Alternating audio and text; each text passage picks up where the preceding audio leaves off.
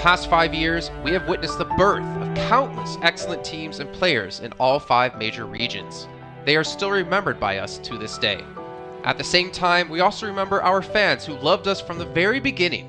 On the occasion of this 5th anniversary, let's turn back the clock to the starting point of PUBG Mobile esports, the Southeast Asia region, where all the stories began. As the first world-class event, PUBG Mobile Star Challenge gathered professional players from all over the world. With continuous development, the 2019 PUBG Mobile Club Open Global Finals is undoubtedly the most exciting event. 2019 Fall Split Global Finals, ladies and gentlemen, give yourself a round of applause! Among the countless rising stars, one shined particularly bright. Bigatron Red Aliens, a team from Indonesia, Bigatron Red Aliens! just got first place in the PMCO Southeast Asia Fall Championship, earning the chance to compete in the PMCO Global Finals in Malaysia. In the subsequent prelim stage, intense competition kicked off immediately. And finally, they advanced to the Grand Finals in 2nd place. BTR demonstrated impeccable strength in the competition. By the end, BTR was leading the lobby by a significant 106 points, bringing the first ever championship title to the SEA region.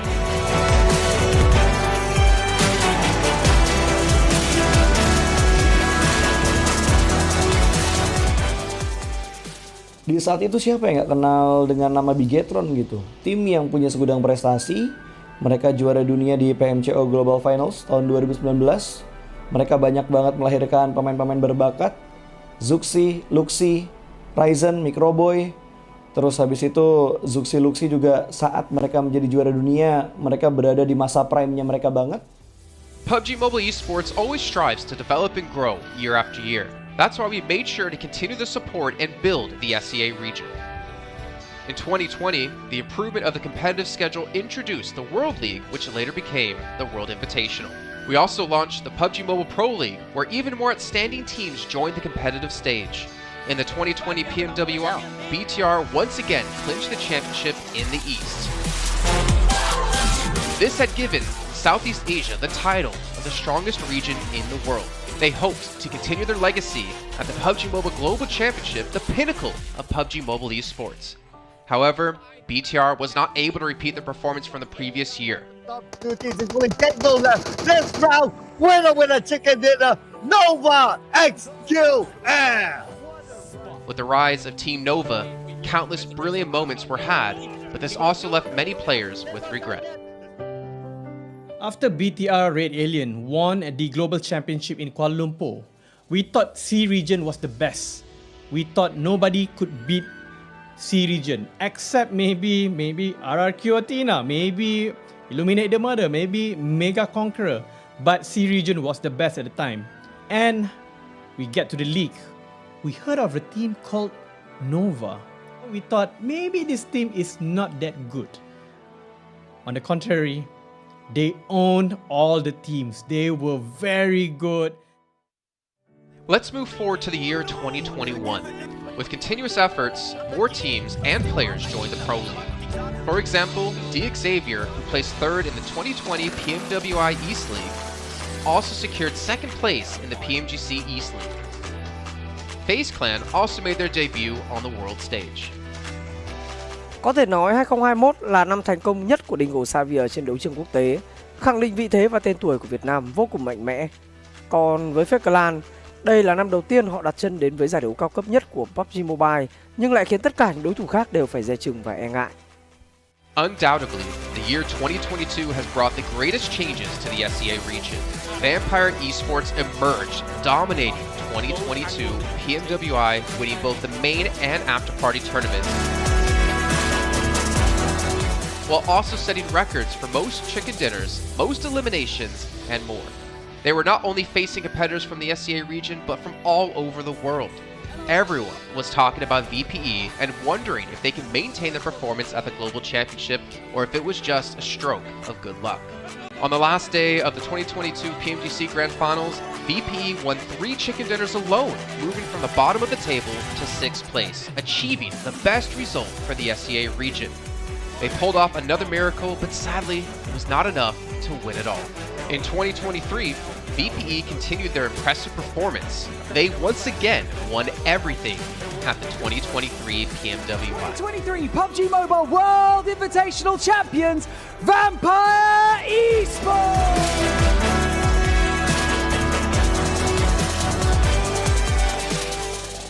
ก็ย้อนกลับไปในปีที่แล้วนะครับเอาจริงก็ผมมองว่าน่าจะโอ้โหไม่มีใครที่จะมองว่าทางฝั่งตัวแวมไพร์จะซักเซสได้ถึงขนาดนั้นนะครับเพราะยุคนั้นเหมือนทุกคนจะโฟกัสไปทางฝั่งตัวอินฟินแล้วก็เฟซแคทที่มีแบบว่าผู้เล่นดังๆนะครับแล้วก็ถ้าจำมันได้เหมือน PMGC ปีล่าสุดมากินไก่แบบเบิ้ลติดๆกันในวันสุดท้ายเหมือนเอาจริงน้องๆก็เคยบอกเลยว่าเฮ้ยเราเครียดกันไปหรือเปล่ามันเป็นตัวเองดีกว่าเล่นแบบปล่อยจอยได้แบบจอยเลยสุดท้าย3จะติดจบอันดับ6ของโลกซะอย่างนั้นนี่นะครับแวมไพร์สปอร์ตเหลือเชื่อจัด But don't forget, Alter Ego, an Indonesian team, showed a very strong performance by winning the Super League twice. The SCA Super League was an upgrade to the previous championship, which by many is considered to be the most competitive league in PUBG Mobile. They could potentially become the next legend of the SCA region.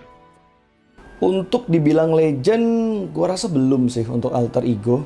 Walaupun mereka sempat ngedapetin back-to-back champion untuk di PMSL 2023, itu menurut gua hanya sekedar untuk ngasih pembuktian gitu bahwa Indonesia tidak kehabisan pemain berbakat. Ya mungkin contohnya Rosemary gitu. Datangnya dia ke Alter Ego tuh bener-bener jadi ujung tombak untuk Alter Ego. Dan gak berhenti di Rosemary. Masih ada Alpha juga yang didatangkan oleh Alter Ego untuk mengisi kekosongan atau kekurangan dari Alter Ego. Dan gue rasa PMGC 2023 ini akan menjadi ajang global championship pertama gitu untuk Rosemary dan juga si Alpha. Jadi wajib banget kita nantikan performnya mereka di PMGC 2023. Dan please di notes pastikan tonton Alter Ego sampai akhir. Of course, there are many more teams we haven't mentioned, but these teams will all take part in the 2023 PUBG Mobile Global Championship. So what do you think? Who will be the ultimate winner in this year's PMGC? Will they be from SCA? Well, there's only one way to find out.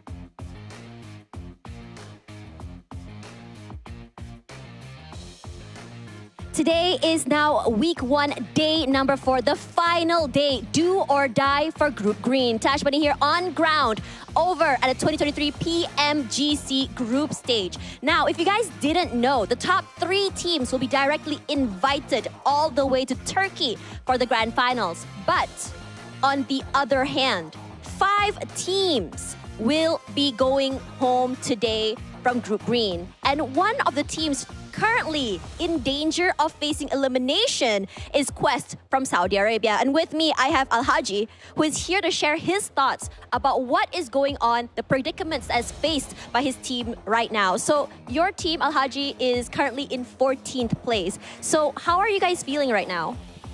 التيم حاليا على المركز 14. كيف شعوركم؟ صراحة الشعور يعني نص ونص، لكن نحاول إن شاء الله باليوم الأخير نقدم كل ما عندنا على مود نقدم بالمراكز المتقدمة. The team's mood is not that good. We are sad though because of the performance we had. We will try our best and we will promise you to get better and better. There we go. The fans are honestly wondering, and I'm sure that this words of reassurance would give them a little bit of hope. So let's talk a little bit about your journey. So on day 1, you guys started off strong, 5th place, and then suddenly it seemed like you guys were just struggling to find your footing. So can you tell us a little bit about what obstacles your team is currently facing? أدائنا أول يوم كان حلو. شو صار باليومين الأخيرة وشو الصعوبات اللي واجهناها بهاليومين؟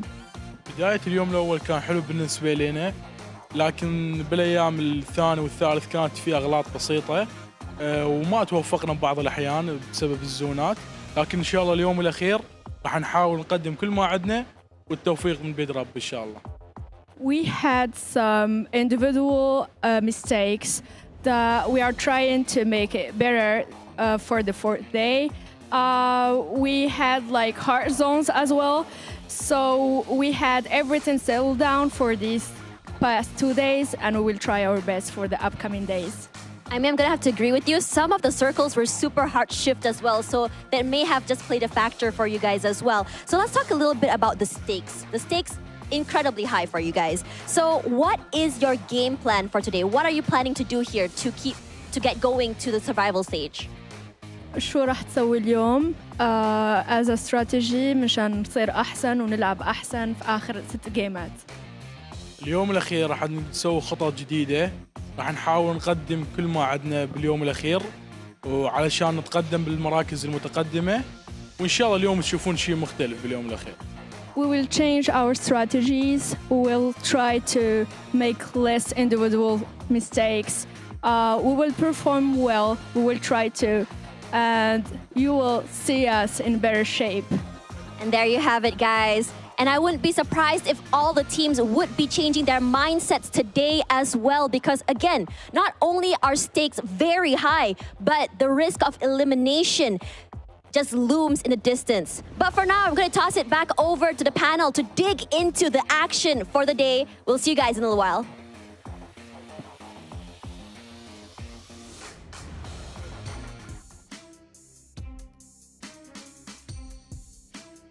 What's up, everybody? It's Hot Jukes here with Kalars and Maxman. The final day for Group Green. We got to hear from one of the players from Quest, and they're in the hot seat today, right? Because if this tournament was ended right here and right now, they would be going home. But they're only 4 points away, Kalars, right? So those teams at the bottom really got to clutch up today.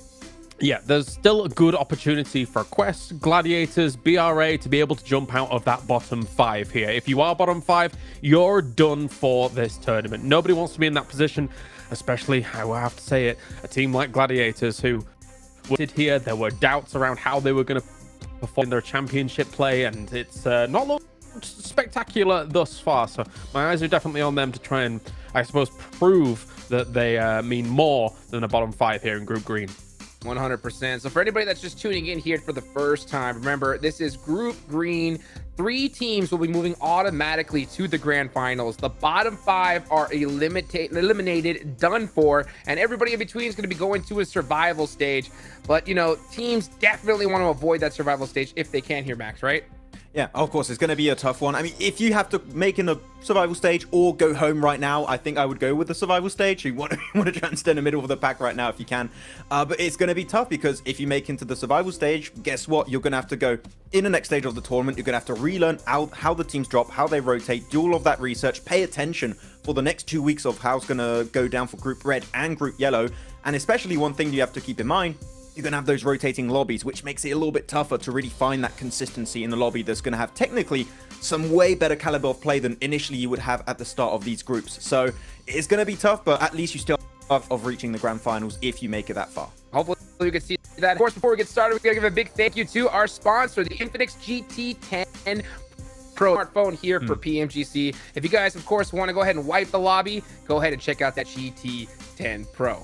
So besides that, of course, make sure you guys check out the TikTok as well. Search PMGC 2023 so you guys can get a little quick look about everything behind the scenes and all that kind of good stuff.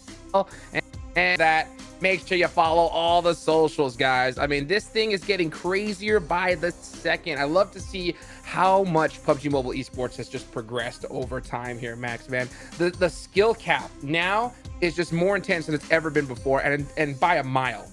Yeah, it's really intense right now, the level of competition we've been able to see. And especially, sure, we talked a lot about the top teams, right? We talked about Loops, we talked about Stalwart. Man, we've seen some significant improvements. And if there's one team I really want to bring up after what we saw yesterday, Hot Jukes, it has to be Reject. Like, what a day yesterday. A chicken dinner followed up with 2 second places that could have been a win. It was just kind of unfortunate how things really wrapped up, especially when you get rushed on by Ayala, the man, the myth, the legend, just popping off on fire with the DBS. But I'm telling you, man, we're going to see some other improvements, and teams at the bottom that we already said, right, that is the big storyline today. Yeah. Those guys might be bringing some big changes and some big improvements, hopefully, heading into these 6 matches.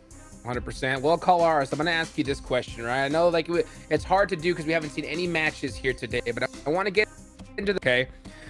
Alpha 7. That's the team. All the teams below them are going to be down, and the 2 squads that have the biggest chance out of everybody is Persija and Rejects, like Maxman just said, right? So do you expect them, right, to try and hunt down Alpha 7 or take them out here in the Sandhawk, maybe later in Erangel? If you were to put your coach hat on, what would you suggest? I don't think they'll be targeting them. I think they'll be playing their game, but playing it at a more heightened, aggressive state. I think they'll be looking for other teams around them a bit more aggressively to try and find eliminate points wherever. I think that if you're going to down Alpha 7, I think that's not the wisest play because they're great in the fight, right? Like, I don't think you're going to be able to eliminate them personally, but I think you can exploit other teams around you as you're rotating, as you're kind of playing a central position and things like that. I think they'll take a few more risks here and there to try and get that top 3, because as we said yesterday, there's nothing to lose for them right now. You have to be a bit more aggressive to try and push into that top 3. Heck, nothing to lose, but a whole lot to gain. Look at that, $3 million on the line here for PMGC. You want to make sure you guarantee that ticket to the big show. So, you know what? I do agree with what you said, Kalaris, as far as, you know what, play your own game at a heightened state, especially here in Sandhawk.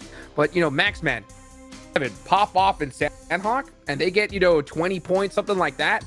I don't think you really much have a choice, right? I don't think you can just let them run free in Erangel. Yeah, it is going to be real spooky if Alpha 7 start popping off on the get-go here. And I'm telling you, I think the best strat, if you want to really try and qualify for that top 3 and you're currently your Procedure Evos, your Reject, maybe even your Melise, you just wait until that last Erangel. Just no one expects. It's like, we just played 2 Erangel. It was fine. It was chill. And just you hot drop them. You eliminate or your favorite thing, Hot Jukes, you camp the car spawns. You could do that too. It could be a valid strat, but there's going to be, I think, one spot only for that top 3, which is the you fight for, so that competition top is gonna be rough for these 6 matches. Yeah, you know what? I think camping, vehicle rotations would have been a lot more beneficial yesterday, just to kind of throw some of these teams off their game, slow down their rotation, something like that. Today, it's gonna be, I think, a little off. But here are the ranking top 3 again. Move on. You can see that gap. It's a good cushion, but it's not big enough to pass up. Now, as far as Stalwart and Loops go, man, these things, they got this thing locked down, Kalars. Yeah, they're almost certainly at least finishing in that top 3. So congratulations to them, all things considered. Unless something insane happens today, right? Unless they all bow out with 0 points and then the 3 below them are able to get insane points on the board. But not only that, I mean, if you look over to the right-hand side as well, where the danger zone truly is, you can see it highlighted 9th through 13th right now. But I would also include Quest in this, considering that they're only 1 point behind Gladiators. For Agonaye and Zerzia, I do think their run has probably come to an end here. I don't think that they can keep up the averages high enough to be able to catch up to that barrier position. Amber, Fables, Gladiators, BRA, a lot from Arcs trying to challenge for those spots. Really close. They are so neck and neck with one. Honestly, there's very few moments where these teams have impressed me enough. So there's going to need to be some significant pop-off moments here throughout the day for these teams to try and scramble away from that bottom 5. I think I touched upon it yesterday a little bit. Right now, we are looking at these teams at the bottom. It's going to be down to the last match, I think. That is how close that's how, as you said, it's going to be. So down to the last game, we're going to possibly have an extra team or two pushing themselves into the survival stage. But one of the teams that had a push-up on day 3, matches, and it was the perfect time to do so, was the entirety of Chamba. A bit lackluster on the elimination side of things. I think that could come later on in the day. So if they can capture the eliminations, that might just solidify their position in the survival stage. But right now, I mean, you're looking at the top contenders. These are the guys currently Alpha 7. Sure, they're bringing the eliminations, but Procedure Evos in particular, also a nice comeback yesterday.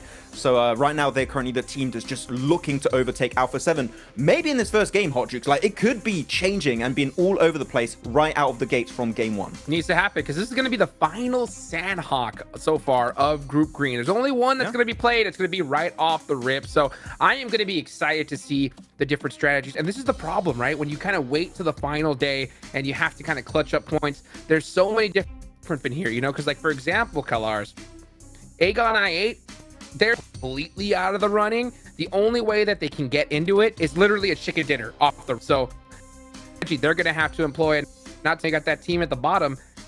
I think it's all over for them, and I think they know it as well. So there's nothing to lose. Who knows what's on their mind?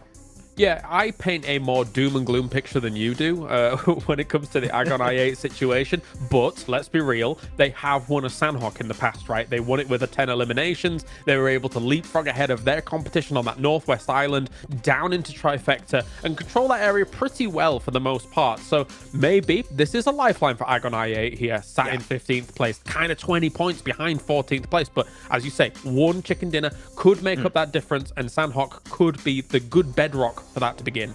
I did a bit of cheeky calculations actually in the background. Right now, if you're comparing at the averages of Mad Balls and kind of expecting where the threshold would be to enter in the survival stage, you're looking at about 109 points, 110 points. Right now, for Agon I8, that means on the day, they would need 51 points, which is doable. Like a really good day is about 60 points. That range you're reaching about 10 points average per game. It is doable.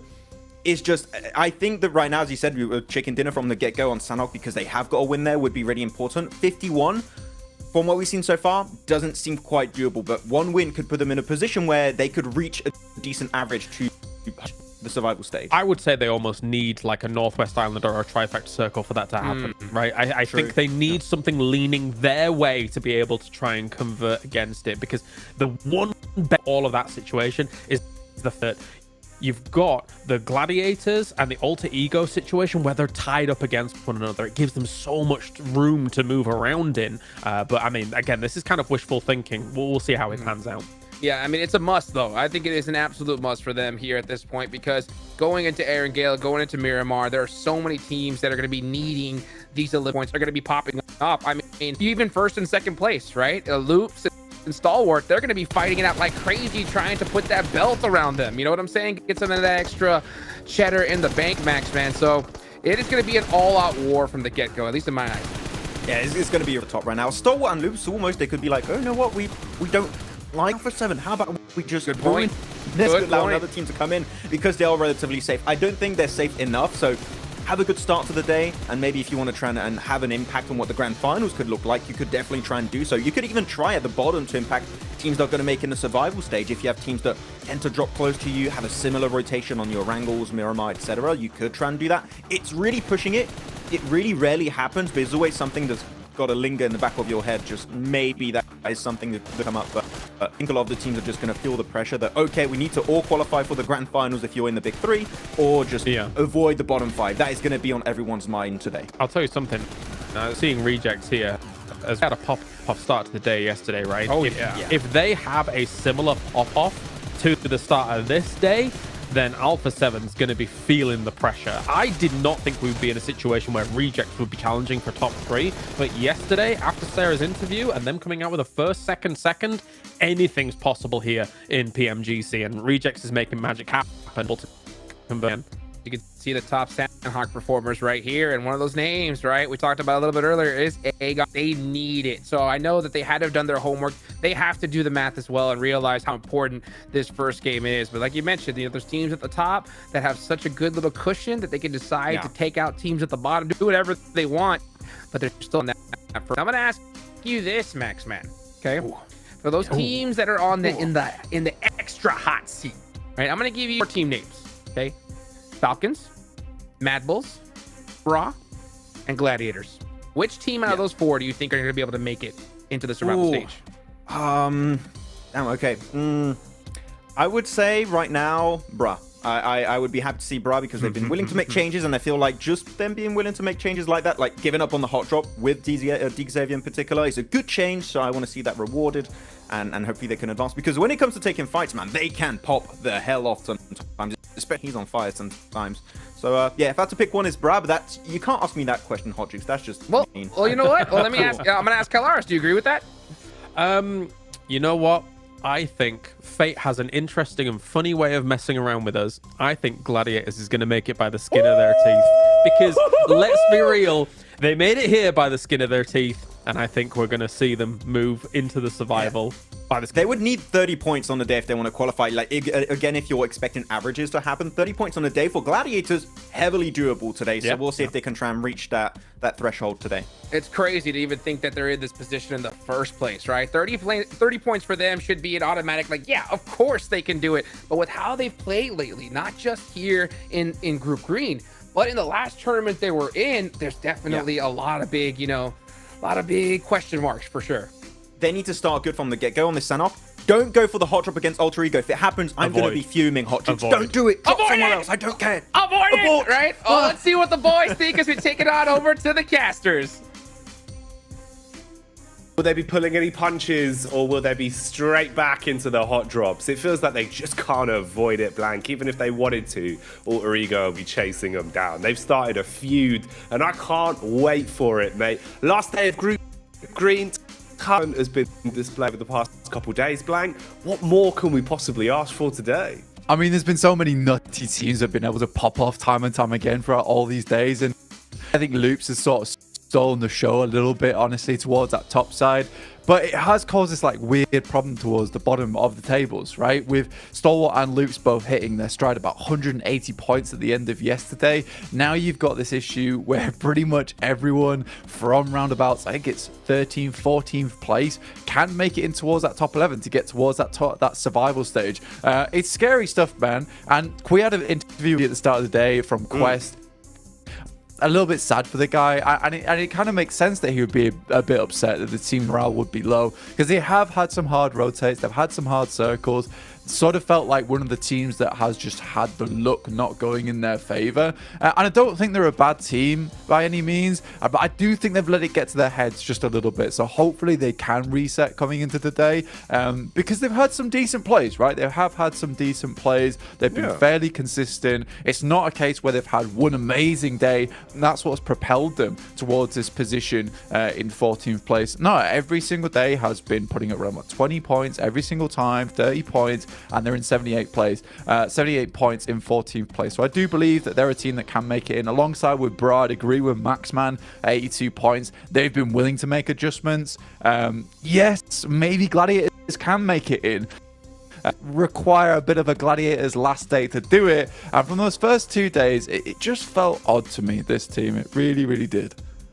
Yeah, it felt like something wasn't clicking with Gladiators. You know, if they're a machine, Blank, one of the cogs isn't there, and it's just not turning. There is no force behind a lot of the plays they go for, and that's what worries me. If they've been a bit dulled, if they're not as sharp as they usually are, trying to mount a last day comeback isn't going to come easily to them. It has to be absolutely. And like I said, it cannot start with a rough ride off the back of a hot drop on Sanhok. We'll see how it goes, though. We'll leave the speculation at the door and start to look at the facts as we get into our last round of games here. Final day for Group Green. So much room for teams to leapfrog one another. Who will be in the survival stage? Who's making it out in top 3? We'll find out at the end of these games. But let's kick it off as we groove into Sanhok. Yeah, not only the last day for Group Green, but the last day for this green map of Sanhok. Only one remaining, and is this one. Gladiators, like the boy said, I actually wouldn't mind alpha drop from this team. There is significant amount of compounds towards that area, and honestly, that might be the wise play because they're right on the edge at the moment. You can see here, they are actually dropping over to the side, so that adjustment does come through on their part. Look at that, me and Maxman just predicting the future in the process. Tiamba as well, 9th place, Jackie. The Chinese team actually, I think, has done badly. They've had some gifted wins, especially on that was kind of just textbook for them in terms of just picking up the circle and winning. See over here just desperately running around like, where is Gladiators? Where have they gone? They can't spot them whatsoever. There might be a chance for them to have a little peek down towards that western side, but I just don't think it's likely. Again, just touching back on Tiamba, currently in 9th place. They would have to perform fairly well today, right? Because I think some of their wins have come fairly easily. It's just been some nice little points here and there, getting towards the end game while 2 behemoths are fighting off in the distance. Tiamba's just staying out of the argument. But again, it's a team that has placed themselves in 9th place. Maybe they hold on to it. Maybe they don't. No, man, I think you're right with that. You know, you're not beating around the bush. The chicken dinner they took yesterday, I believe, was the 2 elimination games. The facts are kind of in there, right? Where it's one of those where you're like, okay, fair enough. You've been able to secure it, but you need more today. You know, that's one side of the bread buttered blank, but you can't coast by on that, especially with how competitive you'd imagine the lobbies are going to be today. There'll be no room for 2 elimination chicken dinners, or I've now cursed it. And that's kind of what we're going to be looking at throughout the course of the day. So let's see. We'll find out how things go. It is nice, at least. I was kind of right there with you when you were saying about Alter Ego peering over the ledge, looking for info on Gladiators. I was thinking if they were going to play that similar style from yesterday, because it almost just felt like they were really tilted by Gladiators. So any opportunity they saw where they could hunt them down, they just would. They'd hard commit to trying to take them out. And obviously the risk you run today is, if you go for that, you're not accumulating any points up the play. And the difference between Gladiators in 13th with 80 points, roughly if we round up, versus Alter Ego with 97, that's only a stone's throw away. That's definitely something that you can start to lap. So they won't run too many risks. Rosemary, though, bides his time and seems to have found a fight that he is comfortable with, Blank. That's an instant knockout and a first blood going with no room to trade for IA. Yeah, I mean, the M4, I think one of the better ones in the game, but it's still not easy to use because you do sort of block your own vision with the little nub on the end of that bad boy. But a very, very good shot coming through from Rosemary at distance, no sights on the thing. That doesn't happen too often. Balak, though, immediately responds. Nice shots over towards Rosemary. There are players around him, but it's going to take a while to get back up towards him to actually pick him up again. So you can see Potato now clambering back into position here. Everyone feels a little bit silly as a trade.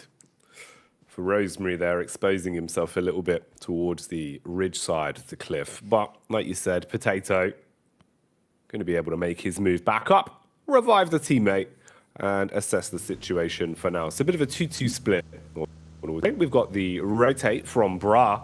Bra definitely commanding a love from all of us over the course of the past 3 days of play. We've seen them willing to adapt, willing to adjust their play style after a bit visioning in the first day of constantly battling for control of Pachinki, really starting a feud versus DX. Now it seems like Melise have become their target as they put out control looking good, and pickings, Kishu, strikes, and this isn't looking too great. You've really fragmented it and could probably clean up on these knocked players without much of a response. So Kane and Topsic in a bit of a bad spot here. At least Coursera is still alive and kicking. Thought he went down in the commotion, but he's been able to back off towards the ridge. They keep the teammate alive in Kakali, just trying to commit to going for the saving, but they realize it's too little too late. They've got to give up the goose on that one. So Brago down a man and try and bail out. I think for Melise Esports as well, like, we didn't get really to touch on them too much yesterday, even after their win on Miramar, mainly because we were focused on some of the teams towards the bottom and how they were going to make it in. But Melise have certainly put themselves here in the league stage off the get-go. And this is a reoccurring trend for Bra Esports as well. It's just these dry pushes over into compounds and fully short, and then they just end up getting naded or DBS'd out of there. And I think this is a problem that Bra needs to fix if they do head in towards the survival stage. But that is not a good start to your day. There's 0 points, effectively dropping you down to just 5 more chances to put up the points and increasing the overall average that you'll need, because points on the game is definitely going to hurt your chances there. There's teams now that can leapfrog underneath you, like Gladiators as well as Quest. It's a little bit tough for you. Falcons similarly might be able to get further ahead in this game, but they're far down towards that south side. There's 3 other teams that we're really focusing on right now. The middle of the table, they seem fairly secure for now, so we'll touch on them maybe later in the day. But it's Alpha 7, Pacific, and Reject, and the Japanese squad fighting for their lives to get in towards that ticket to punch their way towards the Grand Finals at the end of this month, right? So you are really, really looking forward towards Pasija Evos and Reject being able to have a good day. Alpha 7 sweating just a little bit. They're not too far ahead, but they certainly picked up the pace at the end of the day yesterday. They did. Went back to that sort of more aggressive style that we know they can play very confidently. But today, it's got to be flawless the entire way through. It is exciting, though. I agree. We're looking at that sort of upper echelons that could shake so violently with just how few points it is between each one of them. And it's interesting the way the early game's gone here, at least as well, with Zia being able to steal away some of the eliminations. That kind of makes it easier for a few of the other squads to still look to ascend here versus the points being picked up by one of the more well-fed squads.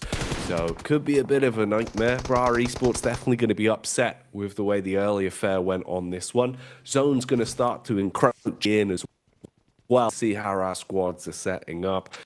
Yesterday, all about center for Reject, complete facelift on their playstyle, and it worked really well for them. You know, we saw basically what could have been, in an alternate timeline blank, 3 back-to-back chicken dinners. They only secured the one, but it was always a close second on the following games. They played some really stellar PUBG, so I hope that continues from them.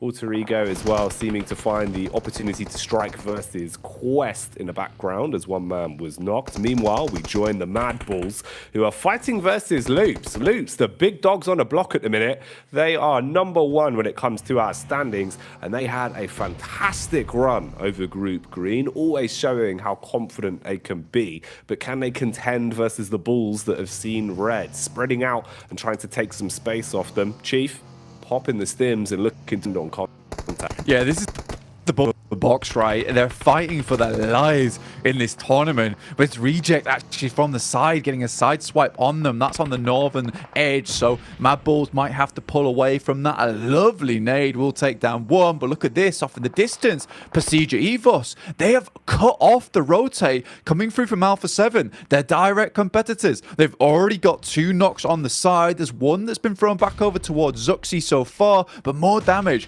keeps on pouring through, keeps Alpha 7 on their toe. Ooh, Alpha 7. They're not on their toes anymore, Blank. They've been knocked onto their knees as the nades are going to blow them straight off their feet.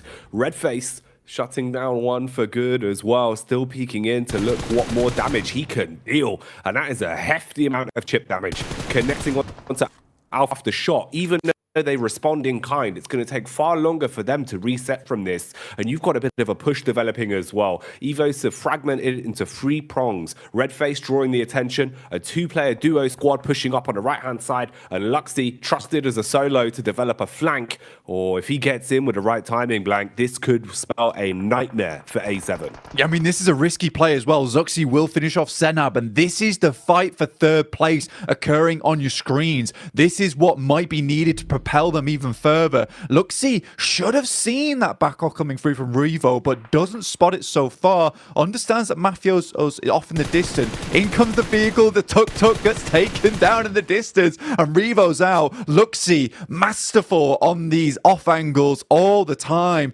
Now trying to spot for the final player, Mafio, and a 0.0 game coming through from A7 would be horrid to start their day off, and Redface will clean. This guy has been clean for Procedure Evos, and the better be cheering for them right now because they are attempting to get towards that grand finals off the back of that one.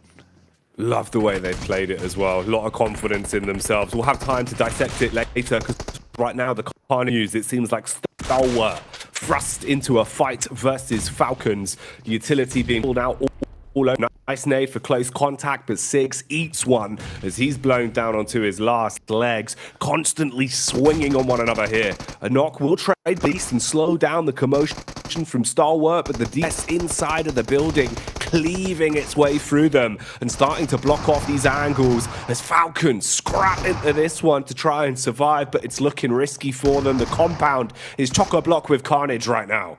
Axa has got to bring off a big play here versus Action and Icy. A lot of damage does hit over towards these 2 players. Action sidesteps it. It's grazing him, but he's still able to finish it off there. The bullets whizzing past his arm, cutting the hairs on his shoulders.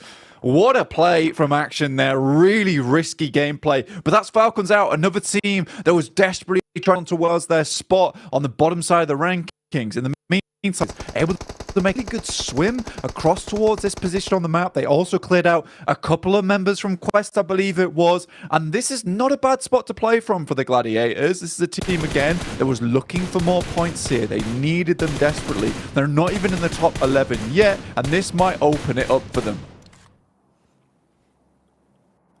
It's crazy as well how we're seeing Blank develop. Look at this, Alter Ego. I was telling you, Blank, they've got a feud against Gladiators. They've sniffed them out. They know their location. Seems like they were able to reset pretty comfortably as well. They had a moment of panic where Rosemary took a lot of damage, but he's back in the fight, and look what he's up to. Causes an issue as he comes flying out of the weeds, wide swings, hit the first shot. Now the flank pushes in as well. Fnatic, not as crisp, goes down to Meku, fragments them into a 3 versus 3. This is going to decide so much between these two teams. This one really is a grudge match. Tixi attempting to get as close as possible. There's information he's not behind that rock, so Tixi might be able to hit a big grenade here. Lobs it over the top, but it's just too far. They don't get any damage either, so information is lost massively off the back of that one. And still 2 more grenades. So Tixi in danger. For this team is the fact that Olgo was split for the time being, but they're able to get back into position. Now they're not in the greatest of spots, right? Their position is known. They're locked on the edge. Tiamba, QZZ takes down one of the players. Evos on the rotate. Zuxi, Noctree here. Not super likely they'll be able to get him back up again. And I think for Fazija Evos, you identify there's the team still in tap mock. You rotate around the side of it. You try and get more points on this game. You realize you've taken down your direct competitors of Alpha 7. Now it's time to just put up a nice profit on the match. Oh, the nightmare is as well. It's the tight turns here. Turning circle a little bit too big for them to try and get the vehicle out in time to adjust quickly. Not worth the risk, though, as well of going for the revive. You would have been so exposed, and not worth the utility input / potential reward you would have got back from it. So they accept their fate, fighting as a free, look for an open pathway as they do try and rotate back in. Only problem is, even if you avoid Tiamba, you've got so many other squads in close proximity now. DX are there, Zia are there, the Zone as well. Oh, mate, look at the move on this. Gladiators and Alter Ego, they're basically in a prime position, but only one of them will want to survive. Know how much control they can have if they win this fight. Yeah, I mean, for Gladiators, this is a worst map, right? It's not exactly the chance you would look, right? But considering over the past year, they have just been very at Sandhawk overall, and I think they've really tried to change things up as much as possible in the PMGC. Nades over the top coming through from Redface. This guy's been an absolute monster on the side of Evo. Coming in as he's just open on the sidelines. Ren is able to get YDD up whilst holding on that front line, and still some more shots coming through from Megamind. Hits some over towards Lynx, but has to back off as he spots Kissu on top of the roof. Nice 180. And I think for Zia, they could have had a chance in this tournament. They just stepped up a little bit too late here, Jackie. They started playing a lot more confidently, and ever since then we've seen them doing far more in these games. But you're right, they were quiet for too long, and it seems like they might be getting silenced again as Melise released the beast inside, finding easy pickups onto them. By one, you're starting to crumble. Megamind, he might have the brains of the operation, but in this situation, you're going to need some brawn to hold back the oncoming assailants. They've got utility to work with as well, at least focused on reviving one of their own right now. So small window for him to make a play. Can't really commit to going for a res though. Blue Zone nipping at their heels. Looks like he's paranoid about a peak coming his way. He's starting to back off at least and have a bit of leeway. Yeah, that's pretty much a finish there. See you later just about gets that first aid kit off, but off in the distance, it's Reject. Set themselves up very nicely on this side. They understand there's going to be teams coming out from Paris Resort, so they set up angles over towards it. This, again, is just really, really good play coming through from Reject. I think they understand exactly what they want to do extremely well, and I like it. It's a big change from the Japanese region. It's a big change from the Japanese squad to see these types of plays coming through and being executed quite decently. And I think for Reject, this is why supporting them, we want them to get towards that third place spot. The adjustments they've made since last year's PMGC feel very, very significant. Even over the course of group, right, you can see that they've been adapting. They did the interview yesterday, complete change of face stuff. Even here, Blank, It's kind of how it feels like they are sort of a team of assassins. Like, you don't even see them, but you're seeing their names pop up in the elim feed in so many of the fights we had had. This is the first time they're really taking kind of a full frontal assault and definitely commanding some of the spotlight of the day. As they've been heads up. So on point, OCO's not missing a damn bullet as well, and that bodes well. We know this team can deal damage. Let's see how they adjust from here, though. A little bit paranoid about what remains of Melise as they're off. That's Poser, who's basically gone from Nitty, and the play zone will take him out of commission. Meanwhile, Alter Ego seems like they've been revving up for this one for quite some time, but finally they want to push into their Gladiators compound. Can they clean house, Blank? Yeah, I mean, this is a fight that's been brewing for a while, right? And with Alter Ego finally been pushed up by the Blitz, sort of let them in a little bit. And I think you can understand why you see Singular, where it's a little bit easier for them to take shots and understand where they're playing from. There is more damage coming through as Mad Bulls fly into underneath their area alongside with Loops off in the distance. Basically, this fight is going to change everything for both these teams, right? Gladiators wins it. Now there's an opening. Now there's a chance, a little edge that they can sneak their way through to maybe get towards that top 11. If Alter Ego win it, they've got a really good chance of securing their survival stage off the back of this Sandhawk. Close range combat continues as well. T Amber versus IA. The DBS proving too powerful on the cleanup for Falak, but he's still got one more man to deal with. Potentially playing medic from this position close towards the wall. Obsta goes for the revive. The Molotov spreading, but I'm not sure if it's actually burning enough. The walls blocked it. DBS pulled out. Close range connection. He says, see you later, as Falak will secure that one. Meanwhile, Alter Ego burning to a crisp as well. Fnatic on his last legs, but the DBS deals with him, and Gladiators win the very important fight. Yeah, that was huge for Gladiators. We didn't see all of it, but for them, that is absolutely gigantic in terms of point scoring potential. Taking out Alter Ego as well must feel like a nice little morale boost, right? You get to take down your direct in pretty much all these games, not just in points, but in terms of emotional damage that's been coming through from them too. That is lovely to see. As well as Reject over towards this right-hand side. You said they're like the assassins, right? You got the crouching chicken, hidden dinner over towards this side. Maybe they can find a first place. Hopefully they don't get stumped by the second. With DX moving in, Pasija Evos, I8. This is a really, really fun ending. And I think for Pasija Evos, they want to get even further into this match, make things uncomfortable for Reject. They aren't just going to send directly ahead in front of them. They're going to have to work harder to take that third place, A7 alongside Pasija. But first, big fight on the cards for them. Reject versus DX as they move into the singular building across the road. Competitors here. Both of these teams knowing how much it would mean if they can thrust themselves a little bit deeper into this game. So for DX, taking on Rejects is an all-important one. Then you've got that lower end of the skyscraper battle as well between Mad Bulls and Gladiators. At this point, no, Mad Bulls basically just a solo dolo. So not much that can be done from there.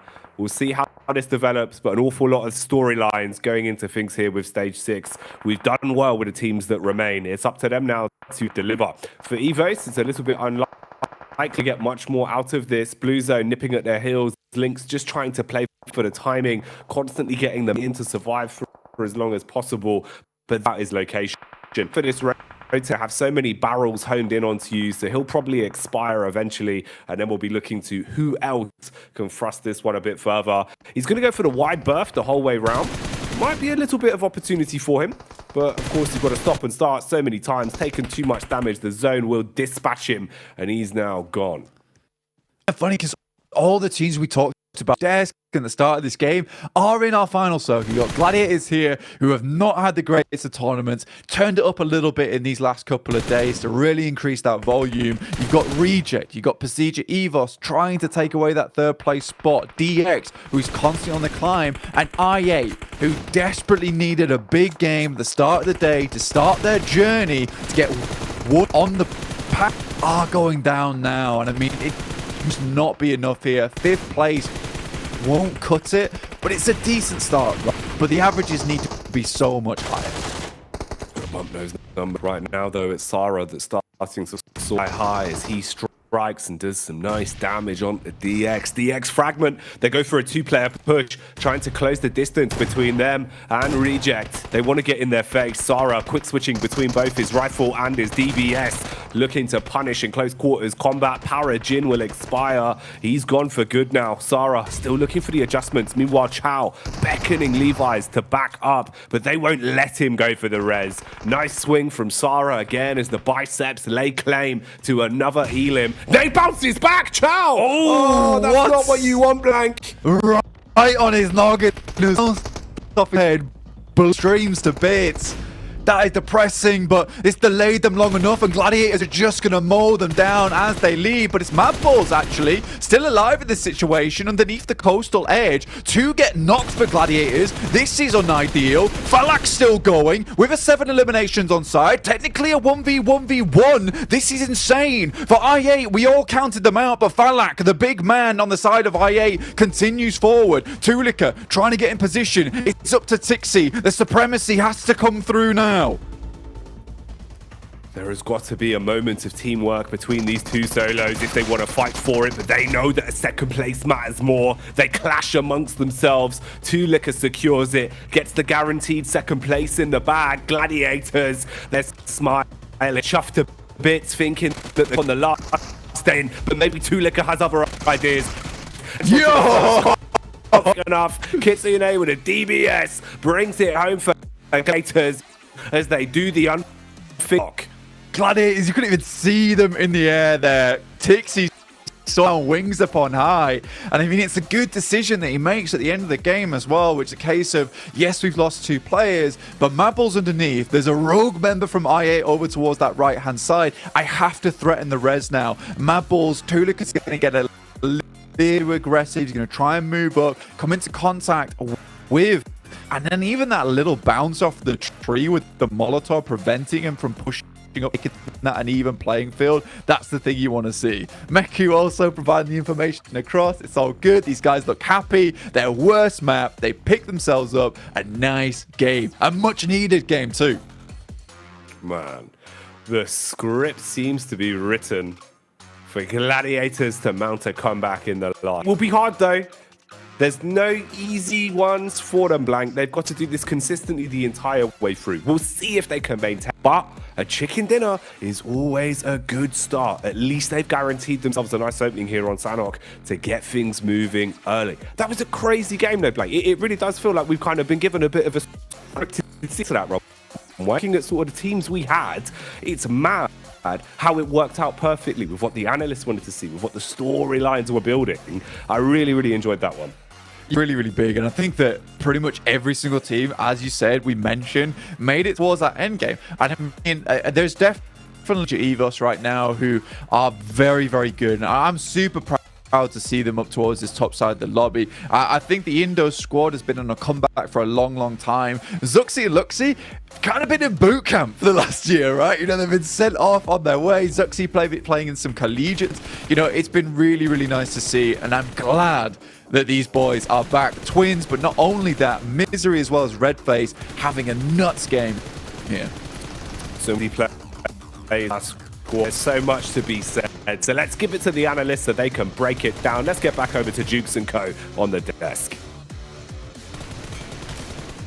You have to be the start of the LRs. I asked you the question, right? Hey, which team do you think was going to be able to make into that level stage? And you said, and I quote, fate was erring on the side Gladiators. And you can't tell me that that wasn't fate.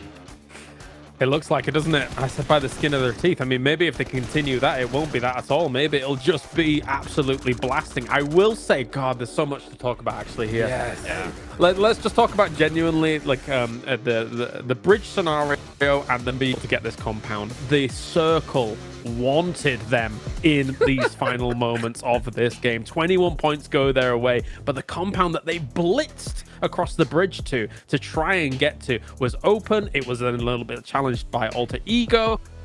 It's not to be. Gladiators holds on strong and gets 21 very much needed points.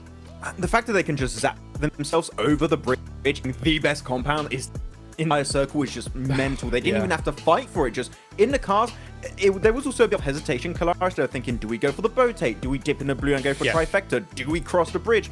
I think the moment they got eliminations on I8, which usually would be the team to gatekeep you on the bridge, they were like, okay, we can maybe afford to go for that really speedy rotation and go for the compound, which they do.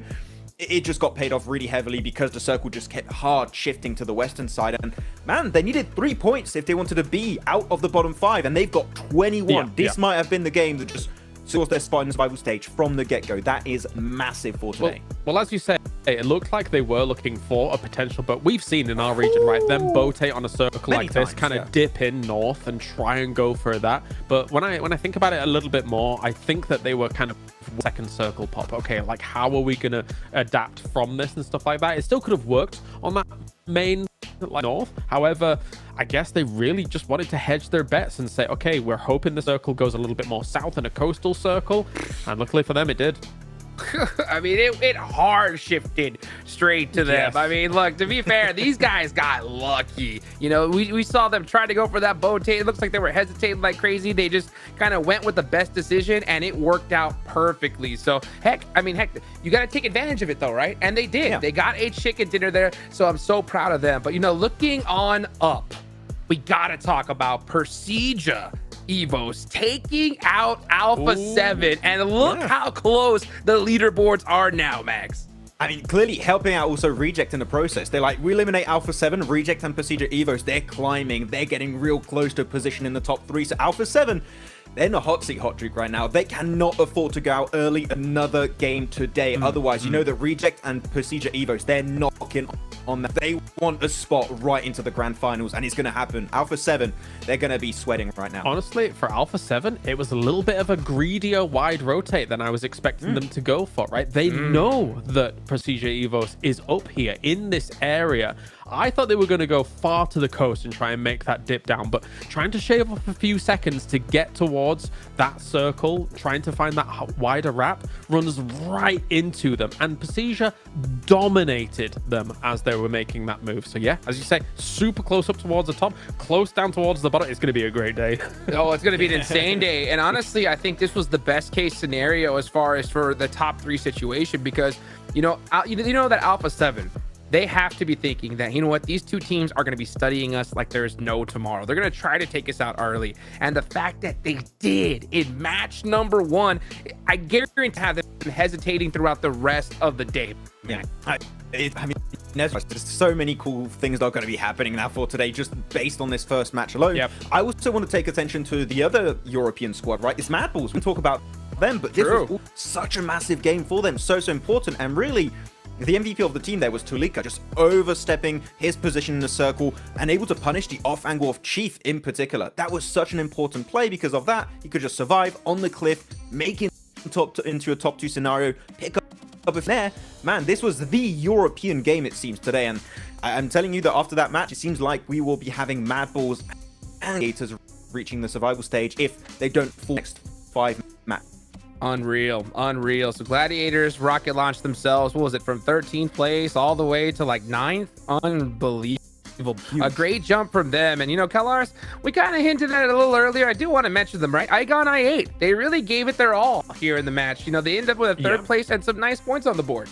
Yeah, obviously they had they were wounded a little from the start of this, but surviving towards the end, going up against that 1v1 for Tulika, I thought if he'd have gone like, I thought he was going to go towards the Gladiators situation, but maybe he didn't have a full read on how many were knocked, how many were up there, etc., and things like that. But he was trying to save it for the rest of his team towards the end. Falak, we saw Hilly Max unbelievable in his region. It's nice to see him trying to kind of salvage some points down towards the bottom, but just that 20-point deficit from 15th to 14th alone is going to be critical to try and make alone. Never trying to get outside of that top 5, and I don't know whether they're capable of it today. I was really hopeful too when I saw Falak starting to rush towards Gladiators. And as you said, I think there was a lack of information. Does he know they're knocked? Do they know exactly in what position they are? He only had 1 Molotov. I think that if he had a nade or 2, you know exactly where to throw it, right behind those little hiding positions on that compound, and you would possibly get the squad confirmed, then have to finish off with that fight. But it was an insane start of the day. You got Aegon I8 getting some points, Mad Balls Gladiators doing well. the team I picked, Brian, not doing good, which, I mean, that was to be expected. I picked them, so I'm not too surprised. But, and the bottom 5 teams are just... We said it, and it's going to keep changing the entire day, right, Hot Jukes? All of these matches are going to be so important for these bottom squads, so it's still impossible pretty much to predict which teams are going to be out at the end of today. 100%. Well, you know what? It's time to get into the first Aaron Gale of the day. Let's take it on back over to Jackie and Blank. Ooh, Aaron Gale, back to back. 3 more of them for Group Green. They've been grotesque, honestly, Blank. Some of the games we've been seeing on this battleground have been filthy. Absolutely X-rated stuff. And we get to see it again. Falcons, they've got no hair! What's up? No hair! Hang on a minute, have they all shaved? They've all shaved. Oh they're aerodynamic now. The Falcons, they're going at speeds we've never seen before, swooping through the air here. This is unbelievable. I love this. Take us back. Let me see the bald eagles. Where are the bald eagles? The bald eagles. They're in position. How's this happened, Blank? There's been literal hours between yesterday and today. They've all gone to the barber shop. Oh my lord. Maybe it's time for me to shave my hair off as well. I know how much Kale hates it, but this is their chance. I love it. Speed, velocity, increased. Brightness of their foreheads, the smoothness of their brains. Their vocals good in there. They've been thinking about this one. Oh my god. Right, Falcons. No hair on their heads, but will they be smooth enough? Will they be slick enough to start to steal away some points? That's the big question. Hair will grow back, Blank, but chicken dinners are eternal. Heading over towards our first Aaron Gale, where we will regale you on the stories that will be occurring today, the things that will be proceeding forwards. Who's going to get towards that grand finals on that secure ticket? Who is going to be dropping out in that bottom 5? And who exactly will be going home after that last game on Miramar? Because it is so uncertain at this point in time. Everyone jumbled up on the leaderboard. Gladiators, after that last match, I can already hear the cheering from the chat right now as the last minute Andes once again strike on that final day to try and make their way in. It's not done yet though. There is still more work to put in. The shift is not over. It's only just beginning.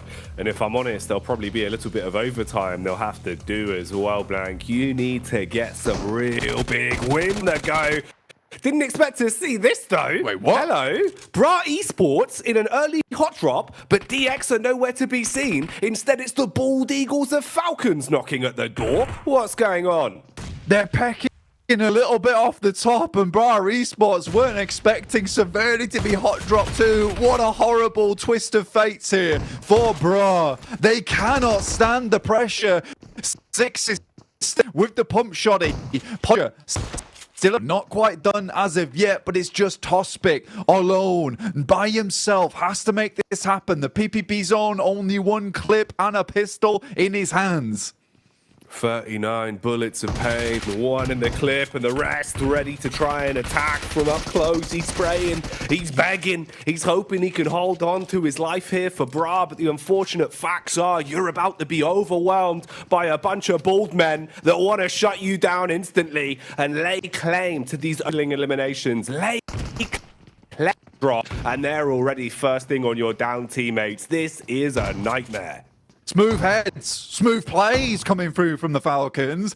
Looking downstairs at the moment, Teak makes a cheeky play, tries to get in towards the window, but just will drop down to the bottom floor. Punch low, no HP, probably first to face it. Overwhelm them, but this little corridor is nasty. When the PPP's on, he can spray for a good amount of time, so they're just trying to waste the bullets he has on side. They know he's got to not have a lot here. Jumps out, and it will be 6 first to 4. There's one more on the top. He finds it, and another. We're in a 1v1 here. Pistols out. Oh, the shenanigans! No way! He lands on them! He's absolutely ruined them! Well, it's lucky they don't have any hair, because they would be pulling it out after they've just lost 1 versus 4 to the PP business. Man has never been happier. Tospic comes through, leaving the Falcons very sick indeed. This is not what we expected, but they've learned from DX, and it's Tospic who has created an absolute unfathomable victory over towards Severny, but it is a minimal victory at that. 4 points on the game for them, but that's simply not going to this one. But the Falcons desperate for a good start into this one with the circle over towards that northeastern side. The balls, the velocity was too much burned up on the approach. I can't believe that. Didn't even have a full magazine when the fight started. Barely scavenged himself ammo as he went. I think the most we saw was like 40 bullets in that bad. He just timed it so well. Smooth moves as well. You got to give him props there. Fragmented the pushes. They gave him the 1v1s, Blank. You can't be giving him so many 1v1s. And he just runs his way through them. With the PPB zone, no less. The Bison. The Bison. Maxman's going to be wild, and he loves that gun. It's his favourite. 1v4 with a Bison. I mean, that has got to be the most incredible play that will happen today. Surely. Let me check we never know. Hang on. No, all right. Page 2. Oh, you're in for a treat, lads. Oh, mate. But what a day. Yeah, that's Show right. me We it. better Yeah, get a give me replay it. of this bad boy. Look at the way he approaches it, man. They're just giving him the 1v1s on the jump out. And he just has no ammo. He's got 20 bullets left time he gets into this final fight. 10 bullets, Blank. He's 2 bullets left. In the mag, in the chamber, every bullet counted for 1,000,000 miles. Oh my lord, you do not see that every day, let alone in a PMGC, the Falcons. Woo, dear me, that is unbelievable stuff. But great to see overall. I mean, that keeps Bra still in it, right? After that last game, 0.0 eliminations, they needed something on this match, right? Something to keep them alive, because a 0 into another 0, that could have been over for them. And you wondered yourself, was that a targeted play coming from Falcons? If they could eliminate Bra once again, maybe to stay ahead of them the of the day with 2 0-point games. But Tospic, man, you just can't stop talking about the lad, but we're going to have to. Procedure Evo over towards Yasnaya, fairly central right now. Another team looking for that 3rd place. After that last game, it looked like Reject might be able to run away with it, but they remain resilient to the very, very end, even despite some pretty difficult rotations that they had to make, Jackie. Oh, man. It's wild today, Blank. It really feels like these kind of targeted drops are hopefully going to be continuing as well, because you can see how many of our teams really have done their prep work coming into this, knowing who they need to deny point gain from, who they feel they can feed off of for those 3 eliminations. And for Falcons, the decision making to go for the secondary drop of Bra Esports was one that has not paid off, going out so early into this. We'll see what Bra can do with it, though, of course, just being 1 man remaining, and he's being hunted down by Alpha 7 that very well could stop off for a quick stop in Severny. Meanwhile, let's have a look at the grand scheme of the game. There's been a lot else going on, but it has mainly been related into this one. This is our first of the back-to-back Erangals, so opportunity here. That's really what this is. You've got 3 games back-to-back to farm some points and get a groove on. Gladiators picked up the opening chicken dinner of the day in our starting battleground of Sandhawk. Can they continue? And can Topsic continue as well? He instigates the fight, quick turn as well. He actually looked like he was kind of ready for that one, bud. You felt it coming as well, didn't you? I genuinely thought maybe a couple of eliminations that he might be able to find versus A7. That guy is insane, and I think a real standout member from Bra overall, even this entire tournament long. And I mean, we've been hyping up Kane, but it feels like Tospic is that hidden gem amongst a lot of them. But what a play from him. Unfortunately, going down in 15th place here. But it's better than nothing. It is better than nothing. And taking down the person, the team directly above you in 12th place, that's decent, right? It's 1 less team to chase on this match. If anything, it's just a complete reset. You've just got to hope now that Tiamba does not have a good game. That once again, there is a chance to climb, to catch up. Over on that northwest side is A17. Their ticket punched to keep it stamped in towards that grand in alongside with Gladiators over towards Aegon. Yeah, Albert on that south side, but it is Luke that most teams be scared of right now. Directly towards the center once again, their wrangles have been masterful. They've had some great games. It's been really smart the way they've been approaching it as well, knowing when to dial back the aggression and when to just unleash the beast and basically swing on confidence of 1,000 men. Loops have been super enjoyable to watch, and I imagine that isn't going to stop today. Everyone's starting to way up towards the circle as well, looking to get themselves ahead of the pack. Ooh, I do wonder what rejects in store for us. Say their name and they appear on screen as well. ACO on a rotate with the rest of the boys, everyone in their vehicles ready to cause a bit of commotion. Ooh, look what's going on ahead though. A few feet forward, you've got Icy from Stalwart supported by his teammate as they get contact on Loops looking for the rotate. Meanwhile, 3 squads in close proximity all to go. Only a couple ahead of Gladiators now, off to where Tiamba and Evos are located. All of them catch whiff of one another, but no one wants a piece of the pie. Well, leaving this one alone, I think they realise that, look, their position is a little bit squandered if they go down at this point. I think for Tiamba, 11th place, it is right on the line for them at the moment. More on the line than they might think, with Falcons technically tied with them with 89 points so far. Stalwart, I think they take a knock. I'm not sure if it was a flush as well. No, it wasn't. They would get their lad again, but Regen singing into these games with the bullets over towards some of the big dogs in the lobby. Out Tixie. This makes his way up towards the top side of Stalber. This is on that eastern edge, and I don't think UZM is going to leave him unpunished for that. Oh, Tixie goes down to Falak. Falak, he's been looking pretty crisp, man. It feels like the longer the tournament's gone on, especially Blank, he's been getting into the grip of things and really has been commanding so much respect with his individual plays. It's nice to see him bubbling up to where he belongs.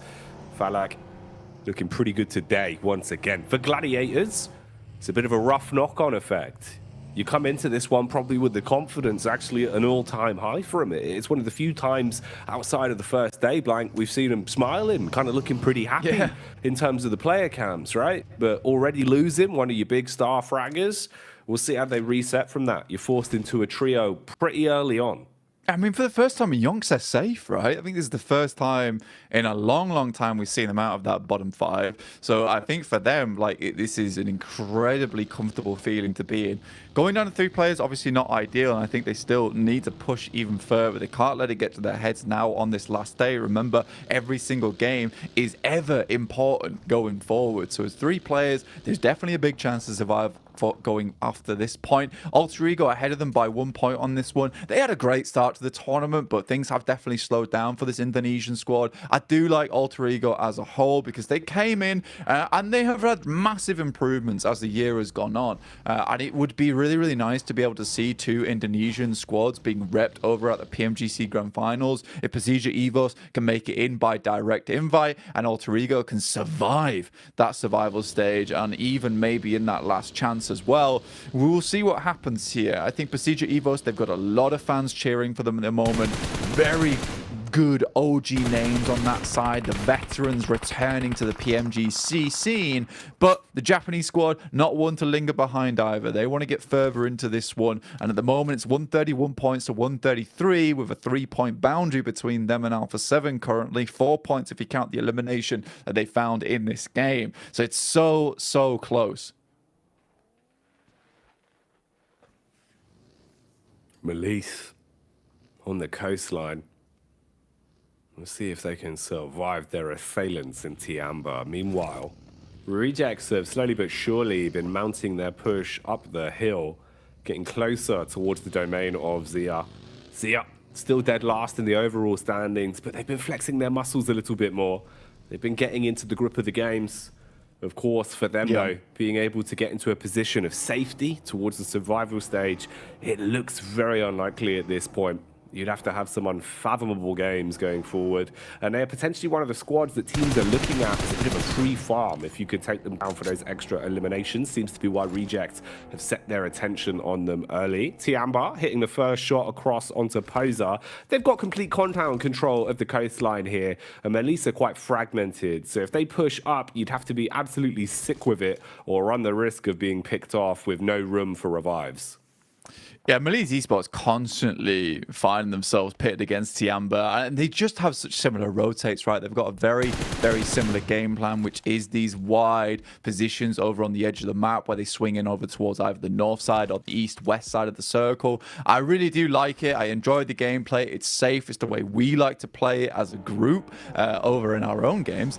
But again, it's one of those cases where you are likely to run into the same team over and over again who have shifted your way to playing edge. It's difficult to get towards that center side. Sometimes you are blessed where the circle comes towards your region of the map and you're able to quickly shift into a decent position. But there's so much control being shown here by a lot of teams within the lobby being able to get towards some good spots and play them off comfortably. It's nice to see, but Tiamba losing players. Malise were able to wrap around with a couple of their own up towards where Alter Ego play. And I do think that this is one thing that Alter Ego is really trying hard to fix right now, is that they are doing these very risky 2-2 splits, Jackie. And I think sometimes it doesn't work out in the sense that they get split off far too quickly. So I'm glad that they regroup here. They realize they have to reassess the scenario. They found a knockdown towards QZZ. I don't think they're going to find too many more eliminations in this area. They need to start worrying about protecting their back going forward.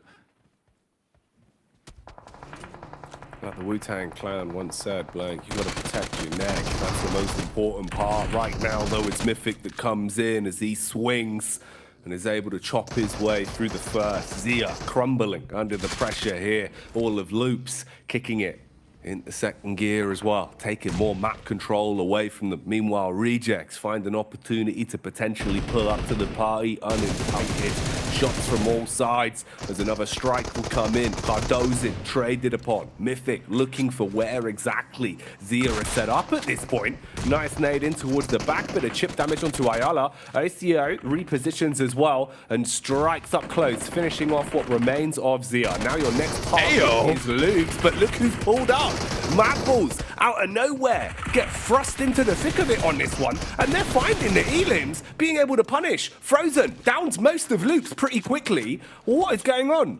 Mate, it's a four-way fight that's occurring before our eyes. It's one of the best compounds to hold in this current circle. Everyone's trying to get a bit of the pie here. Zia with only Shopper left remaining. In the meantime, Gladiators fending off against a lot of the squads over on that north side. But realistically, this is the fight to watch on our streams. Mad Balls trying to pump some more points into this one. I think that's 4 eliminations, in fact, found for them as they crash into this bad boy. Looks way, way better than they have in the past. A lot of their crashes seem quite lackluster. Now even Pasija Evos, you can see them flying in. Every single team wants this compound. They understand the value it'll provide going into the future. Goodness gracious. Reject, Pasija Evos, both going to be battling out in this location. Alpha 7 up towards the western side of Stalba. A true deathmatch format on that side of Stalba as well, where you're battling through pillars, rocks, crouch spaces. Bullets coming in from Tiamba once again, as they are dealing some very hefty hits. Alter Ego out of commotion here, taken out of the game. Keep in mind, they were only a singular point ahead of Gladiators in the standings as well, and behind by 1 chicken dinner, so this is nightmare fuel for them. Now suddenly you're looking at a possibility of falling further down the list. Meanwhile, Sarah strikes back again as Rejects. They've been getting into the game again. They're warming up. They're ready for these fights. Maples have been playing with aggression, but it's a good night. Right hit from OCO, supported by Sarah, as they shut down one. Shopper, keep in the back of your mind, has been surviving this entire time. He's got a little bit of leeway to play with, and a DBS as he waits for the swing. It just seems like I8 have been absolutely trampled as well. Bit of a trade back onto the Gladiators, though, as Tiamba are able to find some easy pickings. Damn. And they're gone. Tiamba constrict gladiators like a black mamba over towards that northeastern side. It felt like it was going pretty wrong for them, but they're able to live this one out despite being very far down towards that southeast too. Tiamba has made it onwards, and again, is a team that wants those points on board. And look at this, Jackie. Reject get the center. It's where they like to play. It's where they want to be. And with 4 players, it's looking dangerous. But this yet again another second place that we're heading towards for Reject in the future. We just won't know. The Indonesian squad, who's been impressing all of us over on this southeast side in Persija Evos, also chasing down the boys from Reject. Tiamba trying to make their move slowly but surely up the hill. Meanwhile, Evo is spotting them in the back line. Bullets coming their way from Link. Playing a little bit further ahead of the pack, being point man and scouting for info. Luxy, Zuxi, and Misery all supporting one another. Mini 14 in the hands of Misery as well, and he's facing the direction of Stalwart. So potentially some room for some big hits into the back there. Action, dashing out the nades as well. Suspicious about players being close to him. Was hoping that that would arc down on top of Reject, but they're able to keep their noses clean for now. It's all quieting down just a little bit. This plateau here is just going to be the focal point of a lot of these engagements. So many teams trying to get themselves off the top edge. Ren up close and personal with A7. Such a difficult push for this team. Not likely going to be able to do too much with it. A7 though, they know that they've got to get down this hillside. And QZZ breaks out, makes the mad dash, gets to the tree, hugs it, provides them a little bit of safety and peace, and continues onwards here. Action also going down to none other than Quest over on this northwest side. We wanted to see more from these guys. I don't want to see them down in the dumps. I don't want to see them being sad, because this team has been determined to get further and further into this tournament, no matter what these circles are thrown at them. It's a shame in the interview we heard that Quest were feeling a little bit like things have been going wrong, like the energy's been slipping. They need to bring it back. They had some great games on the first day, fighting tooth and nail through absolute hell and high water in some of the positions they were playing from. And still, players like Al-Haji, players like Easy were able to deal some very big pickups. Just got to keep that momentum high, try and keep the confidence. Here, though, it won't be an easy task, as you've got to find your way through the absolute Brazilian brick wall that is Alpha 7. They've got control of the part of the map you need to find your way through. Meanwhile, Tiamba closing the gap as well. Fragmented on the push as they start to get closer. Look at the nades going over from Quest, though, hoping for a hefty hit. Nice double up. That one blows away Mafioso. This could be your room to instigate.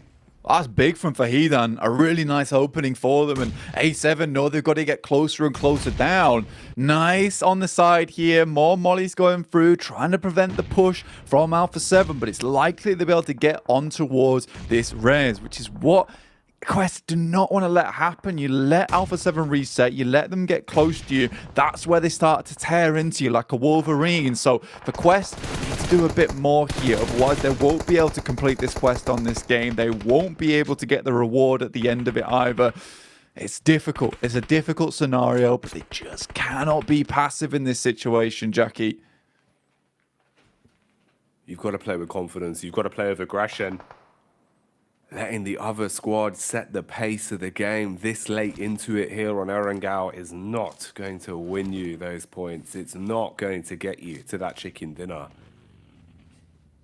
But you can see everyone not wanting to give up the goose, not wanting to make that first mistake and tumble down because of it. Alpha 7 have reset, have got themselves further back towards the tree line, trying to hold for when you see Quest forced to move. It's going to be a small rotate for both of them. They keep their crosshairs honed in for now. Back up to grab the vehicle, jump in a buggy, start to try and advance. See if you can encroach in bit by bit. Meanwhile, our other squad's dead center, still just lurking, listening, waiting for the rotates in from the rest of the boys. Yeah, we got most of our action earlier on where we just had crash after crash after crash as teams realized this is going to be the sticking point inside this circle over towards where Reject's currently controlling a really nice bit of space here. They've even got a player over towards the top side of a wizard tower just providing some really good cover for themselves, and they're waiting for teams to start pouring in towards this position. Al-Hajj, he spots some of the Alpha 7 players trying to move further forward, and they've cut them off now, and they're starting to just feel the suffocation coming through from the Brazilian squad. They have to move out of the vehicle, but those shots are so deadly accurate.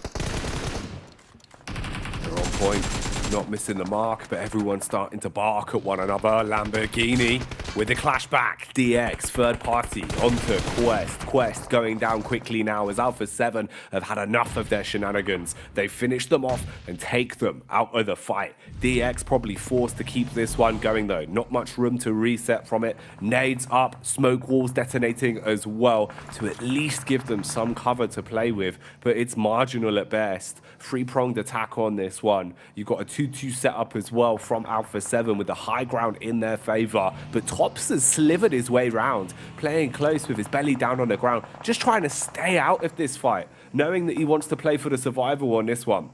You got to remember that we have the three teams that have super much in our focus today, which is Procedure Evos, RC, and Alpha 7. Alpha 7 currently have 5 eliminations, a really good result for them, but they are on the outside edge of the circle. This could still move over towards the west, in which case they can use these little ridge sides, this little valley, to play out the rest of their game, and there's a good chance for Alpha 7 to get a good point scoring off the back of this one. So it could go either way. Is it the Japanese, the Brazilians, or the Indonesians to take the mark on this match? Sarah is down on the bottom side of the Wizard Tower as Procedure Evos starts to make their move, but we can't count out Madballs on the side either, who could easily get a little bit into this engagement. Nice nade, goes forward, doesn't do enough damage though. Feels like Reject were in such a good position as well with some of the peaks that were coming out, but that is unfortunate. The nade from Madballs goes flying, blows away some of the hopes and dreams for the Japanese squad as OCO is as good as gone. Sarah barely trying to back off as well, wants to be saved, wants to stay in the fight, but Ren sees the opportunity, strikes against him. Oh no, Blank. The timing from Tiambo was everything there. Mate, Ren's got such good oversight over this engagement as well. He could really actually cause some massive pandemonium in the midst, just taking out 1 or 2 players whilst they're all focused on one another here. Alpha 7 currently just chilling. They're still in the circle as well, down towards the bottom side of the lobby. Whew, this is crazy in terms of a match. I think Procedure Evos and Reject wish they didn't fight each other because the other team in Alpha 7 continues to climb unhindered on this western side of the map. 5 eliminations found, 2 apiece for Reject and Procedure Evos. But again, Alpha 7 gets further and further away. An important game for them. We said they were stepping it up yesterday at the end of it, and they're certainly bringing that into this game today too. Chopper. Ooh, punishing onto Fleeke. Remember, Chopper's been lurking inside of that compound for quite some time. It was about 5-6 minutes ago. His entire squad was wiped up by Madballs. Now he's getting his revenge. Now DX is starting to thrust themselves into the forefront as well, taking picks towards Evos. Ren still playing off the back of the timing, only peeking when he feels confident to secure an elimination. Luxy getting spammed at as well. Levi's on the slide as he goes tumbling down a hill. Link's got a bit of a flank on this. He spots one, tries to get the quick flick off onto Levi's. How is he still alive? Divine intervention at the minute, just standing strong. His teammate falling though. Parajin goes crumbling. Link has to get close. He's got support, Blank. They're actually finding these quite easily. You completely turned the tide on this engagement. Zuxi from that top edge doing a huge amount of damage. Luxi on life support right now, but still a chance to get their boys back up into position. Luxi very low, Zuxi resable. Right, Reject able to take down one of the players from Alpha 7 as they tried to get a little bit too close to the situation. Zuxi just goes down to the play zone. Duello taking a lot of damage, but able to move out from the back of it. Alpha 7. Taking peaks where possible. Relatively split as well. Got a lot of faith in one another in terms of the setup they're currently running. Bit of a buddy system with a gap between Mafioso. Nade going to be going up the hill, it seems like, trying to defend his two teammates in a close quarters engagement versus the SMGs of Reject. Link's nade is one better though, blowing Lufa to bits. Oh, goodbye as they are taken out. Reject Tokyo not surviving deep into this one. 5 squads remain. It's been a hella hard game for Procedure Evos, and they've been playing marvelously off the back of it. 7 eliminations found already, but Tiamba can't really not talk about them. Ren has just kind of been the overlord of the lobby from this rock that's just remained in play for so long now, Jackie. 2 loot crates over towards Alpha 7 picked up as well, so they are running with some serious firepower. And again, they clean up 9 eliminations. This is going to set them ahead from the rest, but Ren still showing his presence, takes down Zerich. That's 8 eliminations now for Tiamba in a game that was very much required. And I think Mafioso realizes there's a lad up here that is causing chaos that he needs to keep checked. It is absolute shenanigans that he's been able to just cause so many problems, getting stuck into fights where it matters most. Alpha 7 are 100% confident of his location now, though, as he's dashed a nade in the direction of Mafioso, and you do not want to mess with a Mafia. This is when they will turn on you. He's going to start to push back over. Got a good read on his location.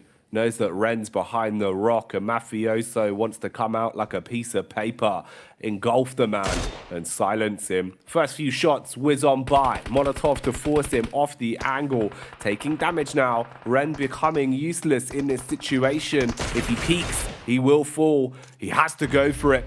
He goes down. Tiamba out with 8 elims. A good feat though, considering how it was just one man for ages.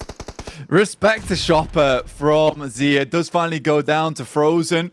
Off the back of that one, DBS in hand, and Senab just shuts it down instantaneously. Puts the boot on the neck of the Mad Bulls, and that'll be them taking a massive chicken dinner on this game. A much needed one. It feels like they've been just trailed behind by Reject and Procedure Evos for so long here, and that match with a bunch of eliminations they found will set them far ahead. It feels like Procedure Evos and Reject have been having good game after good game, but it's just not enough to catch this Brazilian powerhouse.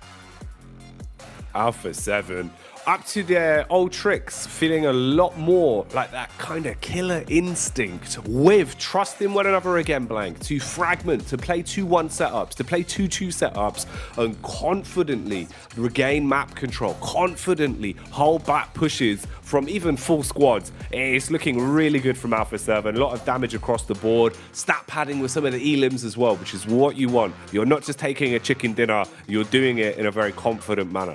Yeah, they're sort of like a bully team, right? Because if they sense that even the smallest amount of weakness from you, they just take advantage of it. With Quest there, where it felt like realistically, they should have just been able to bomb them out and then just chase over that top side and get the eliminations. As soon as Alpha 7 realized they weren't pushing it, they just went for the res. No fuss, no drama, and then just pushed over the top side and took down Quest because they have the confidence that some of these other teams don't and understand that as well and just push into them. It's really, really well played. And you also got to mention the 51,000 meters that they traveled in this game. Not an easy one at all, as they slowly encroached on what everyone thought would be the winning position. It just happened to be that, like I said, everyone thought that was the winning position, so everyone was there.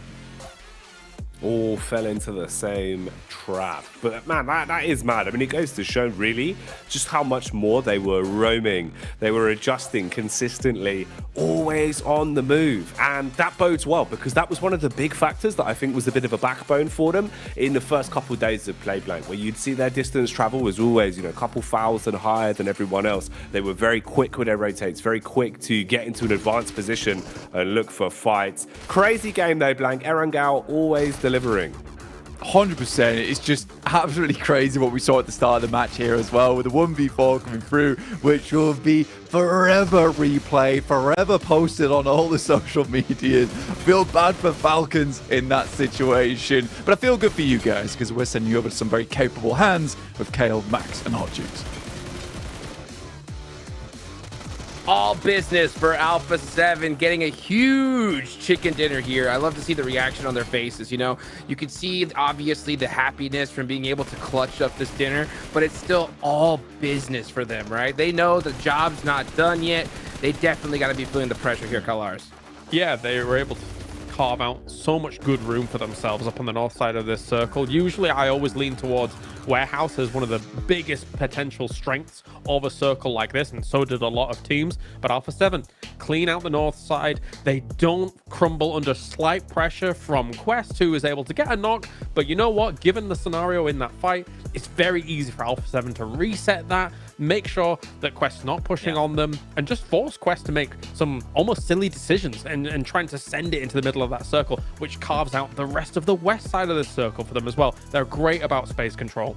Yeah, I mean, having cleared Stolber just beforehand, they know that they don't have any points of pressure behind them. They can just stay in that position and just create natural pressure on teams like Xavier, and as you said already, Quest that had to leave that position. But I do want to talk about the individual players. Sure, Revo was really impactful when it comes to the nade play, etc., but Mafioso, he was holding that ridgeline for his team against Reject, against Pasija Evos, the entirety of that match, and especially getting rid of Ren at the end was very important to get that high ground angle to make sure you're securing that match 100%. So Alpha 7, I mean, such a smooth sailing in this match. It seemed easy, but every step was just so well executed, and they have that fragging power to back up plays like that, Hot Jukes. Wow, let's take a look here at the overall rankings. Remember, guys, top 3 gets moving on over to the finals. And you're right, man. Look at that. Alpha 7 carving a nice little cushion for themselves here, Kalars. Honestly, we're seeing, it's not desperation, but it's kind of a heightened alertness from these teams that are on the cusp of not only third place,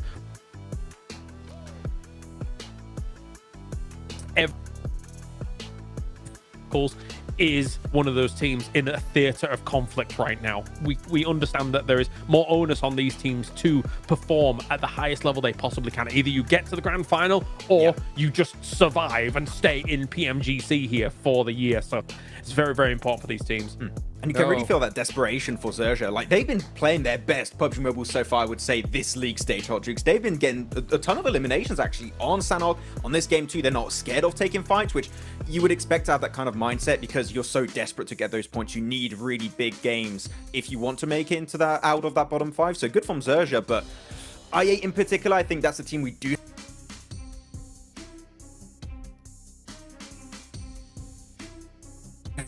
So that was a bit of a weird regroup for I8. They could have gone for a game-winning position really early on. Yeah, I'm surprised that they didn't there. I mean, when it comes to Zerja, I think that they just have nothing to lose. And I think they're finally starting to play the way that they, are. But you know what? How can we not talk about Tospic with the BBB zone and clutching it up there? Oh my goodness. The 1v4 was so insane. The PPB zone. They gave them a buzz cut in Saverni. Oh, I can't believe it.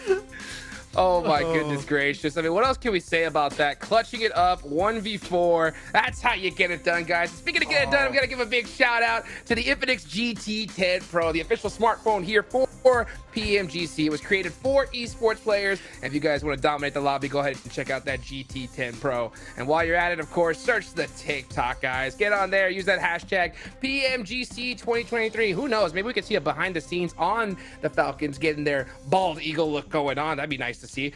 And last but not least, follow us.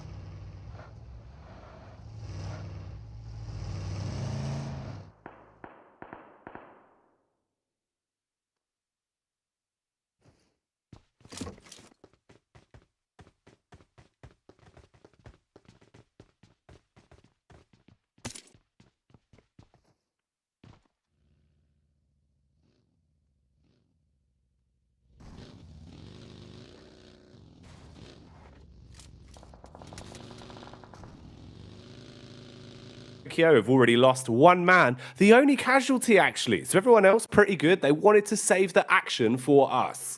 Yeah, they heard the calls from us in the distance, like, don't start the game without us. And they were like, right, we'll make some casual rotates. We won't do anything too crazy in the meantime. We'll leave it up to you. But welcome back, everybody. Apologies for that. The space station, it went down for a couple of seconds. Our super speed internet was out. There was a small meteorite, but Jackie's jumped up into space. He's bashed that thing out the way like a one-punch man moment. So don't worry about it. We're back on call. We're ready to go. Already straight into this one. Reject holding over towards Potato Hill. We've seen that before from them, but down to 3 players, not ideal. The chase for Alpha 7 seems a little less doable, but for Precisa Evos, obviously this team has been stepping up in a big way. Zuxi and Luxi looking good. Red Face and Misery providing some excellent back there. In fact, I would even go as far as Red Face and maybe even stole the show for me a little bit so far in this group green, but a great team nonetheless that can hunt down Alpha 7. It feels like they've got the fire in the blood right now,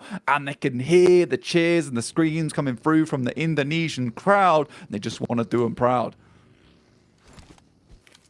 Man, if you missed it as well, first 2 games we've had today have been delivering massively when it comes to storyline finishes. We've seen a lot of targeted attacks from teams trying to leapfrog over their fellow competitors, knowing who they can target for easy points, knowing who they need to stop gaining any coming into today.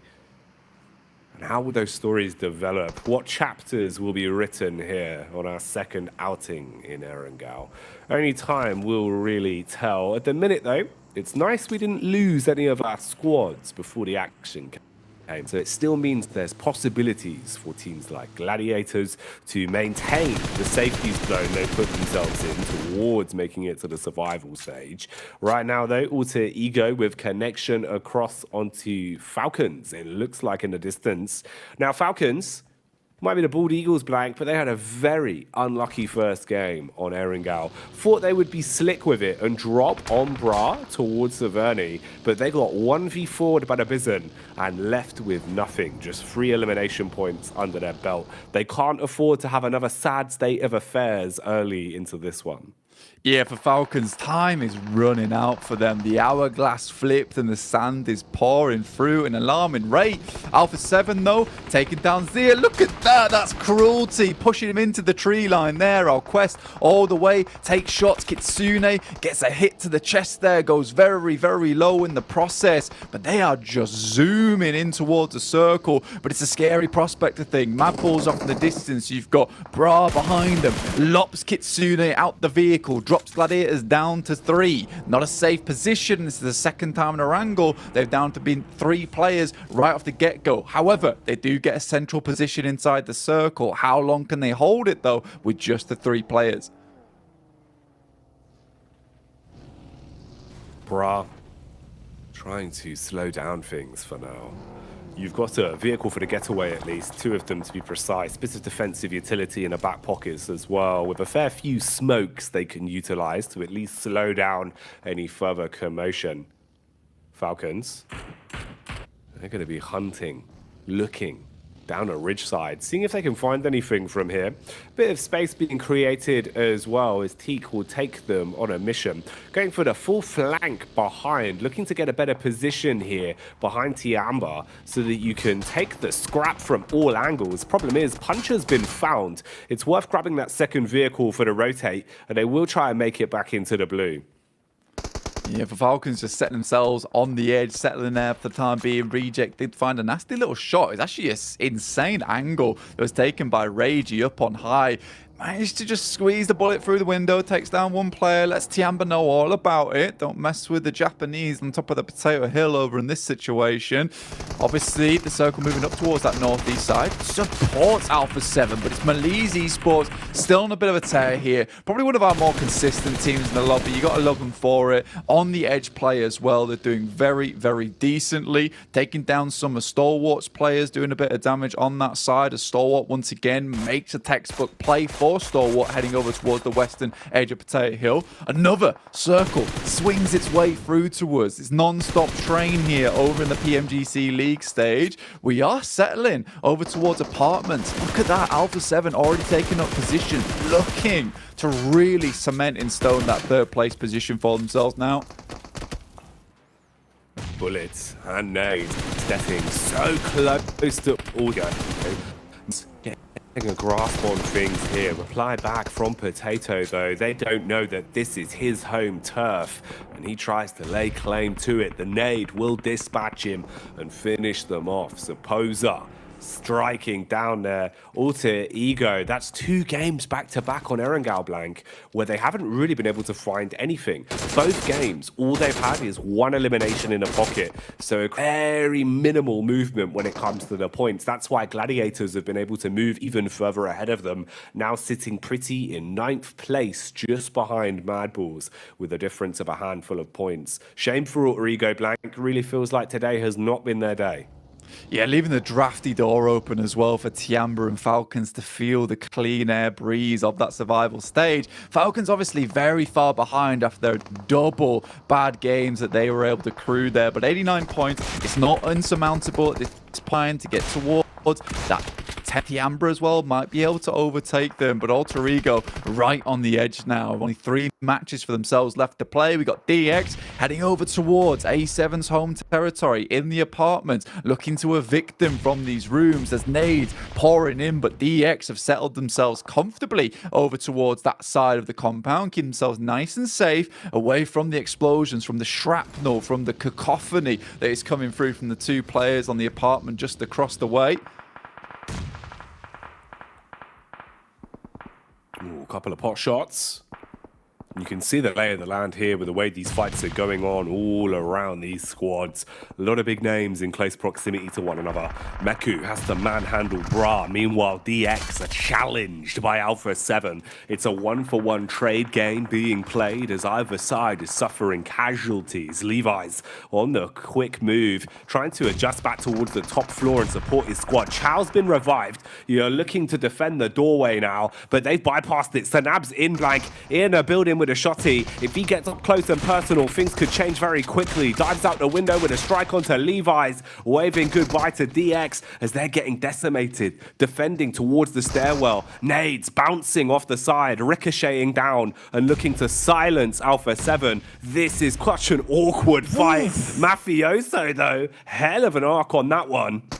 That's a brilliant nade from Mafioso. Chua goes down and out forever for the rest of this game. Lamborghini, Paragin last remaining, and Alpha 7 refuses to give up. Reaver was slayed, but at least he did relay back that information of where the players were inside this compound, able to get some good nades off the back of that one, so his death was not in vain. Nade bounces back though, deals quite a bit of damage to Senna, but an instant reset from them. We'll see them looking a little bit prettier here. But right now, this utility has been the backbone of either team's onslaught. The only casualties it feels like we're really seeing are when they go down to a well-placed grenade right on top of their noggins. At a minute, you can see the way the fights are developing across the battleground as well, with some teams already setting their focus on getting into the new zone, securing themselves center control early.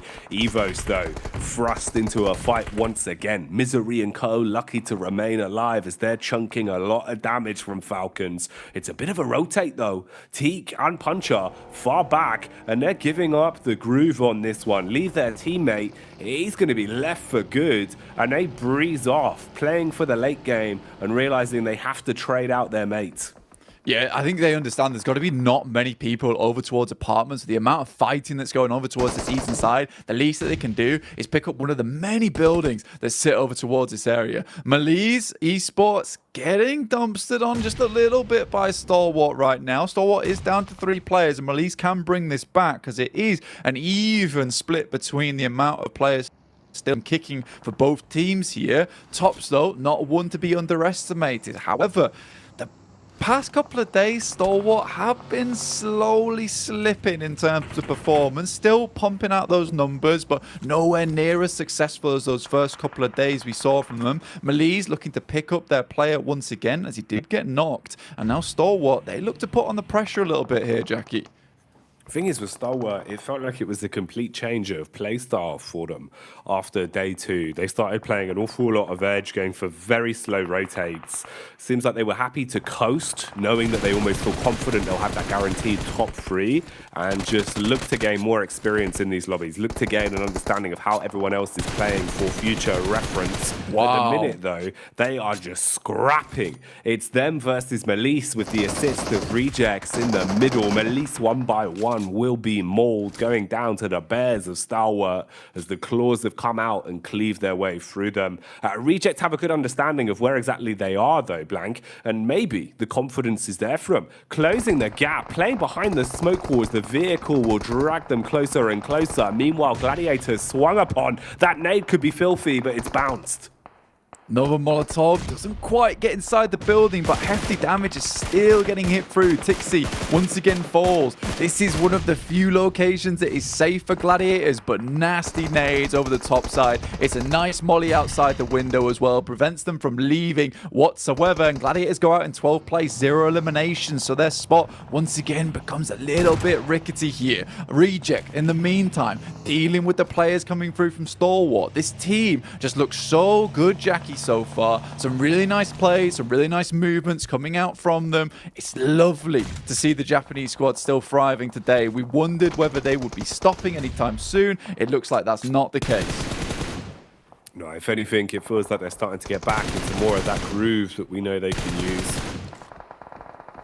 Can they maintain that pace, though, over the course of this one? The zone's only going to get smaller, so room for error goes with it. Ooh, favouring up towards DX and Alpha 7. So a bit of a rotation path for some of our bigger names to make it up there. Chance for a clash between Rejects and Marbles, who had a bit of a scrap into our previous Erangel. They went face to face with one another. Tiamba have got a pretty good time of it as well. The only real competitors is the backline of Evos that are spamming bullets their way. Yeah, you've got to admit that Tiamba has had a bit of a resurgence today, right? After that chicken dinner they were able to find yesterday, just feels like everything's stepped up in performance from this team. QZZ still going strong with it right now, looking for a little bit more on the game, on the situation. Shots going over. A lot of damage back onto IA. Blade looked like he was ready to insert his way back into this game, but since then, they've gotten relative, not too much cover to play with. Evos, though, turning on cross as their close quarters engagement, driving straight by, baiting out the peaks, actually, Blank, and this allows some of the other teams to find an opportunity to strike on Tiamba and do so much damage to them. Stalwart also down as they're taken out of the equation, finished off by Rejects. This is getting aggressive now. Yeah, totally unideal situation there for Tiamba, and a risky maneuver coming through from Besieger Evos pays off in a little bit of a way. You wonder how much longer they can live out in that position though, and it wasn't very long whatsoever. 4 eliminations found for them, but look at that. Alpha 7, 3 players, but 7 eliminations on the board. They are making this jump up so difficult for both Rejects and Besieger Evos. What a good day to have these big money games coming through for Alpha 7. It's working out well for them. Tiamba, how can they play it though? Is there any more room for them to pad some points down to a 2? All of their games today have been pretty good when it comes to those snaky plays towards the end. When you're in a 1v4, when you're in a 2v4, and you're just looking to claim eliminations to give yourself a bit more of a thrust. They've got 4 so far, could be 5 if Fleek can't survive. Backline from LY is good for the cleanup. And now you've fragmented Mad Balls as well. Potentially room for Quest to get stuck into this one. Bullets are being put down range. Alpha 7 also wanting to get stuck in. They want a piece of the pie. Bullets being thrown across from all angles, Blank. And this is getting a little bit rough for both Tiamba and Mad Balls. Yeah, Lee just tries to crawl it way down the hill there. Potentially gets through. It's very unlikely, but he's got to take the chance on it. Now just QZZ, last remaining member for Tiamba. But you are right. They've just been getting towards these end games time and time again. You know, picking up points where they can off the back of a placement point. Remember, it's been a squeaky but decent run towards a survival stage at the end of the day here. Mad Balls want to push things just a little bit further, but it is Alpha 7 who is the scary prospect in this circle. Once again, find themselves in the end game in a really strong position. Falcons, though, after the back of that disengage of Procedure Evos, leaving one of their players behind to deal with them to cause chaos in the process, they were able to pick up the northern edge of apartments. And this game is so important for them. They need the points desperately now to keep themselves in the conversation, because if not, they're going to get kicked out. You got to do something heroic. Really get some momentum under the wings in a spot like this. An intense circle. A lot of squads that have so much to prove and so much need for the points. You can see how close they are in the grouping, the middle of the pack, basically looking to leapfrog one another. Guarantee there won't be any easy pathway for the squads below to overtake them. Parajin on the peak, takes down AXA, fragments Falcons once again. Puncher and Teak, the only two that remain now. Zerich as well, struggling to stay alive here. Teak's found a peak off the back of the dinner plate. Ooh, nade for Parajin though. If he can find the right arc on this could be pretty big. Unfortunately for him, dashes it through the lower level window, won't connect where he wants it to, and won't inflict enough damage onto Falcons. Quest is really only one point of call for them right now, and that calling is the chicken dinner. If they don't really get that, they're still not in the best of positions going forward. 6 eliminations on the game is great, but a chicken dinner would set themselves up towards that top 11, right? That is the main thing for them. From a 14th place, we're looking at a similar thing from Gladiators, and I think there's a lot of people that sort of were worried for this team in Quest. They were wondering why they weren't doing so well. This is now an opportunity for them. It's a big opportunity, and it's one where they really can't afford to make tunes. Zerich is allowed to get down towards another rock. He's currently in the circle now. Now, some apartments have to leave, but Parajin has just been so sick with the grenades. Another team that really wanted some points on this match was Falcons, but they've been exploded, removed from the map. And now it's just QZZ. Once again, Tiamba, the Black Mamba, the snaky plays coming through from this team, looking to get a better placement once again, already into the top 5. It's kind of sick. It's good moves, Blank. 9 nades, bro. Oh, look at how he's using them as well. The first one's fantastic. That's a 3-pointer and a half, but Lamborghini's closed the gap. No way! He doesn't see him inside of the smoke. He's able to strike back just as he goes down. Oh my, the Martyrdom play as he proves he's a Don with a shotty up close, but Tiamba still out. Last few eliminations, stat padding, Alpha 7 eating damage from Quest as well. Quest, is there a chance that they can thrust themselves further on this one? Al-Haji down, their big man in the front lines, out of it. Now it's down to Fahidan, sending some nades over the top, but not a lot remaining. Another Molotov goes through. Senav's incredibly low, but not quite done just yet. With Carrillo hitting some sick nades, but that's a lovely Molotov coming through from Fahidan. Completely stops their approach here. They know that Alpha 7 wants to get closer. They need to keep hitting these shots. One player's preoccupied with the res. Senav behind the tree, takes a lot of damage. Basically nothing left than easy. Presses the issue for Quest now. What a big game for them. Chicken dinner was required, and they're delivering.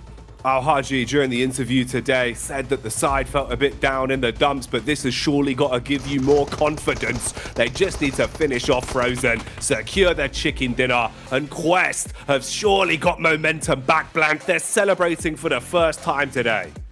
Al-Haji, a little bit of celebration, but I think that's more mixed in with relief for this squad. So needed. Kiss on the forehead. You love to see it. The boys are back in town. They're back in the leaderboards as well, right? They had to remain in the conversation. The things they were bringing up, a little bit dry, but now they bring up an interesting story and move towards that storyline of our own, getting into the survival stage. So happy for them. We understood that they weren't feeling great, but again, it's that determination, that grit from this team that shines through more than anything.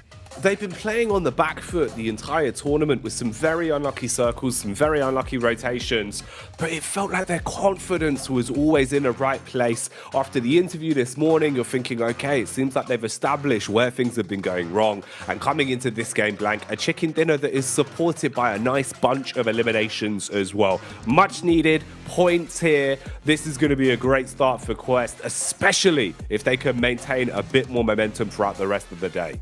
Mate, the grouping is so grim once again towards basically that break-off point. I think most teams are on 100 points. Maxman was saying that 11th place on average was going to be around about, I think it was 101, 102 maybe. And again, it's just getting further and further as it feels like the teams where it counts the most, they're the ones popping off. You can see just how much these teams want it, how much they want to send themselves to that painful stage of the survival just to get through further into this tournament. It's such a big, important set piece in the year for PUBG Mobile, and every single team wants a little bit more of it. Great result for them. Fantastic stuff, really, for Quest in the grand scheme of things. And it's crazy again, man. The amount of teams we're seeing, Blank, always making it into these final circles. You really couldn't make it up how good it's been in terms of the storylines. Always looks like we're getting those close clashes. Some crazy plays from Tiamba as well. Man, it feels like they almost heard us talking about them this morning, Blank. But we said, 2 elimination chicken dinners can't be consistent. Instead, it's all been about the elims. It's not enough right now for Tiamba, but what they're doing is going to keep them going forward, and I like the plays that they are making. If you like the plays they're making, you got to keep watching, but before that, we're going to send it back over to the desk. Woo, what a win for Quest. The question is it enough? Right? They got a solid chicken dinner there, one that they definitely needed. It has proven that the interview buff is still on point here, Kalars. It's true. That is the only reason they won. No, they have themselves a decent spot, right? I mean, playing those little shacks up on that hillside, they are actually a little decent plateau against kind of defending yourself from kind of the apartments angles, and then even if teams were to come in from the north side of you, you can still kind of give them a bit of a run for their money. Thankfully for them, it was only teams coming in from the east side, so they were able to vanquish them quite handedly. Yeah. And also you can just protect the cars on that plateau you just mentioned, Kalara. So if you have to transition to those buildings up north into the apartments, you can also make that transition really happen. But it was kind of an unpredictable game in the sense you're just waiting. Is apartment going to be in play? If it is, Hodgick, I mean, you were hoping to see Alpha 7 win.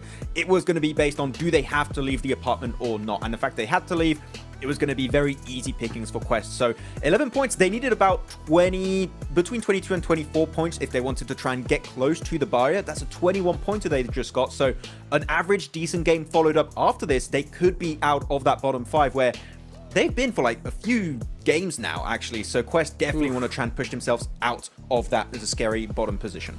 Oh my gosh, 21 points right here now was so huge. I'll be honest, I thought Alpha 7 was going to win it no matter what, because we see them with like 7 eliminations just on fire. Even if they don't have the advantage, they're usually able to overcome their opponents. But you can just see that Quest, oh man, did they need it so bad. And to stay vigilant in that position, especially against a team like Alpha 7 who's on fire right now, is huge. But there's like it isn't enough. It isn't. They're still 3 points away here from Alter Ego. It puts them in the challenge, but actually what you said just there puts them in the challenge against Alter Ego. Alter Ego started day 1 in like 4th or 5th place, and now have fallen all the way down to potentially going into the bottom 5. This for Alter Ego, the last 3 days has been rough, and if they fall into the bottom 5, I am unbelievably surprised. Wow. I mean, here's the question now. I'm gonna ask you this, Max, man. For Bra, is it nail on the coffin already? Well, I don't think we're gonna have Toss pick. He's gonna get another one. Don't worry. He's got your back. They're gonna clutch it out. Well, see, right now, as you said, Alter Ego, they had such a hot start in this tournament. It's tough for them. Even Gladiators, sure, they started off strong. They're still not out of that risky situation where they could fall back in the bottom 5. So this is MEA, like so much pressure on the MEA region. Quest, Falcon, all fighting for a spot in that survival stage. And as we keep like getting closer and closer towards the end of the day, I'm saying it again, it is going to be down to that final game here to see who's going to be making it. And it's really hard to predict right now, Hodjux. Any one of those squads, like your Falcons, your Bra, your Quest, any one of those guys could be able to snatch that position at the end. Do or die. It really is. You got to be able to clutch it up here and now. Otherwise, you are going home, and you got to wait until next year to play PMGC, a position you definitely don't want to be in. And now for the teams at the top, Alpha 7 currently sitting on the leaderboards there with 169 points. Nice. But you look over here right below them, Persija. That's a good solid gap now. I don't think anyone's catching up to Alpha 7 because never, I can agree. Despite like not being in the final circle here to be able to deal with Quest or whatever, like they just never stop when it comes to eliminations. Never stop. 7 eliminations, 8 eliminations. And you know, we were saying before, we were talking between us guys, right? Like when you look at how Brazil's performing, when you look at Stalwart as well, I think we may be looking at one of the world champions out of these 3 teams. These 3 teams going to the grand finals, I want to see it. They look awesome here on the battlegrounds, and Brazil especially has just looked non-stop. It's been a torrent of aggression and a torrent of control from Brazil. I mean, when you look at what happened in PMGC Grand Finals last year, right? Alpha 7, what were they? 2nd place. They could very easily be able to play at that level, deal with that pressure of playing at a LAN event over in Turkey and take the trophy. And look at Stalwart too. They've been improving significantly PMGC after PMGC, always making it to the Grand Finals for now. It should be 3 years because it seems very likely they're going to qualify for the 2023 season again. So I think like we are seeing Group Green potentially breeding our new champions for this year. But that's actually an interesting point, what you were saying about Stalwart, right? If you think like, so obviously they had a great start to this Group Green, yes, and will guarantee be going to the final considering where they are right now. But it does feel like the meta caught up with them in just a short period of time. They looked awesome in the first 2 days here, Maxman. Looked like they were a little bit ahead of the lobby in terms of the rotations and when they were taking positions. Now the rest of the lobby's caught up with them, and they're not having as easy time as they were previously. They would usually get very easy access to some central positions or even ed positions and just sweep from there. Teams are just moving so much quicker in the middle and bottom of the pack because they are desperate here, Hotjukes, to try and aim for that survival stage. So it's now or never for these guys. It is desperation time. These squads are in the hot seat, but hey, you know what? This is where champions are made. Let's go ahead and take it out over to Jackie and Blank. Get back at the game. Oh man, we've been running through these what feels like on a full sprint, Blank. They're going quick and the chance for points is getting smaller and smaller, but this lobby still remains unbelievably competitive. Can't wait for this one, bud. I think this is going to continue to deliver.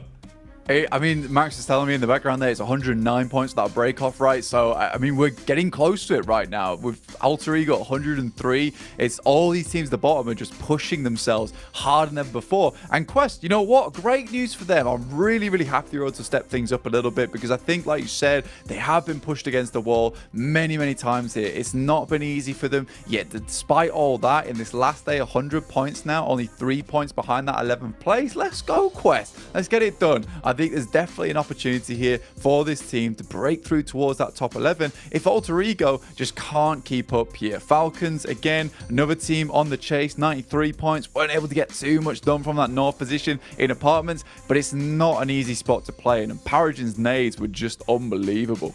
Oh, they were really on the money, man.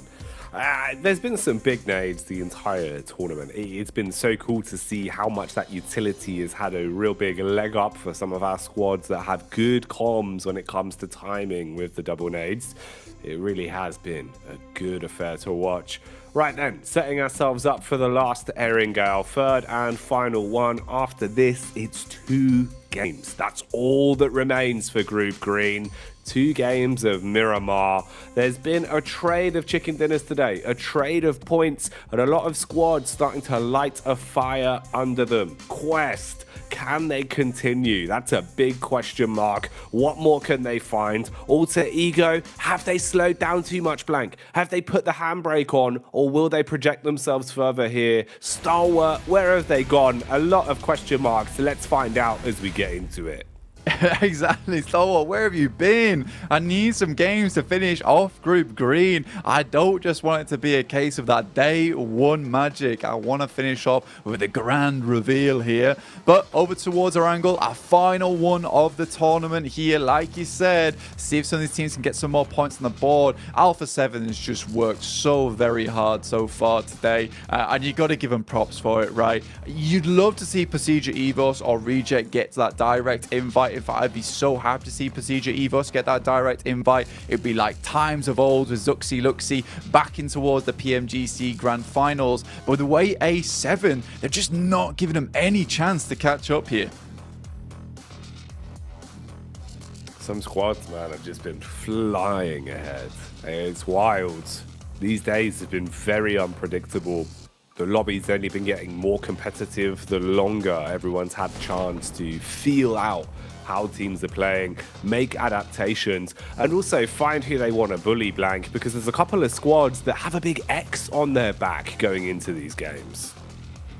There is, right? You know, because at the moment, Alter Ego, that's a targeted team that can be taken out. You know, these are the ones trying to remove Gladiator's chances earlier on in the tournament. Now, a team like Quest could even drop over towards them, cause them some panic on their rotations. Falcons equally. Right now, it looks like everyone's playing a bit more of a safe game. Tiamba, though, slipping sort of underneath the radar, right? I really like that play from Tiamba because no one's really paying too much attention to them, yet they're consistently getting a player or two towards our end game, bumping things up with the placement points. I think the main difference maker for a lot of these teams towards the bottom side have been these miraculous chicken dinners coming out, getting themselves a huge amount of points to put themselves in contention. For Tiamba, it's been a very, very different story, just slowly but surely chipping away at the bedrock, getting further and further towards a secure position. And I like that from Tiamba. You know, they're doing really well off the back of it, and it's very unlike any other team we see towards the bottom side. It's wild as well how it feels like Tiamba have kind of thrived where a lot of other teams have struggled. When it comes down to those moments of, okay, it feels like it's doomed from the start. We're a solo that's really got to try and forage for points in the forest. But they do a great job of it. You know, they're picking up 5 or 6 eliminations a time just off the back of getting stuck into fights when they know, ooh, little window of opportunity here. Ooh, little moments of third party here. And that's done wonders for them, especially with how close the grouping is. Even from 9th place with Tiamba, you kind of look all the way up towards 6th place there with DX, right? There's room for you to move, and there is certainly room for these standings to shake up a little bit by the end of the day. Just make sure the squads below you don't start to get up close and personal. Because they certainly are at this point in time. There's so much opportunity for it. This is probably going to be one of the closest groups we'll see, I think, just with the way that we saw Loops have that standout performance and Stalwart too. And it's even more close because of that reasoning. Secondary, both these teams just aren't doing well today, which is allowing everyone else towards that 3rd, 4th, 5th place to have their big games, allowing everyone from 10th, 11th, 12th, 13th, 14th to have those big games. It's kind of a weird thing that's occurring right now with Stalwart and Loops both realizing, look, boys, we've done enough here. Like, it's not at all likely we're going to get struck out from either 1st or 2nd place. Either one of us is going to take over 1st place, or Alpha 7 is going to leapfrog one of us to get 2nd. That's the only thing that's going to happen here. Stalwart, surprisingly though, 187 to 188 are Loops. They could regain their 1st place at the end of the day, and I think that would be a special way to end things and a good mark-off for Stalwart going in towards that PMGC Grand Finals, coming out on top in the group of death. I'm glad it really has lived up to its name as well, because we have certainly seen so many crazy plays throughout the course of these 4 days.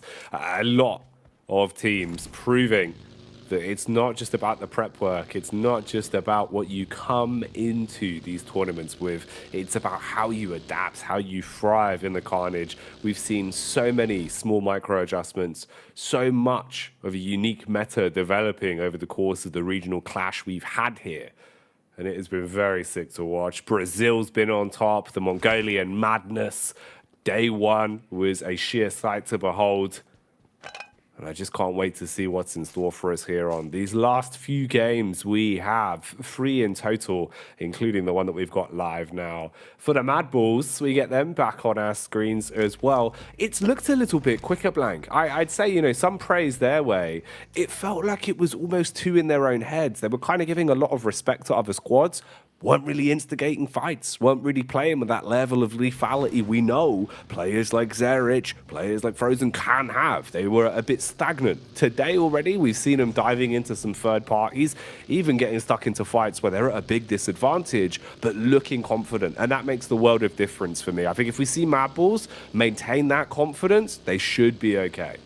Yeah, I think for Mad Bulls, they have like a certain kind of lethality when it comes to those end games, right? Which is great to see, because I think that even when the things get very rough for them, where they're surrounded on all sides, they're able to find these little rocks, these little crevices to play in. I don't think we've seen too many games where Mad Bulls has had the significant compound to play with. Feels like they just hate buildings at this point in time, but they do get towards these end games a lot more often. You're right, they're just not in their heads anymore. They're playing their own game, playing off the back of one another on that squad, and I think that's the main thing we have to take away from the Mad Bulls. Currently 7th place, kind of a sleeper team for us so far, because they have made it really far towards that top side. 117 points is amazing, almost overlapping over towards DX, and we haven't had too much chance to talk about them. We've been far more focused on teams like DX, who have been really consistent throughout this league stage, Malise, who have been on a bit of a rise themselves, and Tiamba, who is just slowly bringing things back up to speed again. The big Tiamba. They've been going by the beat of their own drum today. Zia have been a little bit quicker into some of these fights as well. It feels like Zia know their days are numbered, so they've just been trying to play with a bit more confidence. Bit of road rage going on here though, as they're able to spot out Mad Bulls. No overcommit from either side, just a few bullets to give your intentions across, and then they begin to back off, once again creating space. Yeah, give themselves a little bit more time to work with here. A lot of teams all grouping up right now, and I think it makes sense as well with this particular part of the map. You know, Yasnaya, the fielded area is a little bit rough. You want to be able to take some of the compounds that are in this spot. If the circle centers up towards it, you have the position to take some of those more important compounds towards the center of Yas Field. Again, though, it's a difficult one to call, because if you center up around Yas Fields, you take those compounds away, you get a south shift on the circle down towards Lumberyard, towards Prison. You're forced to adapt and head up towards those hills on that side where you can be easily picked off. You got teams coming in from the edge right now. Stalwart, A7 on their approach. Falcons very, very far behind. Malise and Tiamba classically on the edge here, slowly breaking their way in. I think this is very typical. We've got really...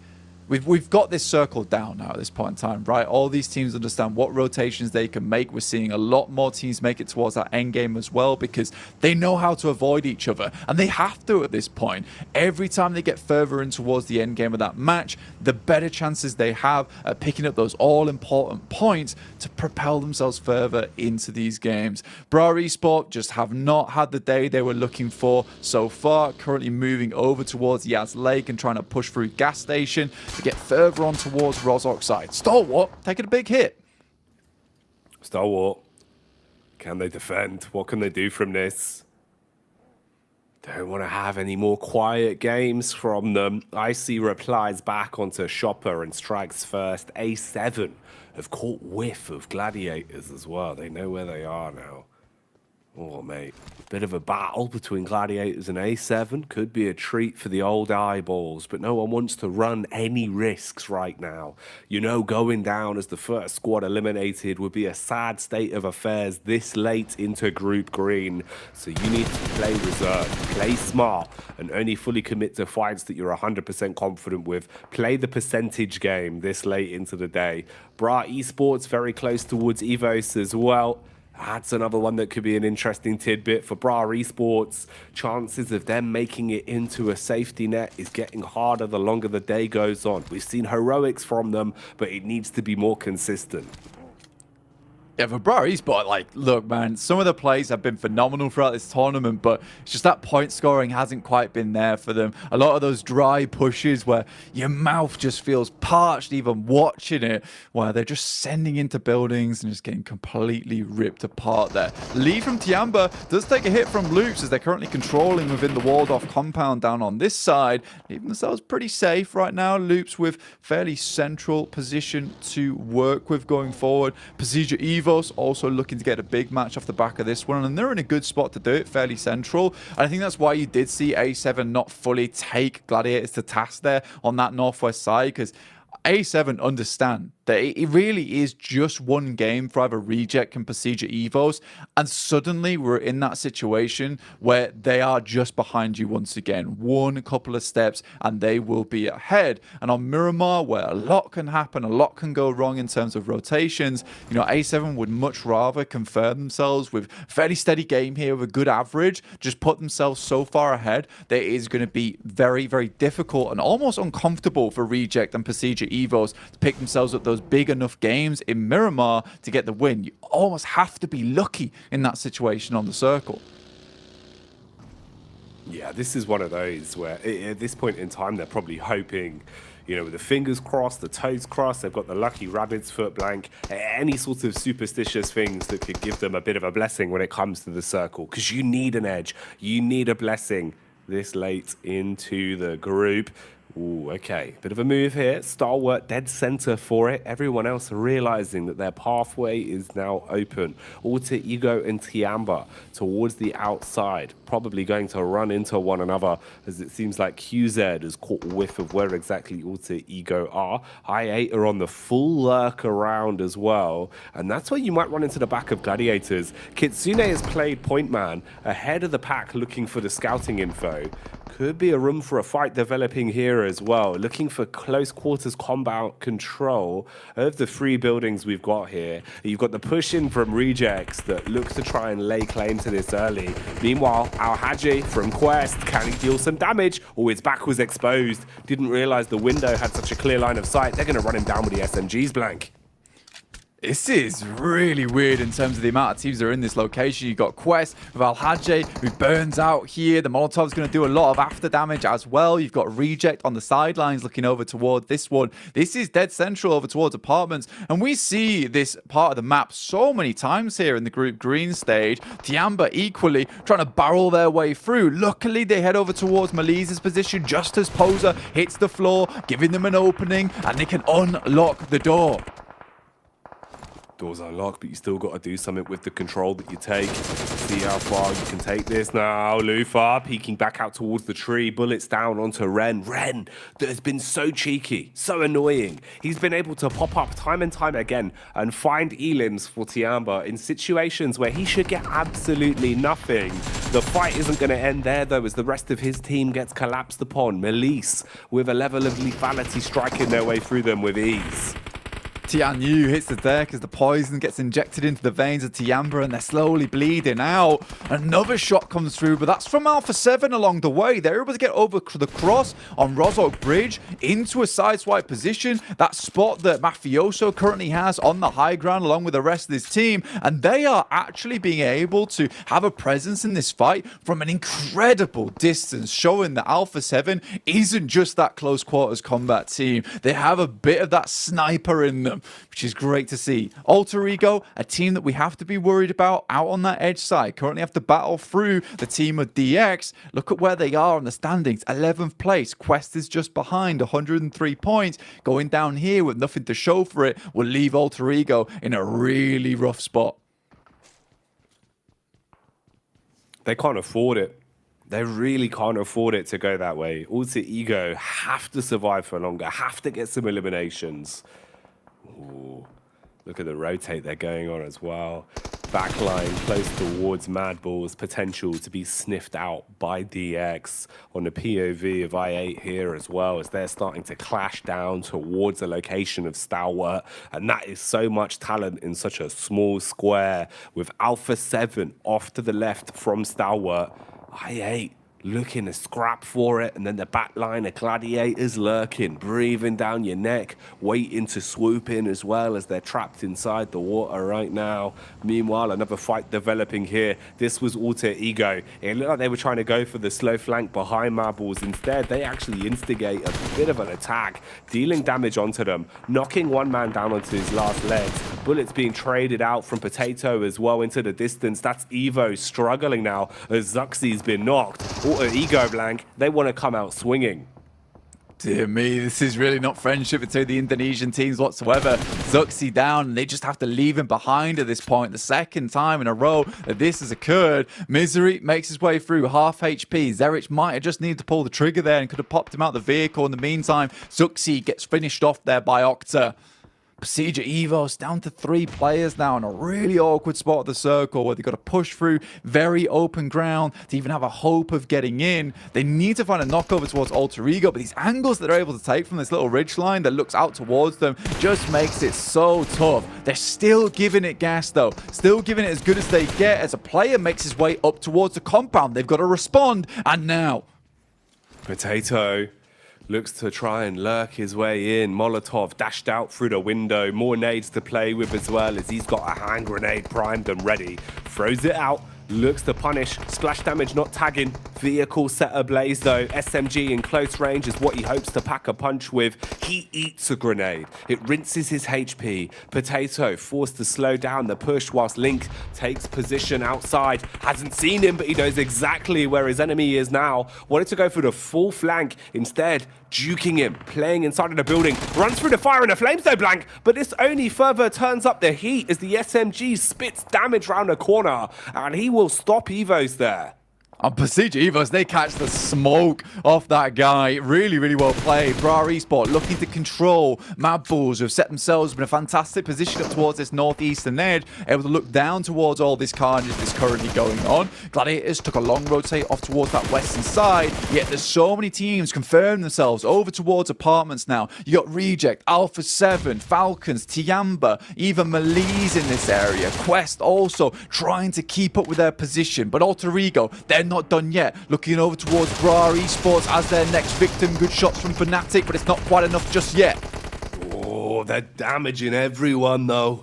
A lot of HP being licked up across the face of these squads. Alter Ego, you're going to be struggling here. Your ego might take a bit of a hit if they can't survive the push from the Mad Bulls. This is one that they instigated. Mad Bulls now looking to finish it. Nades for days, blowing away Alter Ego. Frozen, armed with a shotgun, looking to cleave his way through them. Spanning through the smoke, wants to leave them broke. Stop. Going to reply back as well as Pops will hit that first shot. Another one onto I8. So in the commotion, Stalwart have been able to third party and find a few extra points. Tulika, he's jumped inside the vehicle. He's still a bit paranoid. Doesn't quite know where the rest of Alter Ego have gone. At least finds Potato for now. Icy thought he was ice cold in this angle, but he's been stabbed in the back. It doesn't matter on the trade, and it looks like they've barely got the res off as well. A lot of carnage happening right now. Alter Ego going down for good though, Blank, as Zia seemed to have located the last man in Rosemary. Everyone on full-on survival mode at the moment, trying to get further into this game. Falcons making a quick, swift rotate on that western edge. Alpha 7 peppering over towards the Gladiators, finding it very, very difficult to leave. And they've set themselves in a great position just to control any team that might want to come out in apartments towards their edge of the arena. It looked like all these positions in apartments were good, but Alpha 7 currently the landlords at the moment, holding down everyone, demanding fines to be paid and levies to be coughed up. This is getting rough. Loops, though, once again, might be able to get themselves a good game, as well as Stalwart starting to push themselves further forward. They realise they've got a chance into this one with the eliminations they currently have. Look at this, Jackie. They're in first place. This is more like the Stalwart that we expected to see. This is what we saw from them on day one of the group, feeling themselves into every firefight, racking up those eliminations and waving goodbye to a lot of our other squads. DX, though, no stranger to being able to pull out some last-minute power punches as well. Frozen was close by. Thought he had a read on this one. Mad Bull's very fragmented, split off into 3 prongs effectively, just trying to assess the overall battleground and figure out where their next opportunity to strike will come from. Seems like Loops could be their target as they fight versus Zia. And Loops has suffered a bit of a knock. Was that Rich? He's found an angle into Paragin. Bullets are actually connecting as well. Quite a substantial distance, but man's got composure. Still continues to pepper him through, and Paragin just barely leaves that with his life. Some shots come back, and Zerich will be sent back. And for Mad Bulls, the time is getting thin right for them. They were looking for a position to play, but the rest of the battlefield right now, flat as a pancake and not very fun to traverse at all. So they need to find openings. They need to find picks. Right now, they're doing a hell of a lot of damage over towards DX as they try and get in. Other teams also taking shots towards them. This might give Mad Bulls a bit more space to play down on the southeast edge, which is so important to them. It's Loops, the other team, that spotted out DX on their approach. Constantly setting off barrages of bullets right now.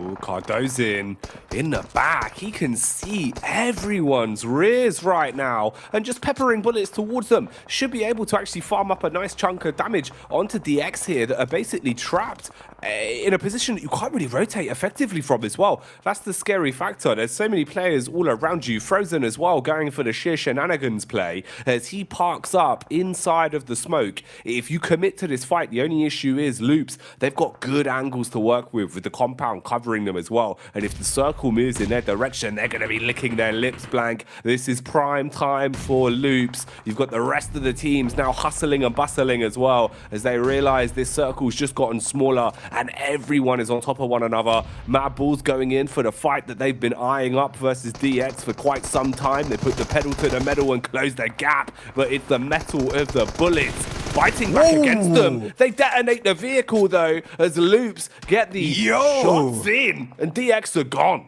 It's Cardozo to steal that one away. I didn't expect that at all, and they'll take a lot of the points the Mad Bulls were desperately hoping for. Now they've got to go for the full res here. The vehicle's heavily damaged, and Loops can continue to put that pressure that you were talking about earlier on. The very least, Mad Bulls creates a little bit of space for himself, but I'm more concerned with apartments right now. The amount of teams all sat in this area is absolutely disgraceful. Look at this. You can barely count them yourself. Oh my days, this is going to be an ending to remember here on our final wrangle of Group Green.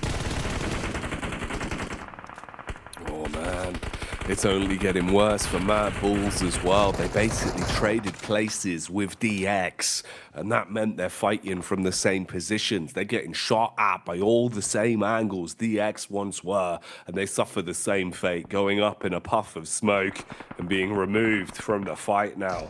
Loops still in a good position, comfortable with the angles they've been playing in. Zia spreading themselves out as well with an awful lot of map geometry to work with. You've got good positional setups here with the compounds they found. Stalwart also looking pretty comfortable, but this is the meat and potatoes. You can just see how many squads are all on top of one another here, Blank. It looks terrifying on the overview. Yeah, I mean, for Loops, it isn't the most amazing compound in the world either, is it? But the thing is that every single one of these players is absolutely unbelievably good when it comes to hitting their shots, when it comes to holding down angles. And they can trust every single player to take each corner of this building and make sure no one gets close, which is why they've thrived so much in this position. In the meantime, Falcons on that western side, taking a little bit of damage over towards the Gladiators. They do get a knock, and a nice little nade from Revo will finish the job, leading A7 to 3 eliminations, both A7 and Reject. 4 players alive, Falcons down to just the 1 in AXA.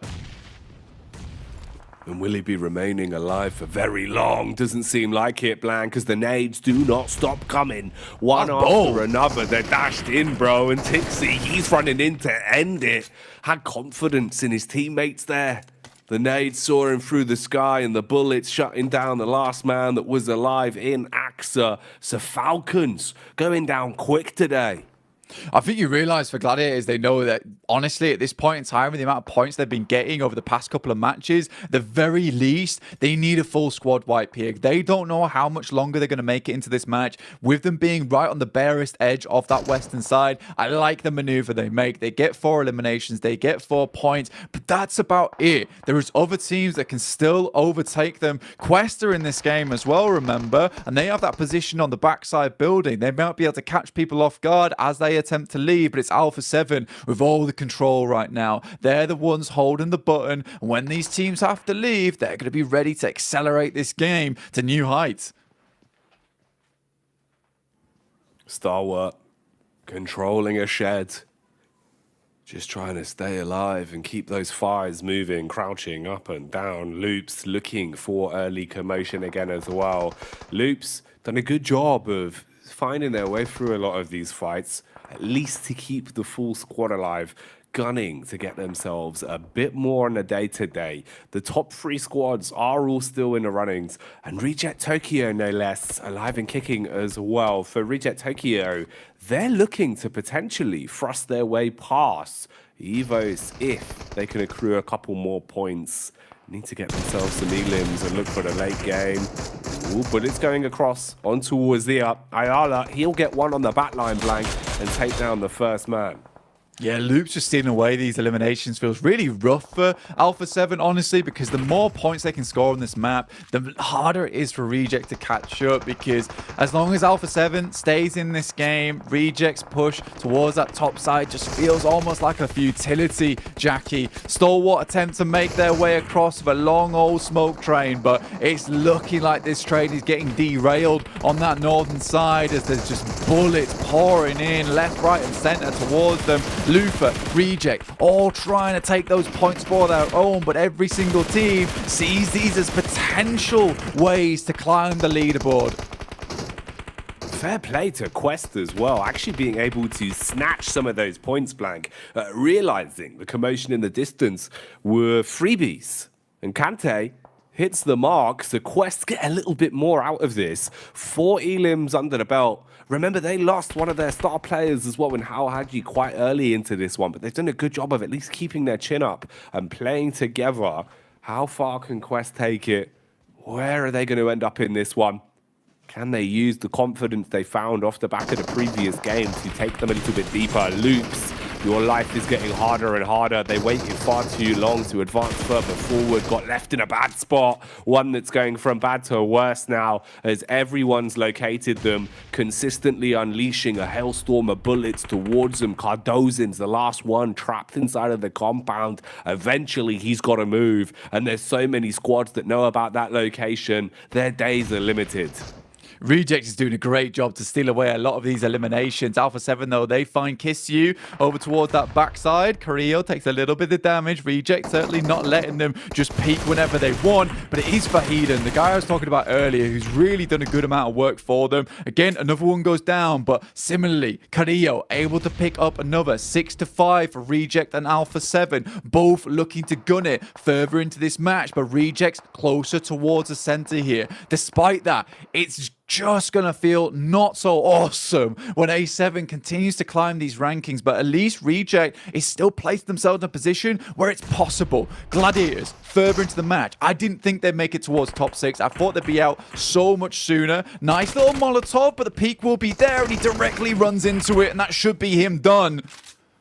Goes up in a puff of smoke, taken out for good, and leaves us with 5 squads left. Loops, Alpha 7, Reject Tokyo, Gladiators and Quest are all that remains. Problem is for Loops, we told you their days were numbered, and it seems like they've come to the end of that run. Finished off as the play zone nips at their heels, and it gives us the final 4 that have got to duke it out here in the last game of Erangel today. A lot of compound control. High ground is right there for Quest. They've been playing on top of this building for so long, and there are no angles with enough elevation for them to be peaked on. They can barrage down bullets from this position. Alpha 7 not wanting to overcommit to anything. For Gladiators, you're probably just thinking about how you build some extra points on this one, how you stay alive, but this is nice. Look at the smoke wall going out instantly.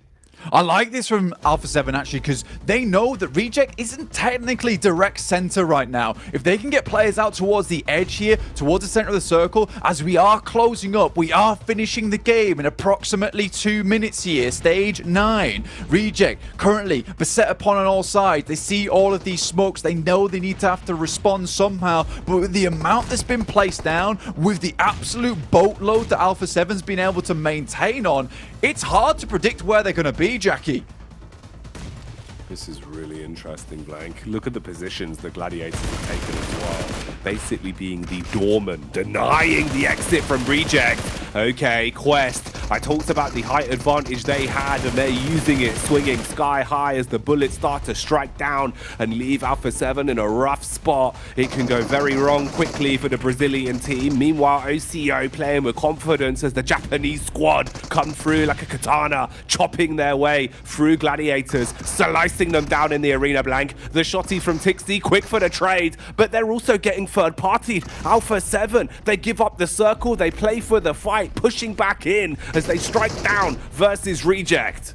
Gladiators sort of ruin the run coming through from Reject here. There's nades up towards that top side, and this is another win potentially coming through for Quest. The back-to-back, the push towards the top side of the table. A little nade bobbles down off the side. The smoke's all blooming underneath, but Quest, they need to remove themselves. They need to provide themselves with a little bit of cover. Senab, very low here, crawling back in. Reject somehow get the res off, some way, and are still in this match on the second floor. Senab out.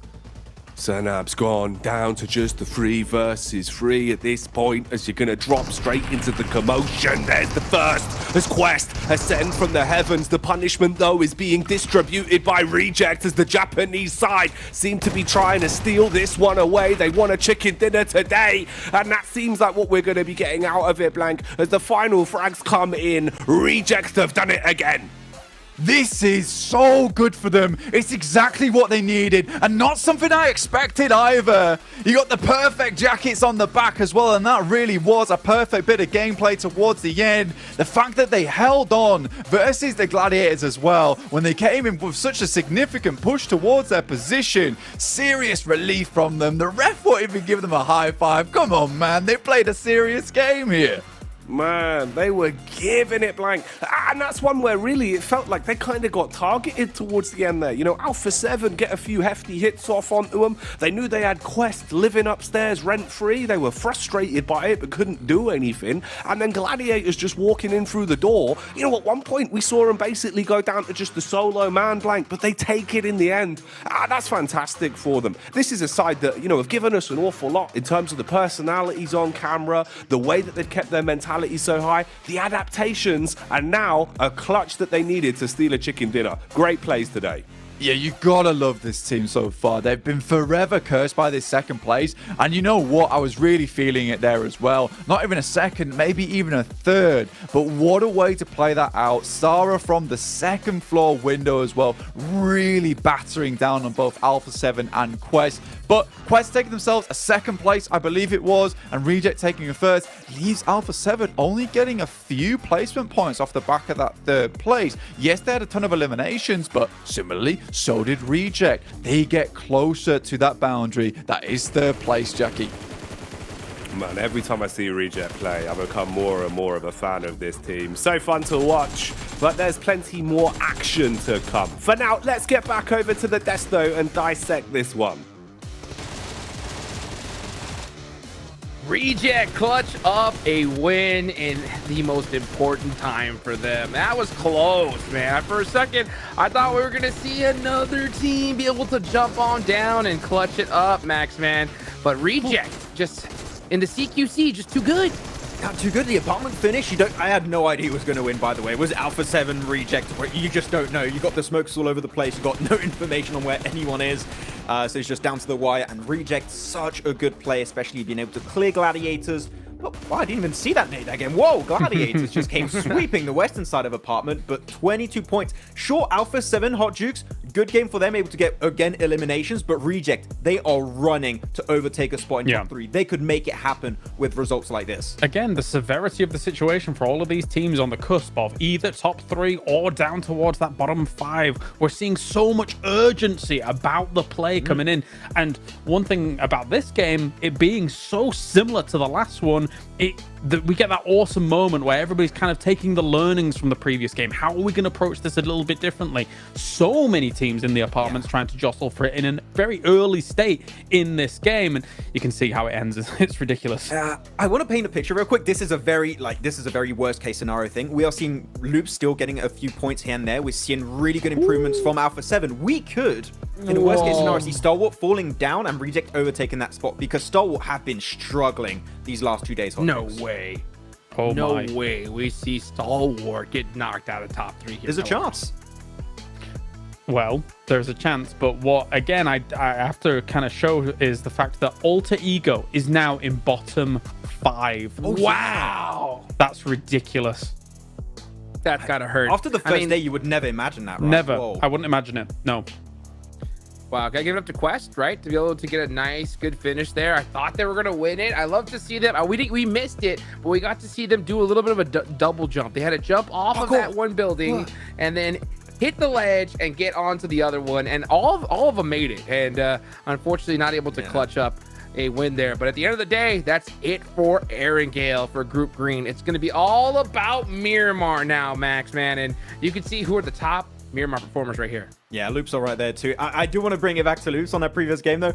I feel bad for Loops, man. They had a good position. The circle doesn't go their way. You have 3 teams, 3 fully stacked teams on the roofs at different levels with the windows just shooting in your global vicinity. You were just never going to make it out, so I feel a bit bad for them, but they were able to at least salvage a few points this match. And I mean, first place is going to be hard to take away from Loops, but man, as you said, Kalaris, already, you got so many cool storylines for the top 3.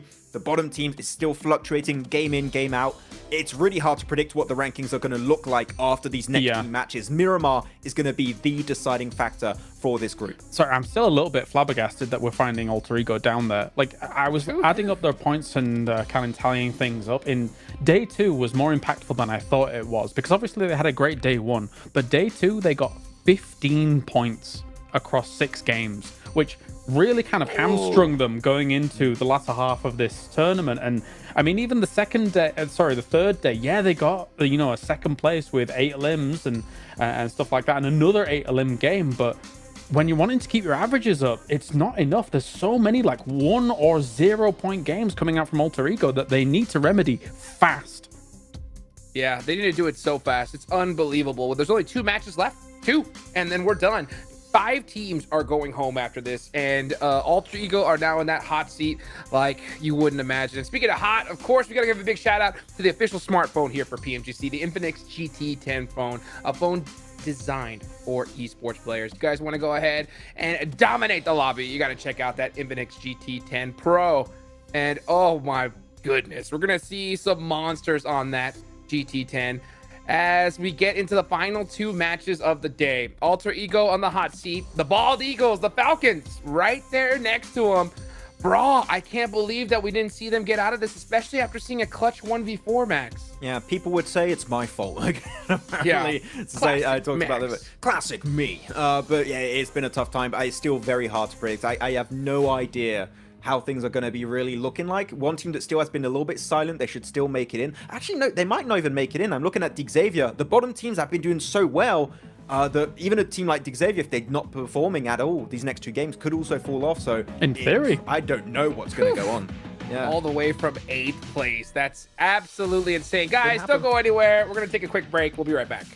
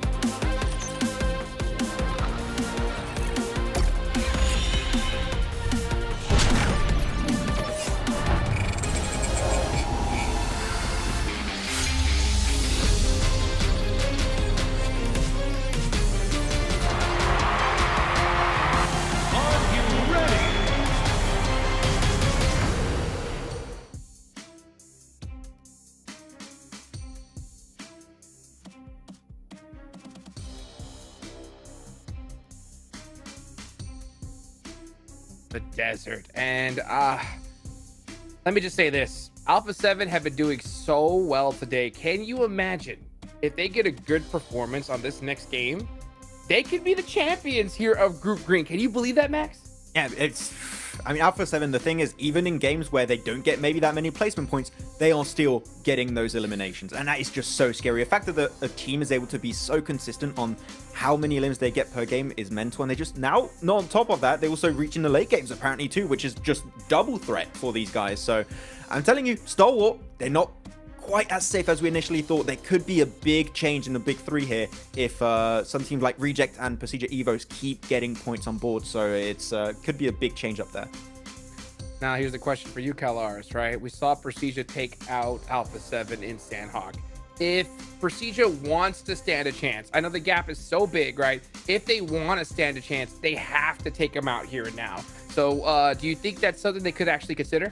From my perspective, I think Procedure's done, personally. Like, maybe I'm a pessimist. Maybe Max is a glass half full kind of guy, and I'm a glass half empty kind of guy. But for me, it would be Rejects if they were going to make some kind of shunt up towards that top three here. Considering the kind of stability of those top three, I mean, as much as Stalwart has not really been that stable in the past, let's say, day and a half, especially. I still don't see them really falling out. They'll play it steady, they'll play it calm, they'll find themselves a central spot, get a few limbs here and there. I think they'll stay. Yeah, makes sense. Well, you know what? Let's see if they're going to be able to hold on as we take it on over to the boys here for Miramar. How good is their grip? That's the question, right, Blank? Because they can't afford to let it slip at a time like this. 2 games of Miramar, that's all that's left for Group Green. Are we expecting utter carnage at this point, Blank? Should we just expect the unexpected? Mate, honestly, there might be hot drops. There might be teams targeting one another. I'm fully expecting the A7 to continue having a blaster a day right now. I think we all thought that no one would catch up towards STE or Loops, yet A7 has sort of done the impossible. They're really close by to them now. Soon to be towards that top side of the lobby. I mean, we just look at the overall rankings here, right? 196, 190, A7 with 181 points. They could even push themselves further towards a second or a first place, which is an absolutely unbelievable thing to talk about. And Brazil has just done so well during this Group Green. Loops and A7, just the center of the stage right now. Man, so many big names forging history here over the past couple of days. Really competitive group, and for some of the regions coming into this, they've shown that their talent is not just in their home region. It can also be done on the big stage. Now they've got to do it again on Miramar. 2 games of Miramar back to back. That's all that's left. It has been a lot of man hours, a lot of blood, sweat and tears over the past few days, Blank, and it all finishes in these next 2 games. So all that's left. Some of these teams really have to push very, very hard to get towards the top of the tables here. Teams that we're looking at, Alter Ego, started off so strong on that first day, but how they have fallen down to 12th place now, 110 points. And Quest, they felt like things were all over, that it was all to done with, yet at 11th place right now, 113 points. They're still pushing things further. Gladiators are not safe. And honestly, right, you know, they didn't play very well this tournament. If a team like Alter Ego or Quest want to push them further down the leaderboard, potentially removing their spot here in the survival stage, I wouldn't be surprised if it did happen. Right now, though, like you said, the grip strength better be strong for teams like Tiamba, Gladiators, and DX. They want to remain in here. For Falcons, it's a bit of a tougher road for them. They really also need themselves a chicken dinner here, and they have just not had a day of it. No, they really haven't. Needing a little bit more of an upwards draft. You can see the separation at this point from the teams that are being able to really thrive under the pressure they're now in, and the teams that are crumbling, Blank. The last day blues for a few of them. Man, it's been so crazy as well, sort of, you know, the turn in the tides for a few of our squads. The way there now is sort of a bit of a feud between Gladiators and Tiamba. Gladiators being able to get a chicken dinner today, whereas Tiamba, it's been a lot more about stealing away those elims to pad those stats. Quest as well, making a hell of a comeback. Complete change from the fact that they looked a bit deflated. You know, it didn't really feel like it was the same squad blank. They've kind of had smiles on their faces the whole event, but at the start of the day, it felt like they really weren't gelling. Since then, though, they've been proving that their gameplay is what matters. And I think really that is the big part. You know, you can talk a big game, but just being able to show up on the actual battleground does so much more for you. Yeah, I mean, there was a lot of pressure on Al-Hajj, right? I think a lot of people had eyes on him to be a big performer.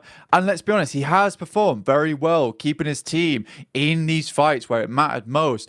But sometimes it requires another player to pick up the slack so you don't feel like it's all on you all the time. And that player has been Fahidan from Quest. He's really had a game of it today. And I think the rest of the team's got to be proud of him, because stepping up on a day like this, where every single point counts to you, where it feels like you didn't have a hope in hell to get towards that top 11, Fahidan has just had some mega games despite all the pressure that's been going against him, where no one really expected all that much from him at the start of this one. It's really, really nice to see, and I think Quest is super grateful that he did have those matches on side as well. In the meantime, we do get our circle, heads over towards the western edge. DX dead center in Monte Nuevo, keeping things tight. Reject also within the circle, but far towards that northeastern side at the moment, but further in than most other teams. This is the squad that wants to chase down, catch Alpha 7, who currently are just absolutely blasted. You can see this. The way they play just really feeds into the fact that they have used 606 total throws throughout all these games. They're constantly pushing, constantly using smokes to get close, constantly nading. They're really good at taking control of a situation where it looks very bleak for them. That's so much utility. And none of it really feels like it's kind of just in vain. There's always a lot of thought process behind it. You know, with the offensive utility, they're using their Molotovs really nicely to force players out of position. Good two-player nades when they want to take someone down. And the instantaneous smoke walls we've seen them bringing out as well. So great understanding of where and when they need to use their util to give themselves the biggest advantage as possible. Quest on screens here, though, taking their time to get looted, suited, and booted. Just roaming across, gathering some weaponry to play with. Bra Esports, they've been hit with the unlucky stick multiple times, it feels like. Is there really any room for them to save their own bacon? Or at this point, are we looking at Bra just fully cooked, as they don't have many chances left to save themselves, or not ideal for Zia on the getaway. Rolling the vehicle, but luckily no peak comes out. Yeah, for Bra Esport, they'd have to have two bangers coming into this one. They'd have to have one game after another of around about 15 to 20 points. And that's a big ask right at the end of the day as well, where, you know, you can see that the door is closing on you. The light is getting dim as it exits the room. And I think for Bra Esports, that type of thing just really gets in your head at the end of the day. So for them, if they can hold on, if they can have that mental resilience to keep up with these final matches of the day, that is what you want to see from Bra Esport if you're a fan of them. But again, it has been one of those games, one of those tournaments, this group green, where anything is now possible with the way that it has shaped up at the top of the lobby and at the bottom of the lobby, and just how hungry these teams are coming to PMGC. I don't think we've seen so much clawing at the door to get in since forever, man. This PMGC 2023 is going to be an absolute hoot, even when we get to the Grand Finals. I don't think we're going to see a single bad team going through, and I'm very, very excited for it. No, we've done really well with getting so much talent being able to find their way out of this group, right? Because that's the one scary thing when you have such a stacked group, is that it feels like if some of the games go a bit unlucky for some of the bigger squads, or they don't turn up when it matters most, we lose that ability to see them later on in the tournament. Instead here, I think, you know, the squads that are going through to the survival stage from this blank, oh, it's spicy. You know, I can't wait to see who else they're going to be meeting and how we'll have those clashes handled later on.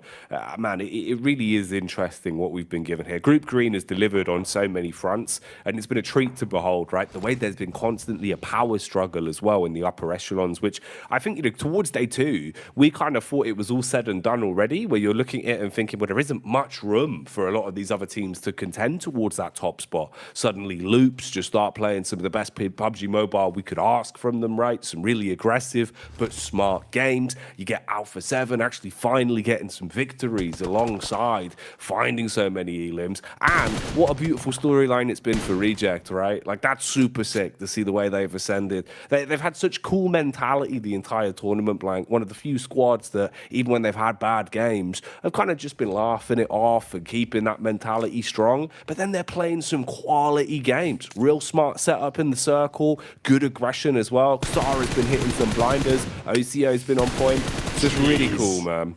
That is bad news, but you're right. Yeah, for them, they have definitely ascended. All I can imagine is all the players just putting their arms out wide and then just rising through the roof of the ceiling right now, because it's such a change of pace. But this year is so disappointing for Falcons. Alter Ego, another team that realizes that they've got to do very well. I'm not sure if this is targeted or not, but losing a play for Falcons feels really rough and sort of does put a nail in the coffin. There's still a chance to escape it though, but for Alter Ego, this was also very much needed. They need to gain space, they need to gain control over towards La Triera on this south side. Next circle about to pop for stage 2. Wow! Up towards the northwest here. Favors over towards Alpha 7 as well, who are going to be able to get a lot of control available for themselves. Falcons have to ditch the vehicle. It explodes as it barrels through the air. But so many teams have to barrel their way into the circle as well. Again, it's that fated battle between Rejects and Alpha 7.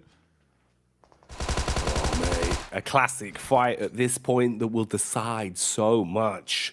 And there's other squads wanting to get stuck in as well, seeing if they've got a late invitation to the party. Meanwhile, Quest fighting versus Melise and applying the pressure onto them. CEO later not fancying his chances here as he'll begin to back up. Keep in mind, we've seen some chicken dinners from Melise on Miramar.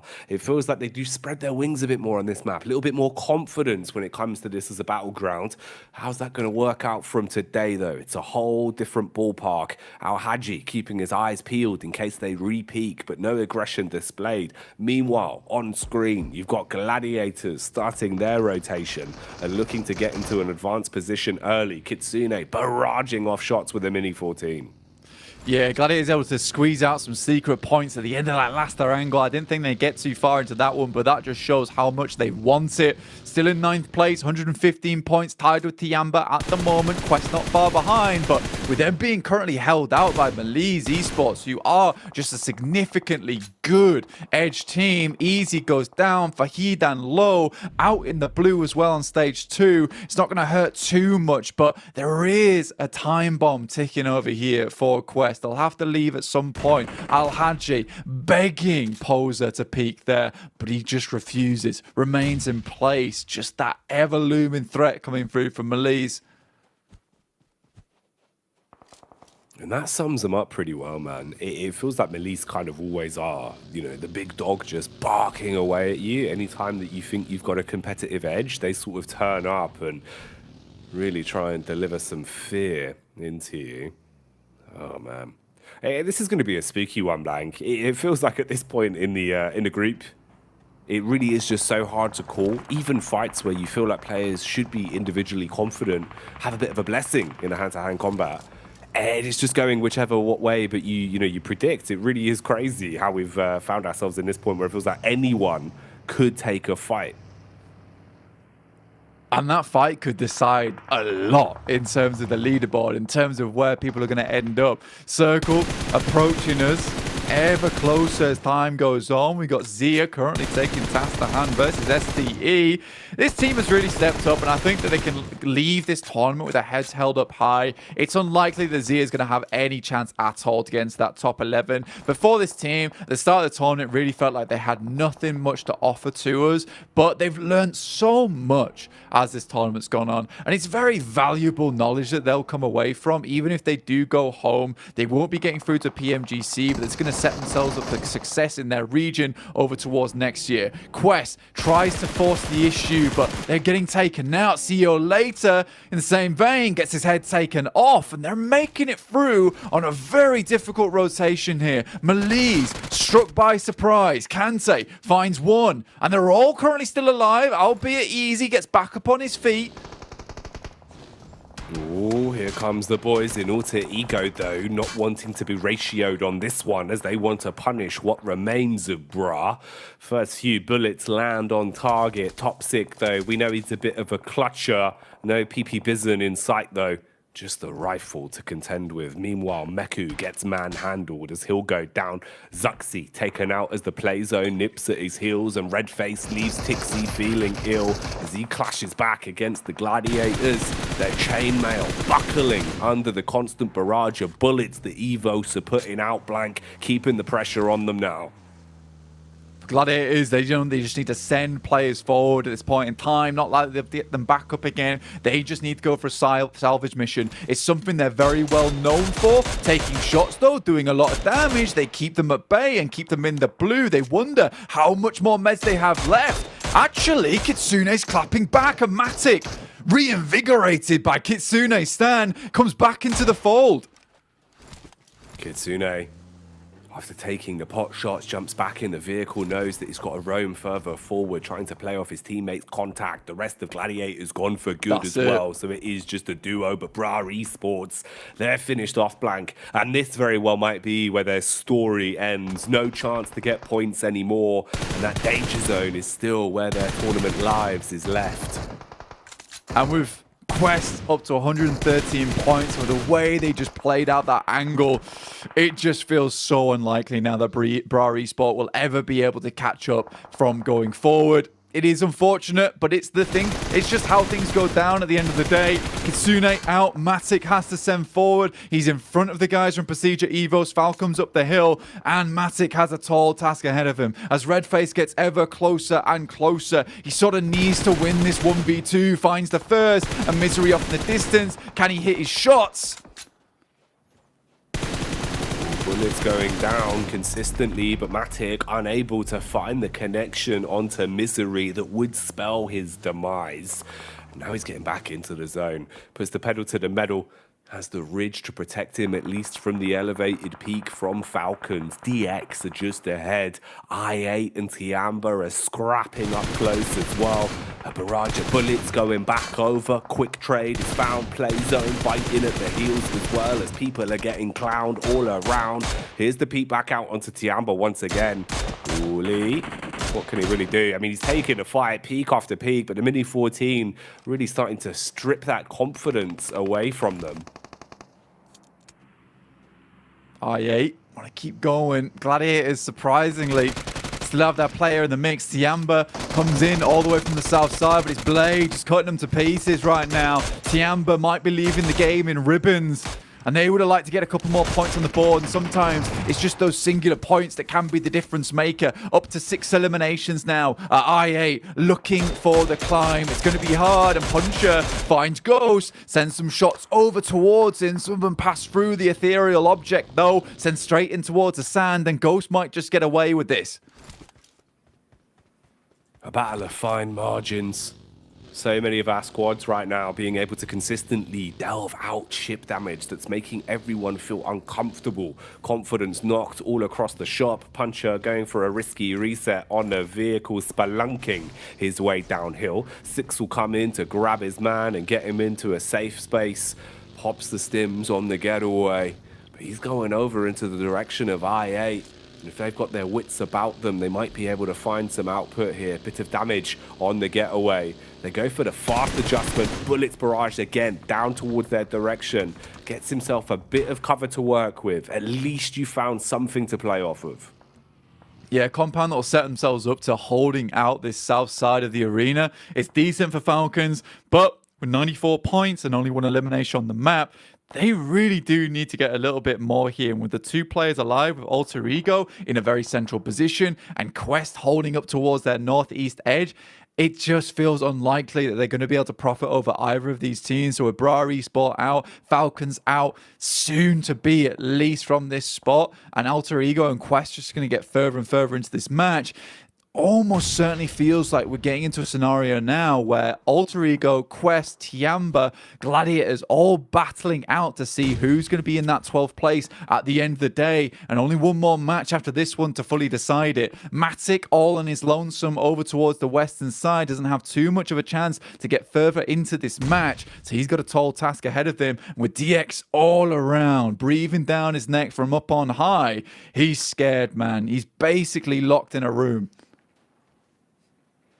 It is a terrifying prospect to have to deal with. Not going to get any easier for them.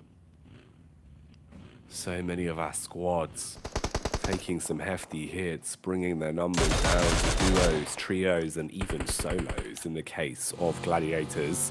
Blade hops in a driving seat, tries to push further forward. I8, do they realize they blank? They might be running into a tripwire, a double grenade setup with the pins primed, ready to dash them out, but instead it's the response back from I8 that hits the first man, knocking one of the Falcons down to their knees, looking to finish off with a backstab It's as over. well. Oh, mate, they're gone. And for Falcons there, that is a real difficult defeat to take. It's a real difficult one to swallow. 94 points for the Falcons. That's pretty much it for them too.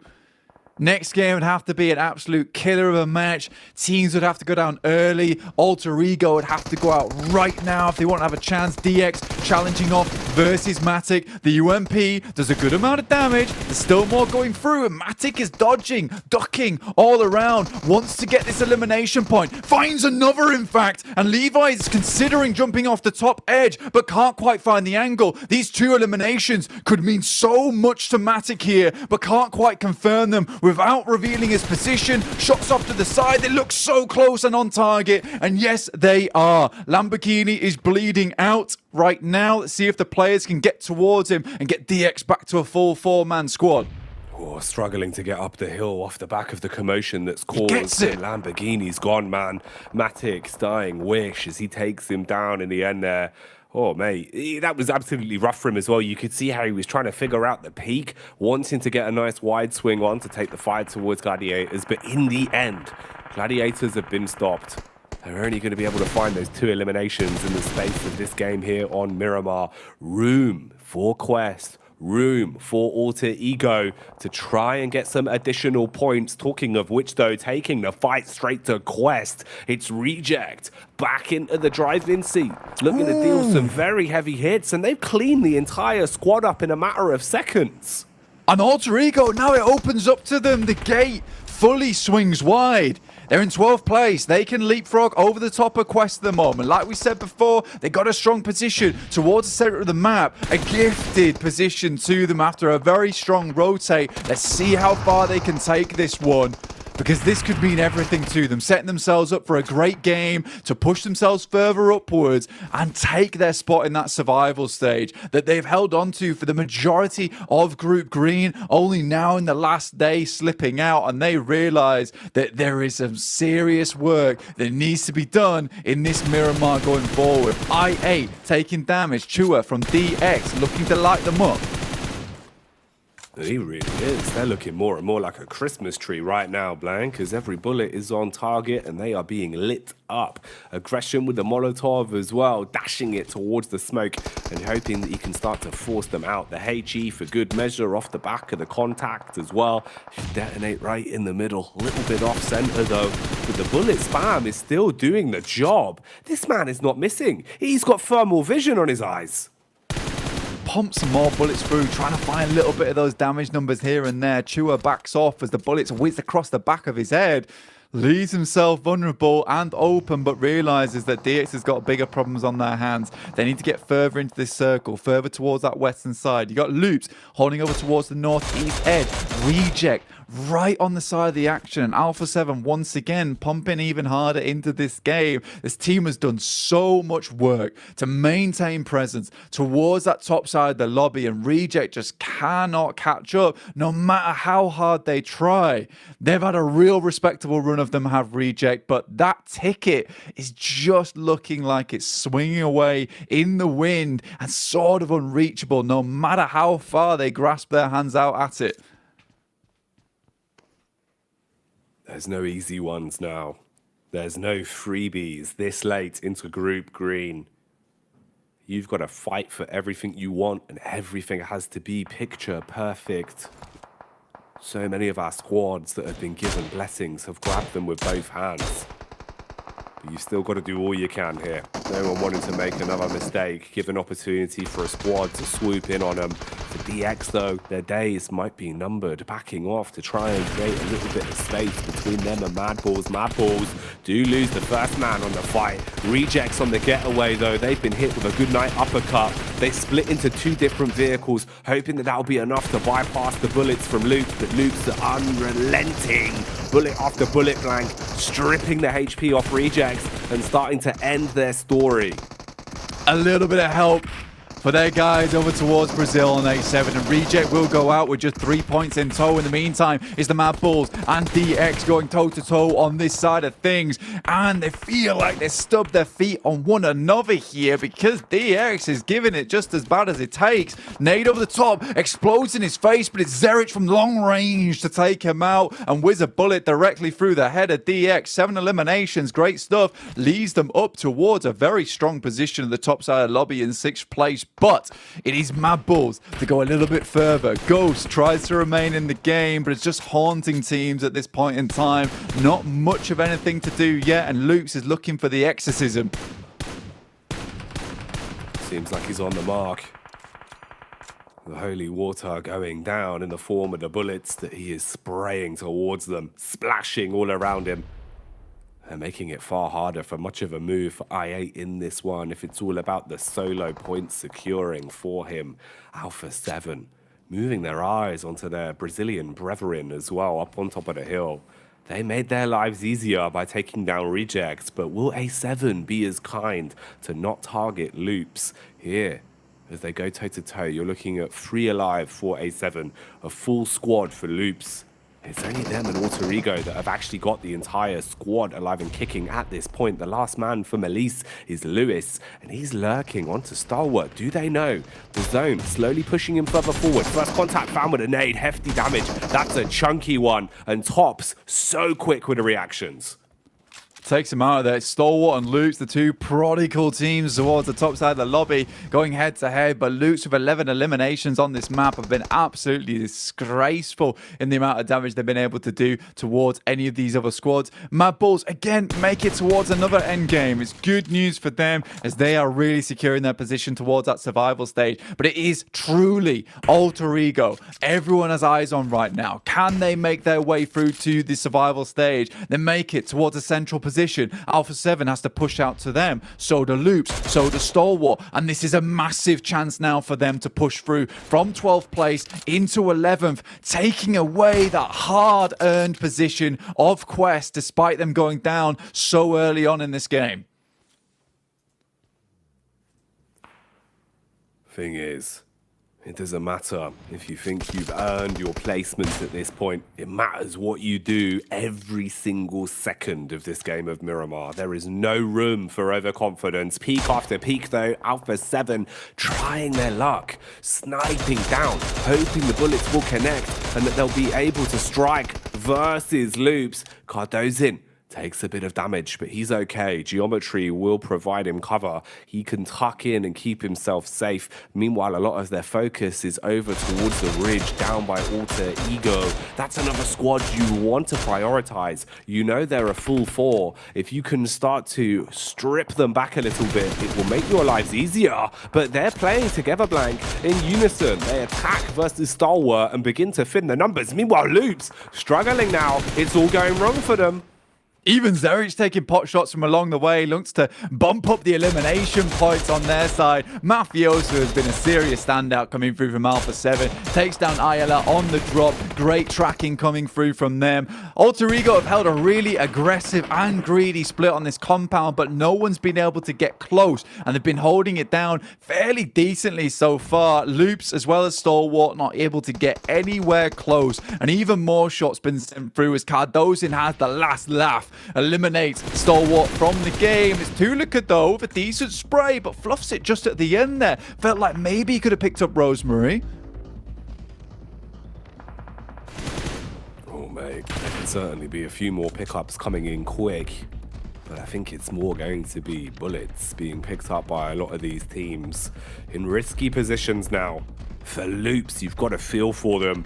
Had 4 alive in such a powerful position for so long, but when it matters most, they started to crumble under the pressure. And now the only squad that is fully top to the brim is Alter Ego. The battle of the Brazilians continues as Cardozin sets his focus onto Alpha 7. Alter Ego know where he is, and they've set 2 of the players from their separate duos to focus up towards the hillsides. Fnatic and Potato keeping their eyes on Cardozin's moves. Meanwhile, Madballs lurking behind their vehicle, waiting for the peak to come out. You're going to see so many trades in rapid succession the second a fight instigates here.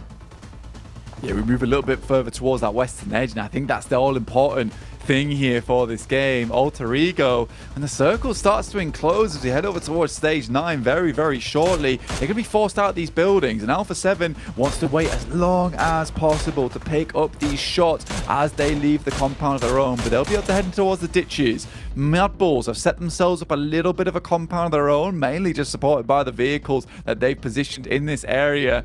I think all the teams right now hoping against hope that they can make it to a position we get towards stage 9 and Alter Ego have to leave that base of operations. Top 4 teams, but Alter Ego for them, the chicken dinner is so much more important to them. Madballs are pretty safe right now at this point in time towards the middle of the lobby. You got Loops, who are definitely safe, securing their ticket off the back of this big game towards the PMGC Grand Finals, and Alpha 7 similarly have their ticket stamped. It is just Alter Ego that it matters most for them now. They need it. You're damn right, Blank. They're the side that really want this the most because of what it means for them in the overall standings. Thing is, it's not going to come easy though.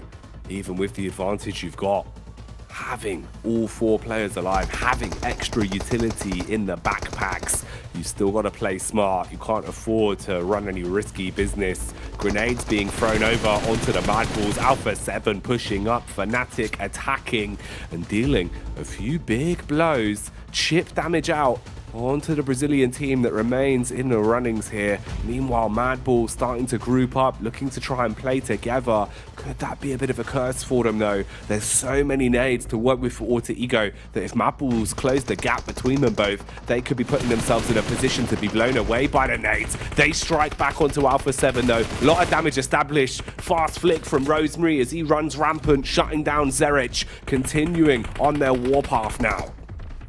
Alpha 7 sort of locked in position. They're going to have to try and get closer. The nades have to be big. They need an opening off the back of this one. They just simply cannot find it. The circle just is supporting the guys from Alter Ego so well. They can play off the back of this ridge side. Mafioso just gets knocked now. 4 eliminations for the guys on Madballs. Not a huge game, but a decent one. Alpha 7 still remaining strong. 2 players, but the nades flying over the top here, looking towards them. And again, Alter Ego just haven't had to move.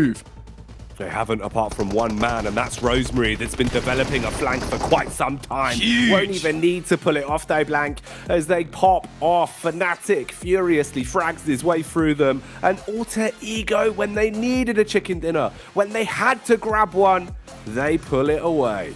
It is just a case today that it's been game after game where a team that desperately needs to win, a team that needs to stay within striking range at the end of the day, they pick themselves up a chicken dinner and maintain that pressure towards the top side. This lobby at the bottom side of the leaderboard is the scariest that I've ever seen going into match 6 of a day on the final chance on the final day here. I'm terrified for a lot of these teams because everyone's got to be sweating if you're in that 9th through to 12th position now. One team's getting knocked out. I think we can all but confirm Falcons, Bra, Aegon IA, and Zia, barring some miracle on this last match. But it's Alter Ego to get themselves back in to maintain the pride for Indonesia. From the very first day of Group Green, when we opened the stream with Rosemary saying how excited he is to be here on this stage, how he wants to wave the flag and really pop off in some big games. Finally being able to give themselves a bit of a moment to breathe, Blank. Additional points that they so direly needed. It couldn't have come at a better time for them. And with one game left, maybe they've done just enough to save their bacon. It was properly necessary, and I think with the amount of points they were able to accrue on that game and where they were on the standings, it was a quick spring back, right? You know, like an elastic band, they felt very badly down towards the bottom side of the table, but they sprung back almost immediately, set themselves up in what I would imagine is a fairly decent position within the leaderboard. But in the meantime, let's take a look at that leaderboard a little bit more carefully with the boys back on the desk.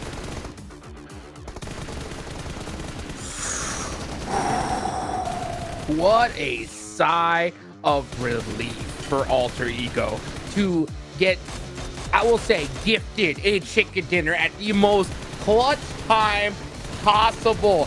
Calaris, you said you can't even believe that we're even seeing them in a possible position to get eliminated. And then next game, boom, they bust out a huge chicken dinner.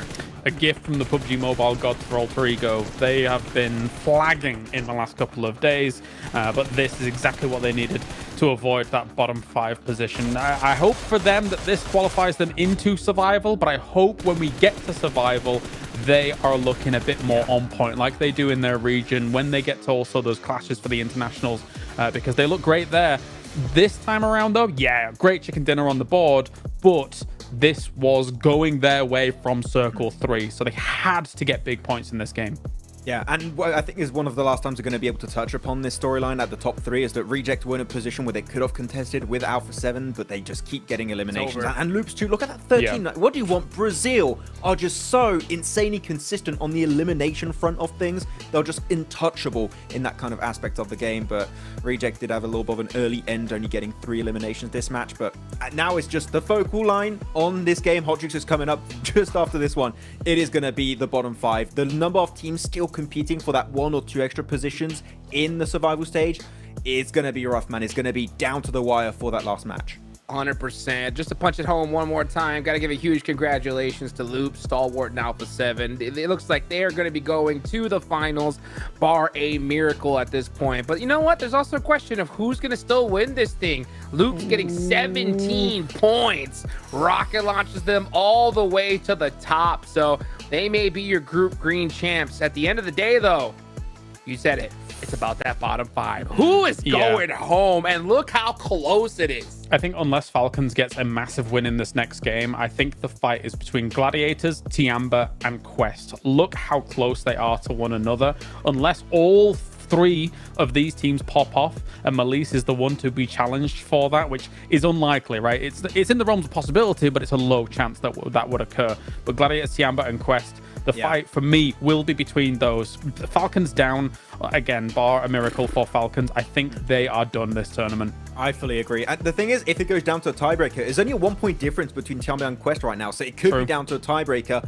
2 chicken dinners over to Gladiators. That could be added to the mix. It could have somewhat of an impact into this one, but Tiamba, in today's matches, has been looking a lot more aggressive on the elimination side of things. So those eliminations they could acquire in the last game could make a difference. But yeah, it's down to those 3 teams: Gladiator, Tiamba, Quest. Who's going to be able to secure what technically should be the final 2 positions into the survival stage? It's hard to predict. The circle is going to have an impact. Teams are going to have to be so efficient on their rotation path. I can't wait to see here, Hot Jukes, who's going to be the ones to make it to the next stage. Yeah, me too. And you made a great point there, because if Tiamba and Quest do tie, it will come down to a tiebreaker. They're evened out in chicken dinners. It'll then go to placement points, I believe. And right now, Quest is down by 4 compared to Tiamba. So if you're Quest, I think you really want to extend it to the end game as much as possible, just in case if you do end up with that tie. Now, another thing too is, Bra, Egg on I8, yeah, we have to give them a little bit of a props, for making it this far. The nails in the coffin for them. Also, the thing is, they could do whatever they want in this lobby. I think they know it's over. It's mathematically pretty much impossible. So if they want to make it harder on Quest, Tiamba, and Gladiators, they can. The team I'm most concerned for is Tiamba. And the reason I say that is because if you look at the record of their games throughout this tournament so far, there has not been a single game where they've got double-digit eliminations. Even their win was a 2-elimination game, right? Even all the podium finishes that they've got has barely gone over 5 eliminations. There was an 8-elimination, 4th place. But again, they haven't shown aggressive tendencies. They've shown just defensive play, which can work in certain scenarios, but not necessarily when it's crunch time, not necessarily when you're in the midst of being eliminated. So they are my main concern right now, whereas Gladiators and Quest have shown a little bit more of an aggressive tendency when they've been kind of up against the wall. Well, I'm a little bit scared for Gladiator here again, because on the pivot today, on all of these games, pretty much they've been losing players on rotation. And you know that they need to just survive into the late game. You cannot afford to lose your Tixies. You can't afford to lose your Matics or your Kitsunes or your every single player pretty much. You want to keep the full squad alive until the end, because it's down to the wire here, Hot Jukes. It's down to this final game of Miramar to see who makes it to the survival stage. Well, couldn't have said it better. Here we go, folks. The last game of Group Green. Who's going home? We're about to find out. Let's take it on over to Jackie and Blake for the final time for Group Green. The 4 days of playing Group Green have been building us to this one last game. Everything will be all said and done after this blank. We'll know which teams make it to the survival stage. We'll know what our top 3 looks like, and we will know who is going home early here. An awful lot on the line. Few points between everyone as well. We couldn't have asked for a better setup here.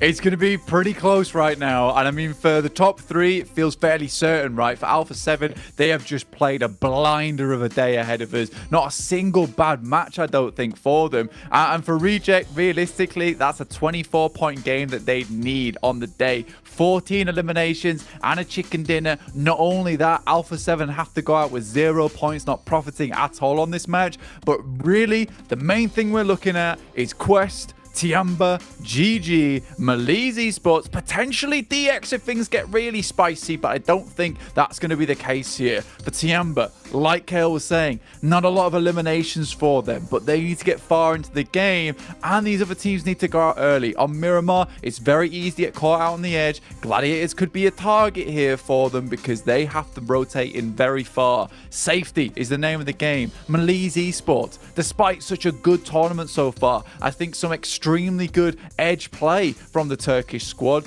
Just now in the danger zone, once again, at the end of the day, no one could have predicted this. And I think that summed up Group Green as a whole. It's all been so unpredictable, so entertaining from start to finish. But now it is just up to the squads that are teetering on a knife's edge to guarantee themselves enough points to fix any mistakes that were made in the first game of Miramar, because this time it all ends here. When it's all said and done, it will be finished, and we will know how Group Green is going to shape up. Falcons need to get a bit more momentum going for themselves as well. It's been a little bit sloppy today, and there is no room for that here. Quest have been giving it. It feels like so many of our squads have really taken it under their stride, realizing on a final day you need to deliver more than ever. Gladiators started off with a banger. We all thought maybe their story was over before it even started blank, but they've been able to find ways to fix it, to piece points back together, to keep themselves alive in the event.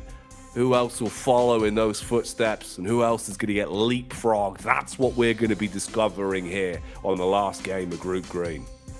Got to give some big props over towards Bra Esport. Adjustments have been made, sacrifices have been made as well, but I just don't think that they have the chance here in this final match to even scrape towards 11th place. For For the guys over towards AE, you got to give them some mad props as well. What a turnout on the penultimate match here on Miramar. Take themselves a nice big chicken dinner to secure their position towards the survival stage, where it felt like they were pretty much certain to get it after the first couple of days of play. For Reject, big task ahead of them. Massive game required for the Japanese squad to get that ticket punched for that third place. Is it doable? Questionable. Can Reject do it? Absolutely yes. With some of the games they played, there's always a possibility. That's the fun thing about watching them. It's not as if, they're scraping by, barely making it into these final circles. They're fighting tooth and nail for them. They nearly had 3 chicken dinners yesterday with very slim margins between them, resulting in them taking those multiple second places and only the 1 chicken dinner. And for them to come so far, to fall out of the running of the top 3 would be a shame for them. We'll see though, they'll need an awful lot. Like you said, so many eliminations and a chicken dinner is going to be the game plan for them coming into it. For Loops, they're just going to be continuing to play the way they have been. They have been wreaking havoc inside the battleground. So good when it comes to the fights, very crisp communication, great teamwork as well, Blank. It's looked great from Loops the whole event. Yeah, it's been pretty magical from Loops overall. And I think that for Americas as well, this is actually kind of a big deal for that region, because I think there's been a lot of looking down upon the Americas as a region as a whole in terms of their skill, in terms of their macro. Yes, there aren't some amazing squads in that region, but we've at least produced 2 superstars here in Alpha 7 as well as Loops, these Brazilian powerhouses that have come through in the group of death and just shown everyone what's what. STE at risk of being shoved off that second place spot, in which case it would be green from first to second, and I think that would be the awesome ending. Another one for the SEA region though would be for Stalwart to finally, as I said before, have that grand reveal in the last game, pull out some magic and take back that first place spot, put them in their place, bring back the Mongolian Massive. I'm so excited for this one. Quest as well, don't look so excited. This is the team that's currently in 12th place, just 1 point behind Tiamba. Full focus on all their faces right now. Man, it's crazy for Quest. Been a rough group stage for them.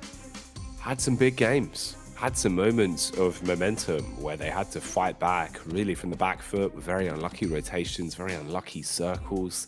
Haji was saying how the team was feeling a little bit down in the dumps because of it, but you hadn't seen that.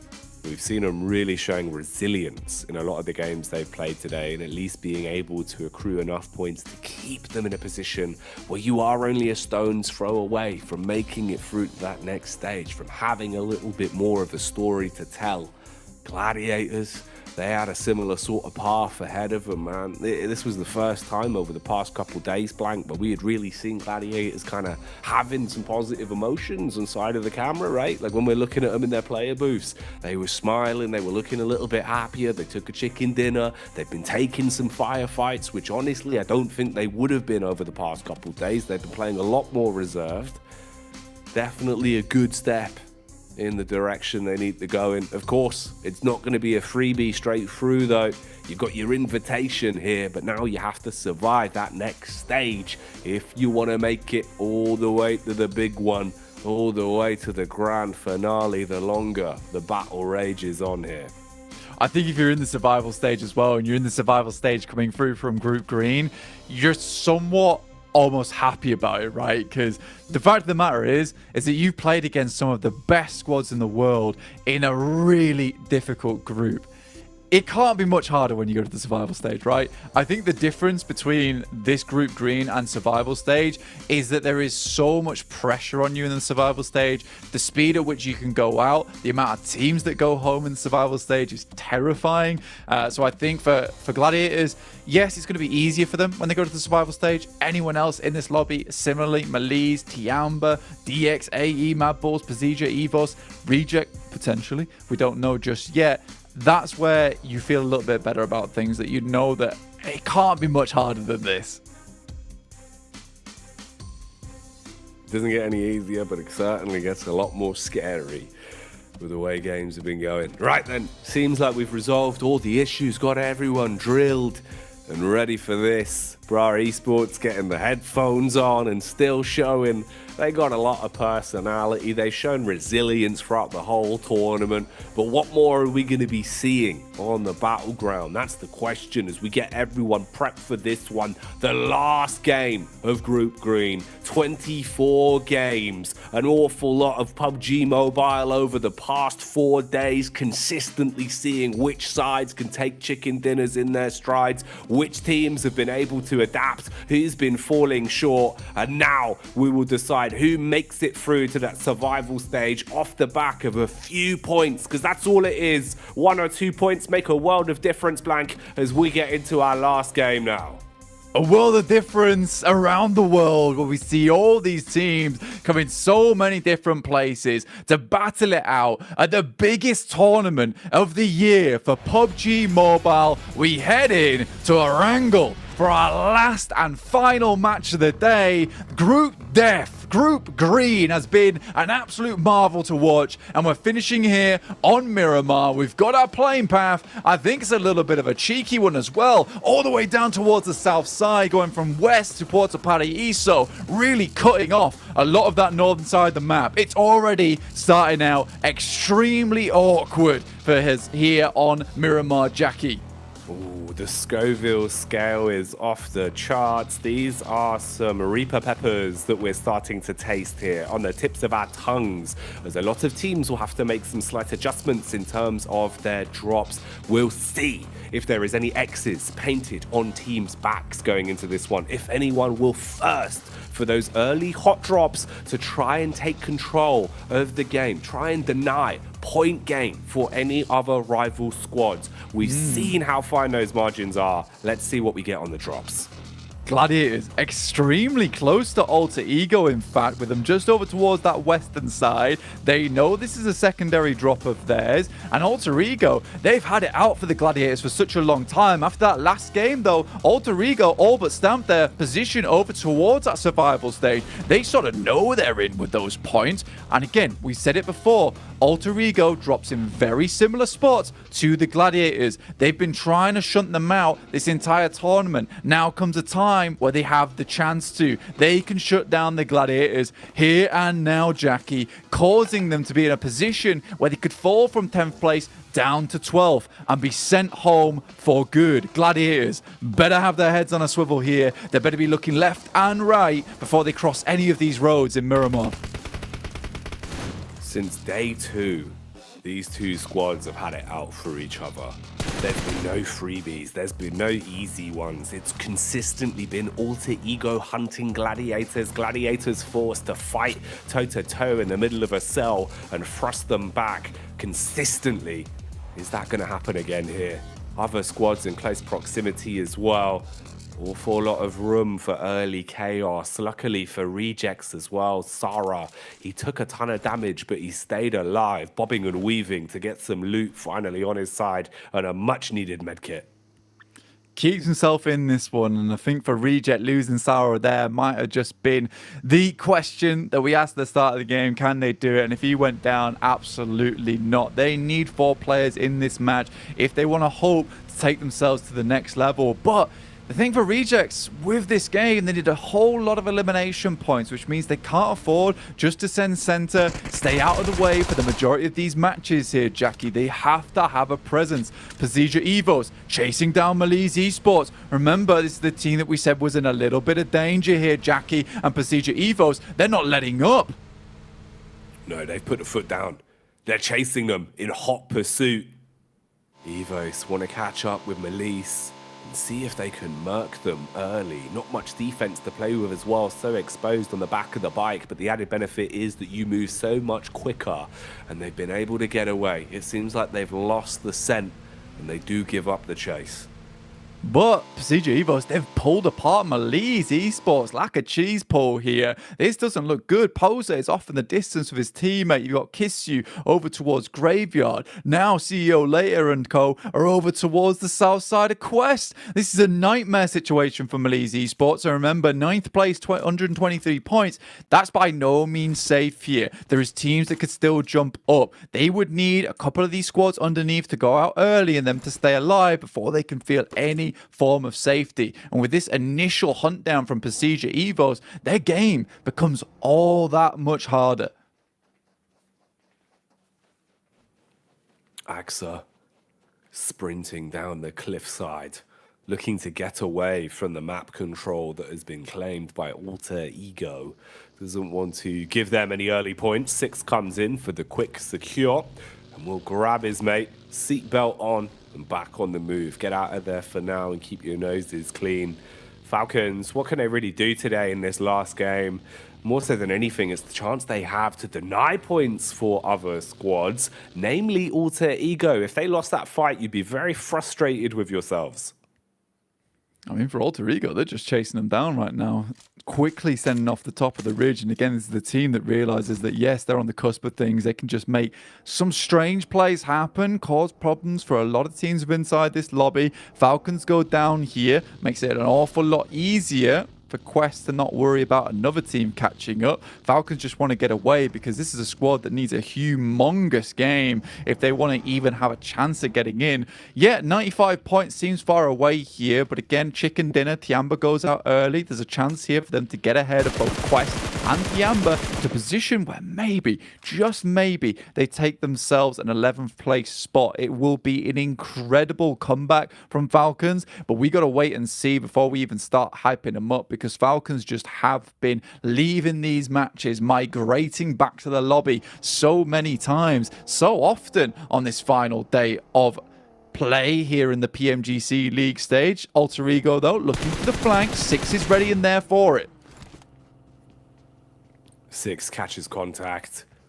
Tries to back off, get into a better position, had the vehicle stashed close by, jumps in it, driving seat, getaway, turns the corner, quick with a handbrake turn, readjustment from Axa, 1v2, surely goes down here, overwhelmed, but Fnatic has suffered the same fate. He's taken a burst to the face from Falcons and gone down to his last legs. Rosemary, the hero of the moment for Alter Ego, but the longer this goes on, the worse it gets for them, Blank. Alter Ego losing an awful lot of their players now. It's all down to one man. This is not looking good. Octa sending up, has to threaten the Reds here, but the Reds comes out way sooner for Falcons as they push up towards that top side. But in fact, it's Lamborghini from DX to spot out the players from Alter Ego. Falcons equally trying to go for something of their own, and they're just going to ditch this fight, get out the way. Not likely to be able to get 6 back up again as DX tries to claim position. Alter Ego with 1 elimination. It's Octa to try and take down the remaining members of Falcons, just down to 2. But I think this might be just done for Falcons now. With 2 players, it is almost but impossible for them to climb the rankings, and I think now we can say goodbye to the Falcons, a salute to them as they'll be heading home. Such a rough stalemate for both Falcons and Alter Ego on that one. Far worse for wear for Falcons there, as they are not in a safe spot in terms of the standings. Meanwhile, Bra back on screens here, trying to clash versus I8 and seeing if they can secure some pickups at the very least. Bit of chip damage done. Zia as well, third partying into this one. So the bottom of our standings all scrapping amongst one another, taking away potential Elim points from some of the other squads that are really going to be fighting tooth and nail for them. Falak with a mini 14 popping off and doing something obscene uphill as that will slap Coursera straight in the face. Yeah, this is typically how it goes in that last match as well. A lot of people throw caution to the wind, and you're right, it removes eliminations available from the board, making it hard for a team like Reject, who knows they need to have an absolute ginormous game here to even attempt to get over the top of Alpha 7. But with players dropping left, right, and center on the final match, that possibility becomes further and further out of reach for them. Loops rotating over towards that northern side, Stalwart waiting for them on their rotate. PMGC Evos moving in. i8's taking a lot of damage here. You can see Bra Esports trying to get this one done. If Reject needed a ginormous game, Bra Esports needs something absolutely galactic if they want to make it in. They still have a chance now with the players they have remaining. It's Tospic up front towards Blade at the moment. Looks to dull him. Blade on a peak, spamming his way through him. The SMG will lick him up. And he drops down. The man that aggresses from Bra. Re-peek off to the wayside as well. Ready to continue forcing the issue.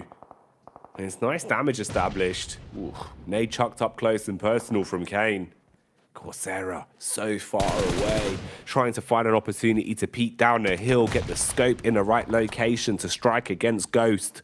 But Ghost, he plays it smart, belly down to the ground, keep himself alive. Meanwhile, we've got two of our top squads scrapping as well, it seems, as Loops have lost a player, Stalwart aggressing against them. Looks like some of our refs have organised a cage match on the northern side of the circle. You're right, Loops and Stalwart currently taking it to one another there, and it looks like Loops are losing. Ghost underneath inside the ditch. That nade should be decent, does a lot of damage. Won't fully finish him off now, though, and all the while, Tospic is bleeding out. That nade should do the trick, though. Will take down Ghost. Blade, though, sharp as ever, moves up towards the rest of the players from Bra Esport. Blade. He was on the move. Looked like he was actually moving with a lot of volition. Pretty confident about his pacing on this one. But a barrage of bullets from Coursera does slow him down. Forced to pop a heel. Tiamba. Okay, this is a position where potentially they could actually get some much-needed eliminations as well. You get a backstab here onto Zia. Shopper's quite low. He's at least been able to whip out a rapid heal and reset. Uh-oh, this is going wrong though, Blank. Tiamba losing numbers. One man's knocked. That's Ren. He's been a big player for Tiamba as well. And with two players down on their last legs, you can't afford to suffer casualties like this. Oh, Zia no. just running through them.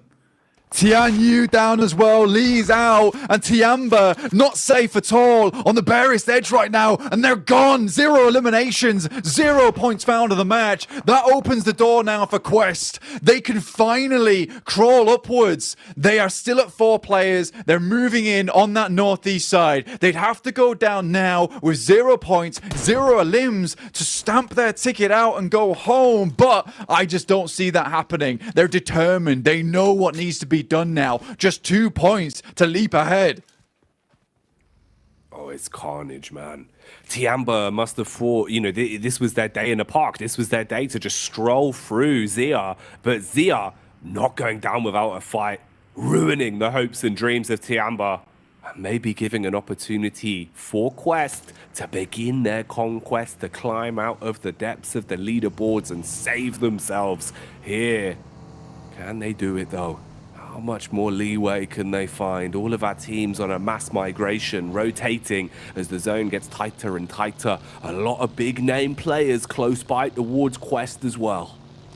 Tiamba just taking a gander nervously over towards the lobby right now, hoping that soon Quest is going to go down. They can't make it much further. They cannot find themselves any eliminations. Cardozin is out and Reject starts their reign forward. Alpha 7 been real cheeky about this as well. They're playing all the way over towards the western edge of the map. They're playing it safe. They just want those placement points. They want to profit on this game, make it nigh on impossible for Reject, even with their central position, to catch up. Reject have been trying their damnedest as well. You can see them still sticking to their guns where they feel most comfortable, trying to play around the early circle, getting into a better forefront position as early as they can. Thing is, it's the eliminations that are lacking if they want to be able to push past Alpha 7. Such a hard, tall order for them. Meanwhile here, Quest on screens, it's Gladiators that they're going up against, just having a read of the situation now. There is room to breathe. You're not right on top of one another. Bit of spacing between the two compounds. Matic plays point man, tracks down Quest, but starting in this fight, you need everyone honed in. You cannot afford to solo onto this, and also Stalwart are pretty close by as well. So if Gladiators make too much noise, Stalwart might pull up. got to be seriously careful. They see him off in the distance. They're taking a couple of pot shots of their own, but they make it in. That is the main job that they need to do. It's the first step on a long, long path that they've had here over in the PMGC to try to get towards that top 11. And Tiamba, they've left the safe wide open, ready to be snatched away. And Quest just needs 2 eliminations, Jackie. That's it. Vahiden looking down towards Falcons. Teek's already taken a little bit of damage. They're eliminating the vehicle, getting out the way. So Falcons will really have a tough time of getting out from that spot. All the while, Procedure Evos continues to batter bullets into the side of the brickwork over towards Falcons' side, leaving them feeling very, very scared. You could cut the tension in the air with a knife at this point. Everyone knowing how vital every move they make is, how important any peak, any contact you take has to be. The room for error is non-existent. Zone crouches further forward as well. Bit of safety net provided for some of our squads. On the other side of the coin, it will cause migration for Alpha 7, Mad Balls, Evos, and DX. All of them now forced to advance a bit further forward. What remains of Alter Ego as well in just Otka. He's been lurching his way behind DX, mirroring their movements. He's still alive for now, but how far can he take it? DX gets scarily close to a player from Alpha 7 here, and there's really not a lot of rotations that Alpha 7 can make, but look, they're barreling their way on over towards DX, and it's just 2 players available for that team. They've already got 2 anchors that headed towards the circle itself, so they better be careful here, because I smell a fight brewing between Alpha 7. Again, remember, for Reject, that is bad news for Alpha 7. It's the best thing in the world if they can get some cheeky points on the side whilst they play themselves out a bit of a survival match. Survival of the fittest at the minute. Mad Balls on parade. Starting to try and close the gap. Evos, though, in the back line find an opportunity to punish, and Misery lives up to his name because Misery loves company. And the company that's getting bit by the bullets is Mad Balls. Trapped now. Zia consistently ruining teams' runs, it feels like. They've got a grudge against everyone blank. Utility unloaded, downhill, barreling towards the Mad Balls, leaving them in a really bad spot now. Fleeke eating damage. Zia coming back up from the depths to bring the Grim Reaper's scythe towards a lot of these teams already. Just killing off Tiamba, essentially, slicing through, and 5 eliminations found. They don't want to go out quiet into this cold night. I love to see it. Continuing forward now, picking up as much loot as possible. Reject still on that western side. Alpha 7 were able to finish off Alter Ego there. They dropped out with 3 points, but still net themselves 6th place currently for themselves. But again, Alpha 7 not really making too many plays. Life just gets awkward for Reject. You can see here, even at this point in time, stage 4, usually we'd have 50 plus players still remaining. We're down to 13 teams, 47 players alive. I think, although there was a chance at the start of this game for Reject, it is looking ever slimmer now for them to pull this one off. They've had a great game. They've had a great tournament. They've had a great group green stage. However, this might just be where they finish their run towards getting that ticket towards the PMGC Grand Finals. There's still a couple more stages left, 5 to be total. A lot can happen between that time and then. With the resilience they've shown, they're certainly going to be a team to watch the longer the tournament goes on here. Bit of a shame for them not being able to maintain a top 3 spot after some of the crazy games they've played. But like you're saying, the chance for them getting enough eliminations here is now such a ridiculous task because everyone's been battling. Everyone's been throwing caution to the wayside. Everyone knows how important the fine margins of points are in a game like this. And the zone moves further forward once again. Pressure being reapplied onto a lot of these teams. Rotations have to be clinical. STE on the advance, closing the gap between them and Gladiators. Meanwhile, Bra taking pot shots down onto him. Sarah being able to spot STE's rotation. Action's already knocked. Nerzed advances. Matic on screen now as well as Gladiators finally find a compound that they feel comfortable in. Terrifyingly close. The players from Mad Bulls here. 3 alive for him. Matic looking to throw a cheeky grenade into the mix here. Bounces it off. Should hit happily as well. And Fleek goes down. That's big news for the Gladiators. They needed points, but more importantly, they needed a home to stay in. And Matic is just breaking down the door with a battering ram and a grenade in hand. Tulika alongside the longhouse here has a nade to send on over. The boys are supporting him from afar, but I think they need to get in close and personal now. Give him the backup he so desires. The nade is good from Tulika. The res is threatened. Kitsune applying more pressure. Nades out towards the wayside. Fleek. Can he get back up? Can Tulika save him? He thought they were coming in quicker than they are. It's the nades that forces him off the res. He exchanges one of his own, flinging it out the window. Gladiators holding on strong though. Bit of a response back. Tulika at least being able to guarantee the takedown onto Matic. Kitsune looks to punish. Molotov burning brightly. Nade connects nicely. Dives over the wall and creates a bit of space. A panic for Mad Bulls. Maku, Tixi, and Kitsune all still alive here. They're able to claim the compound. Zerich is off in the distance. They get some points off the back of that as well. It's absolutely massive. In the meantime, look at this. It's Quest taking down the players from Falcons. Is that 2 down from that? If it is, yes, it is as well. 11th place claimed by the Quest. And Quest completed. It is here for this team. A long and hard and arduous journey, yet Quest stuck it out. Truly a team that never gave up. Resilience on display.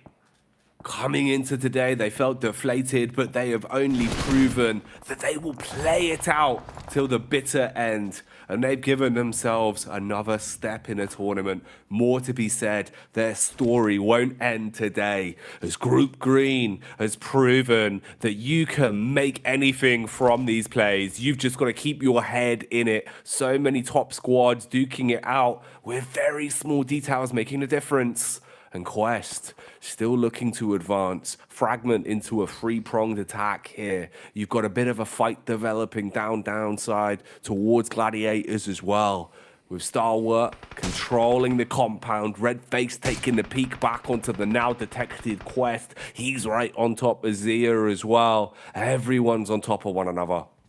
And with that, we pretty much lock in our top 11, right? With the 2 underneath 11th place going down, it means that it's going to be absolutely so hard for these teams to overtake towards those positions. There's only one team still trying to strike out for it, and that's Bra Esport, who started the game with 87 points here. Yes, they've got 6 eliminations. Yes, it's a good start, but overtaking Quest is going to be a really big deal here, considering they're getting further and further into this match. We've seen Bra over in the PMPL EU Championships play a very similar circle to this and absolutely dominate on its side.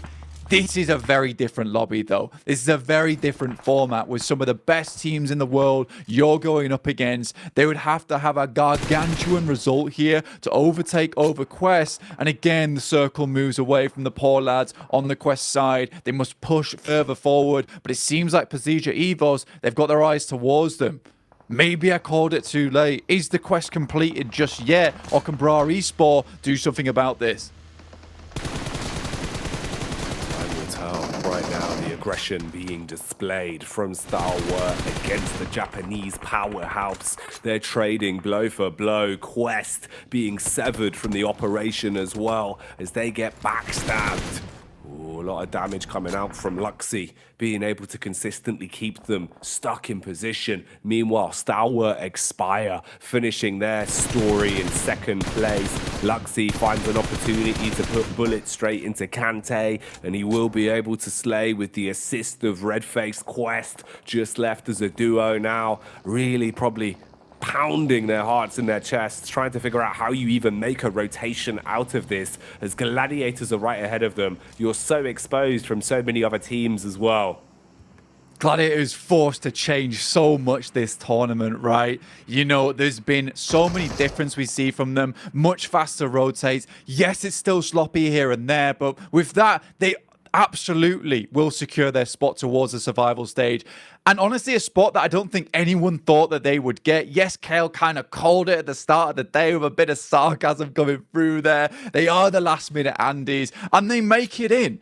And I think that it's been really, really hard for the Gladiators, and there might have been some teams underneath them that could have overtaken them had it been a different day, a different lobby. But for the Gladiators, they push on through. The survival stage, a different beast for them, but they do make it. For Quest now, this is the team that I'm looking at because I think they're the complete opposite right now of Gladiators who got themselves a direct invite. Quest has really worked hard for this spot. They've worked so bloody hard for this spot, determined to make their way towards this end game and make their way to the survival stage.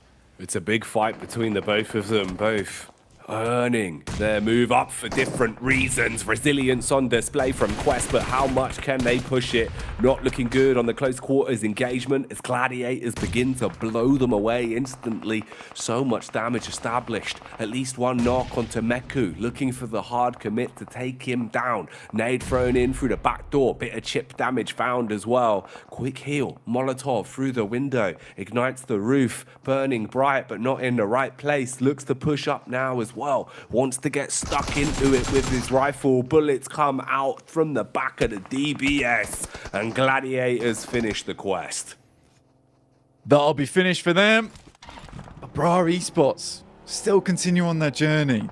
For Quest, not an awful lot of points gained on this match. I think it is simply 2 total.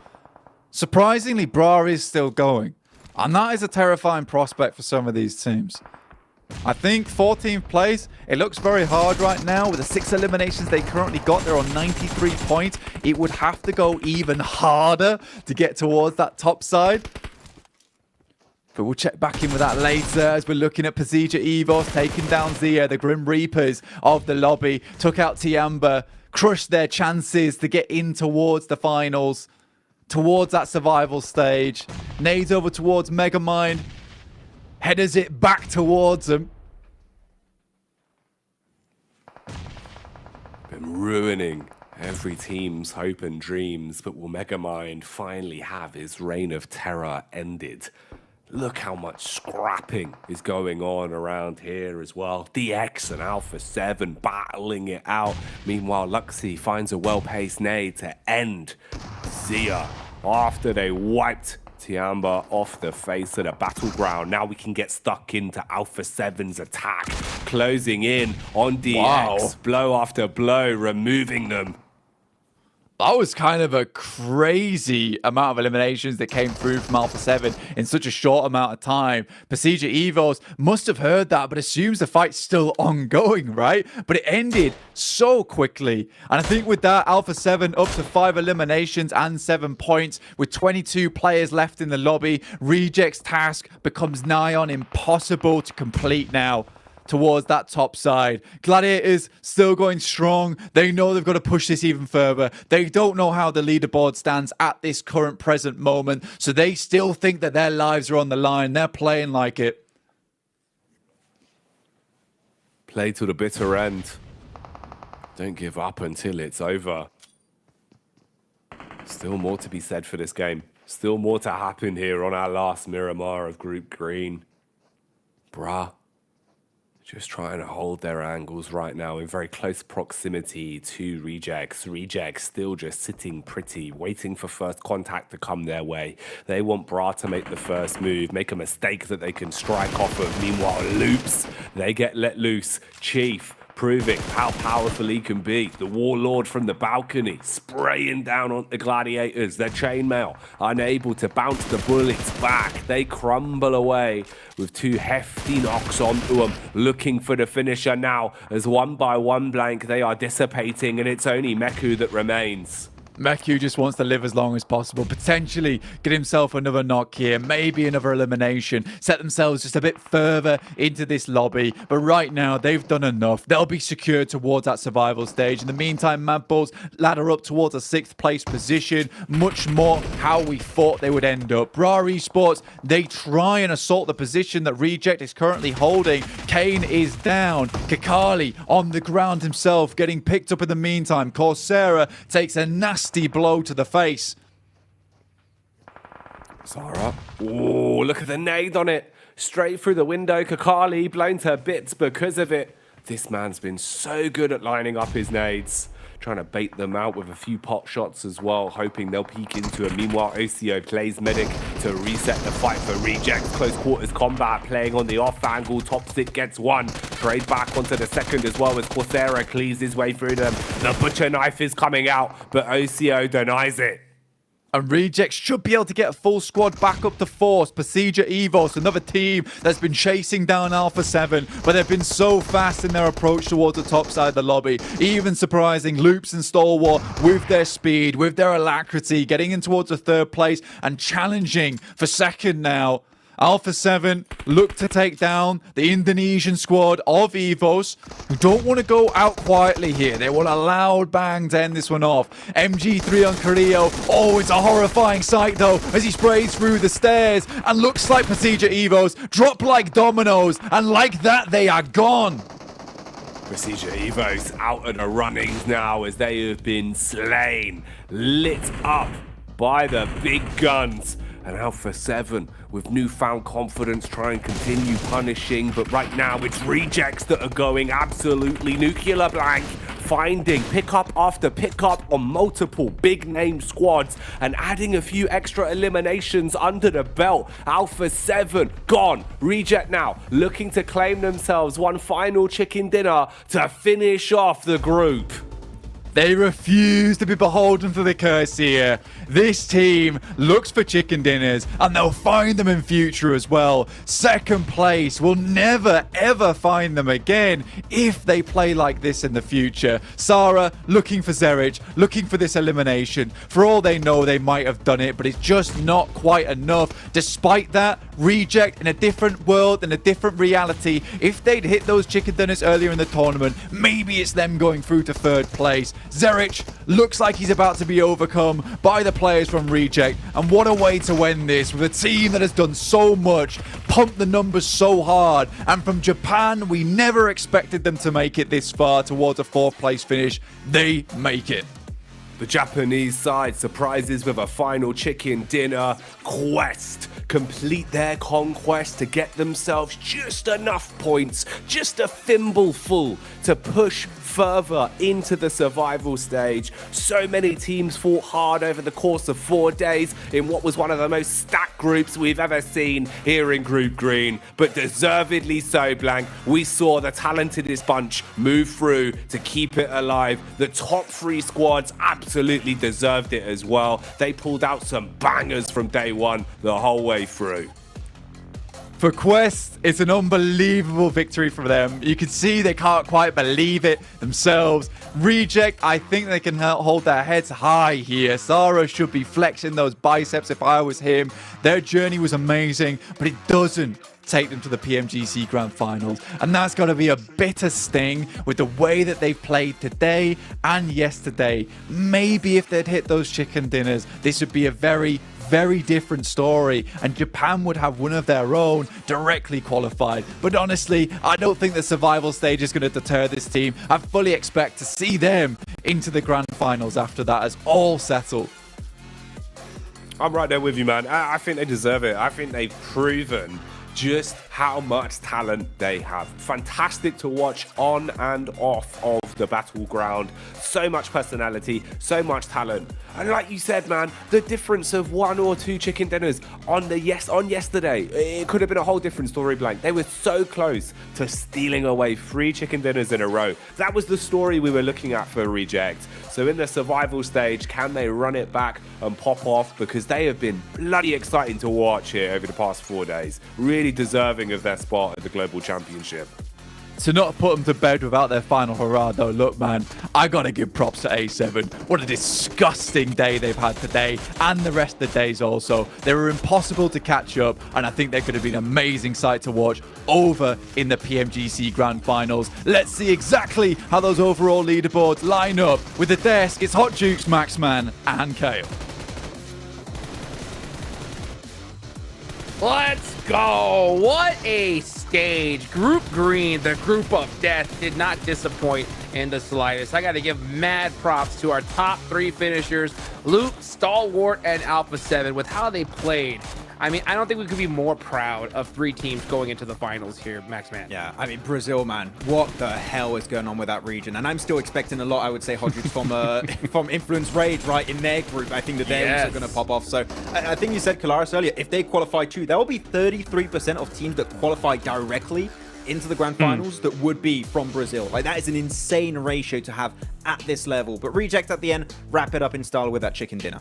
Yeah, absolutely. And I like even kind of crossing all the T's and dotting all the I's for Alpha 7. Even towards the end of this game, I think they realize ultimately kill feed wise and kind of in terms of like which slot the teams are in, they realize don't give any more eliminations to Rejects just in case they have maybe popped off throughout this game here, because of course they were trying to encroach on their territory. So they just feed themselves to the blue at the end. I completely understand why here. Alpha 7 alongside Loops and Stalwart to a lesser extent looking fantastic in the top 3. Ooh, I will say this about the top 3. I think we might have a change up here because Maybe. Alpha 7 got 14 points. Stalwart went out early with 2, and it shocks me because Stalwart was so dominating at the start. I think halfway through this, we thought that they were going to be the champs without a doubt, right? Yeah, I mean, Stalwart were trying to actually hold away Loops in San Martin to get those eliminations, and I feel like that was not the right focus. Your focus should have been on Alpha 7 because they were waiting in the background, lingering to take away that second place. Sure, it's not a big difference in prize, but you're still making it to the Grand Finals, but for the extra bit of prestige, it is always nice for them to have. So I think that Stalwart might have fallen short on that last game. I think so too. I think it's twofold. I think that not only did the meta slightly catch up with them, but also they slowed down a little bit in these last 2 days. So, but I mean, that's by the by. I still think they're an excellent team here going into that Grand Finals. I think they'll give everybody a run for their money. 100%. Well, you know what? It's going to be crazy to watch because Reject get an amazing chicken dinner here at the end. We got to be so proud of them. But at the end of the day, too, it isn't enough, right? They're going to have to hopefully put in some work and get through that survival stage because it's going to be a brutal one. I know Prestige is going to come bring its survival stage as well. Yeah, the survival stage is going to be insane, man. I'm really looking forward to a lot of these teams, Reject in particular. I really believe if there's a few teams of this group that are going in the survival stage that could qualify to the Grand Finals, it has to be Reject. This is the best Japan has ever looked in an international event in what seems years now, Hot Juke. So I think they've played really well and they started to heat things up on day 2 and day 3. So I really hope they can go the entire way. 100%. I think we got to be super proud of them. And also the teams that make it in, man, it's so crazy. I know real soon we're going to be able to look at it, but it's so crazy to see Quest barely making it in, Kalaris. What do you think about that, huh? I mean, yeah, kudos to them. Barely. Yeah, absolutely barely. Kudos to them for being able to make it. I think our suspicions were realized, though, in saying that Tiamba was going to be one of the weakest to try and defend their position going into the survival, and it looks like that materialized here. Again, I don't know the exact standings just yet. I'm sure we'll look at those down the line here, but yeah, so for Tiamba, everything just seems slow, not aggressive enough, not able to defend positions enough. It's unfortunate for them. I really hope that these teams that just barely qualified, like your Quest, like your Gladiators, we'll see, of course, as we check out the rankings soon enough, that they are going to bring changes to the table. You have the chance to be looking at the next 2 groups, Group Red and Group Yellow, before heading in the survival stage. You can put a ton of prep in to hopefully qualify into the Grand Finals. So clearly, if you're at the bottom of the rankings, it is not going to be enough to go the entire way. So big iterations in your strategy are going to need to be made. Yeah, another team that made it in, right? Gladiators, let's go, right? Being able to clutch it up, Kalaris. I knew you never doubted him for a second, huh? I don't know. Skin of their teeth. Like, it's what we said at the beginning of the day, right? Like, I didn't expect them to have huge pop-offs, but I did expect them to just barely do enough. Did that come at the behest of other teams not doing enough themselves? Yes, to a degree. But I mean, when you see Gladiators able to get a few cheeky extra points towards the end against the Quest that's pushing in against them in a favorable position for Gladiators, I mean, look at how instrumental that Sandhawk was for their campaign here. If that does not happen down to the wire, they're probably not going through, and an invite team that we had question marks around before would have been eliminated already.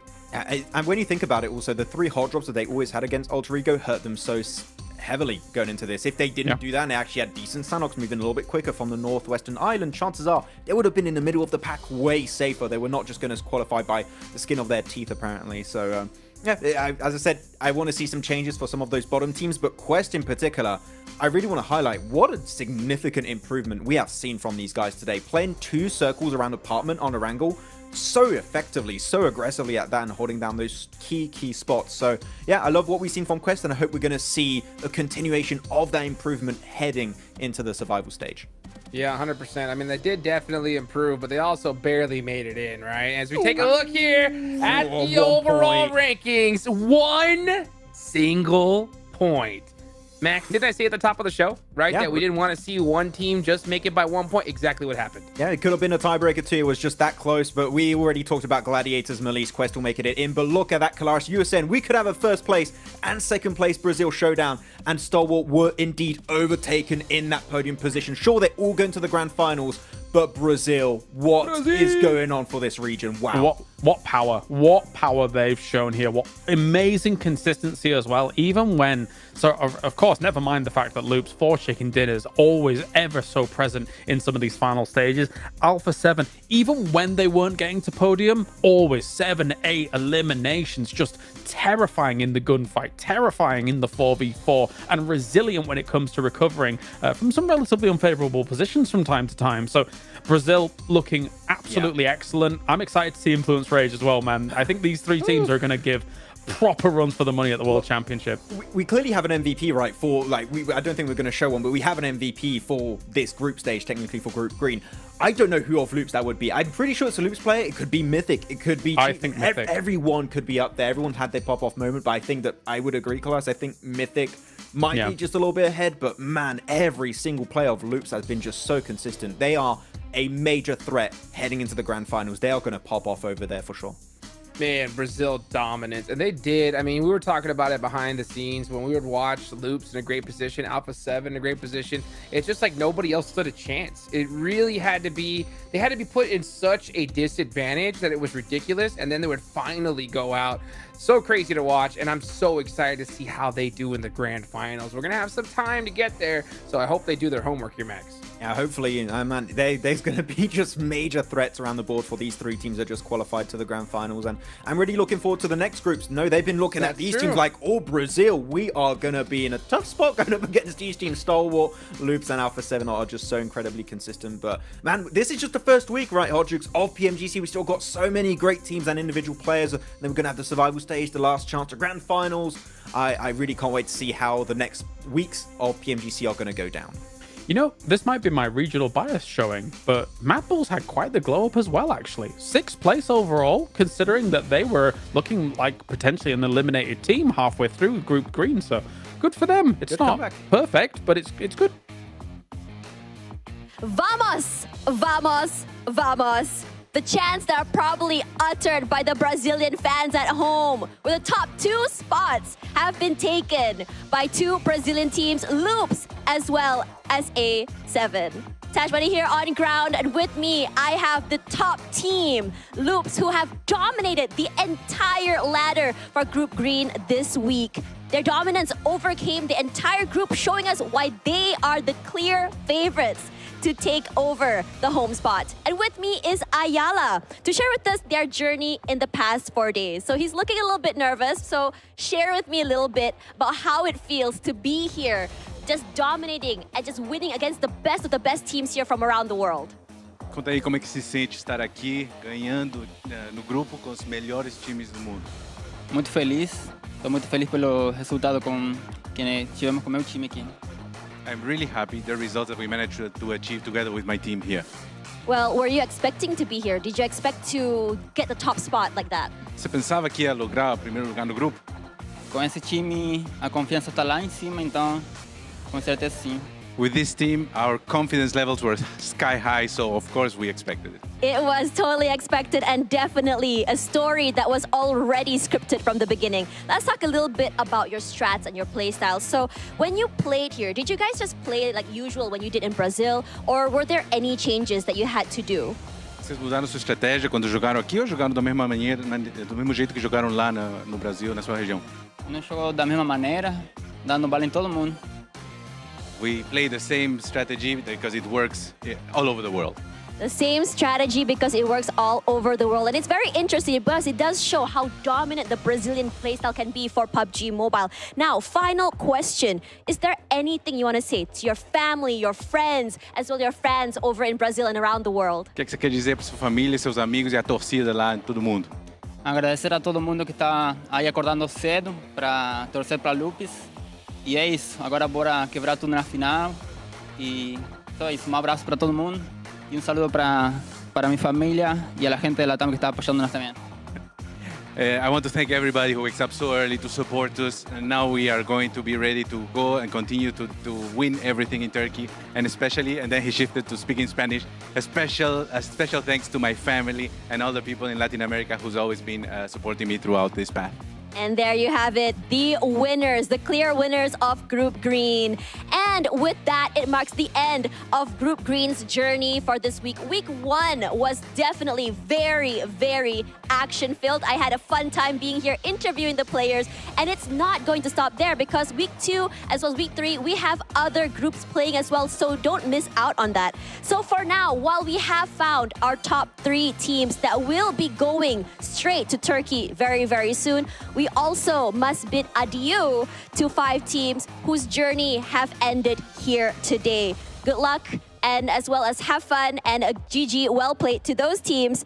And for now, for the rest, we will see them again in Survival Stage. Anyways, this is Tash Buddy signing off for Week 1, Group Green, and hopefully we'll see you guys later. Back to the panel. Crushing it as always, Tash Bunny. Man, it is so wild. 50 teams so far. And the MVP! It's Top! What? I was wrong. I thought it was going to be a Loops player. Oh, wow. Okay, Top it is. I mean, yeah, that insane also elimination day on day 1. They had such a massive field day. So I'm also not too shocked to see a player that's going to be Top from Stalwart. But what a day also for this guy. He's been popping off game in, game out all the time. I wouldn't have anyone else for the side of Stalwart already up there. Kalar, sure, Nazadan, everyone's been up there, but Top has got a legacy when it comes to being MVP in PMGC, it seems. I'm happy that dropping a casual 2,000 damage game was able to result in him getting MVP. You know, that was something special. They just got to kind of tighten some bolts here and there.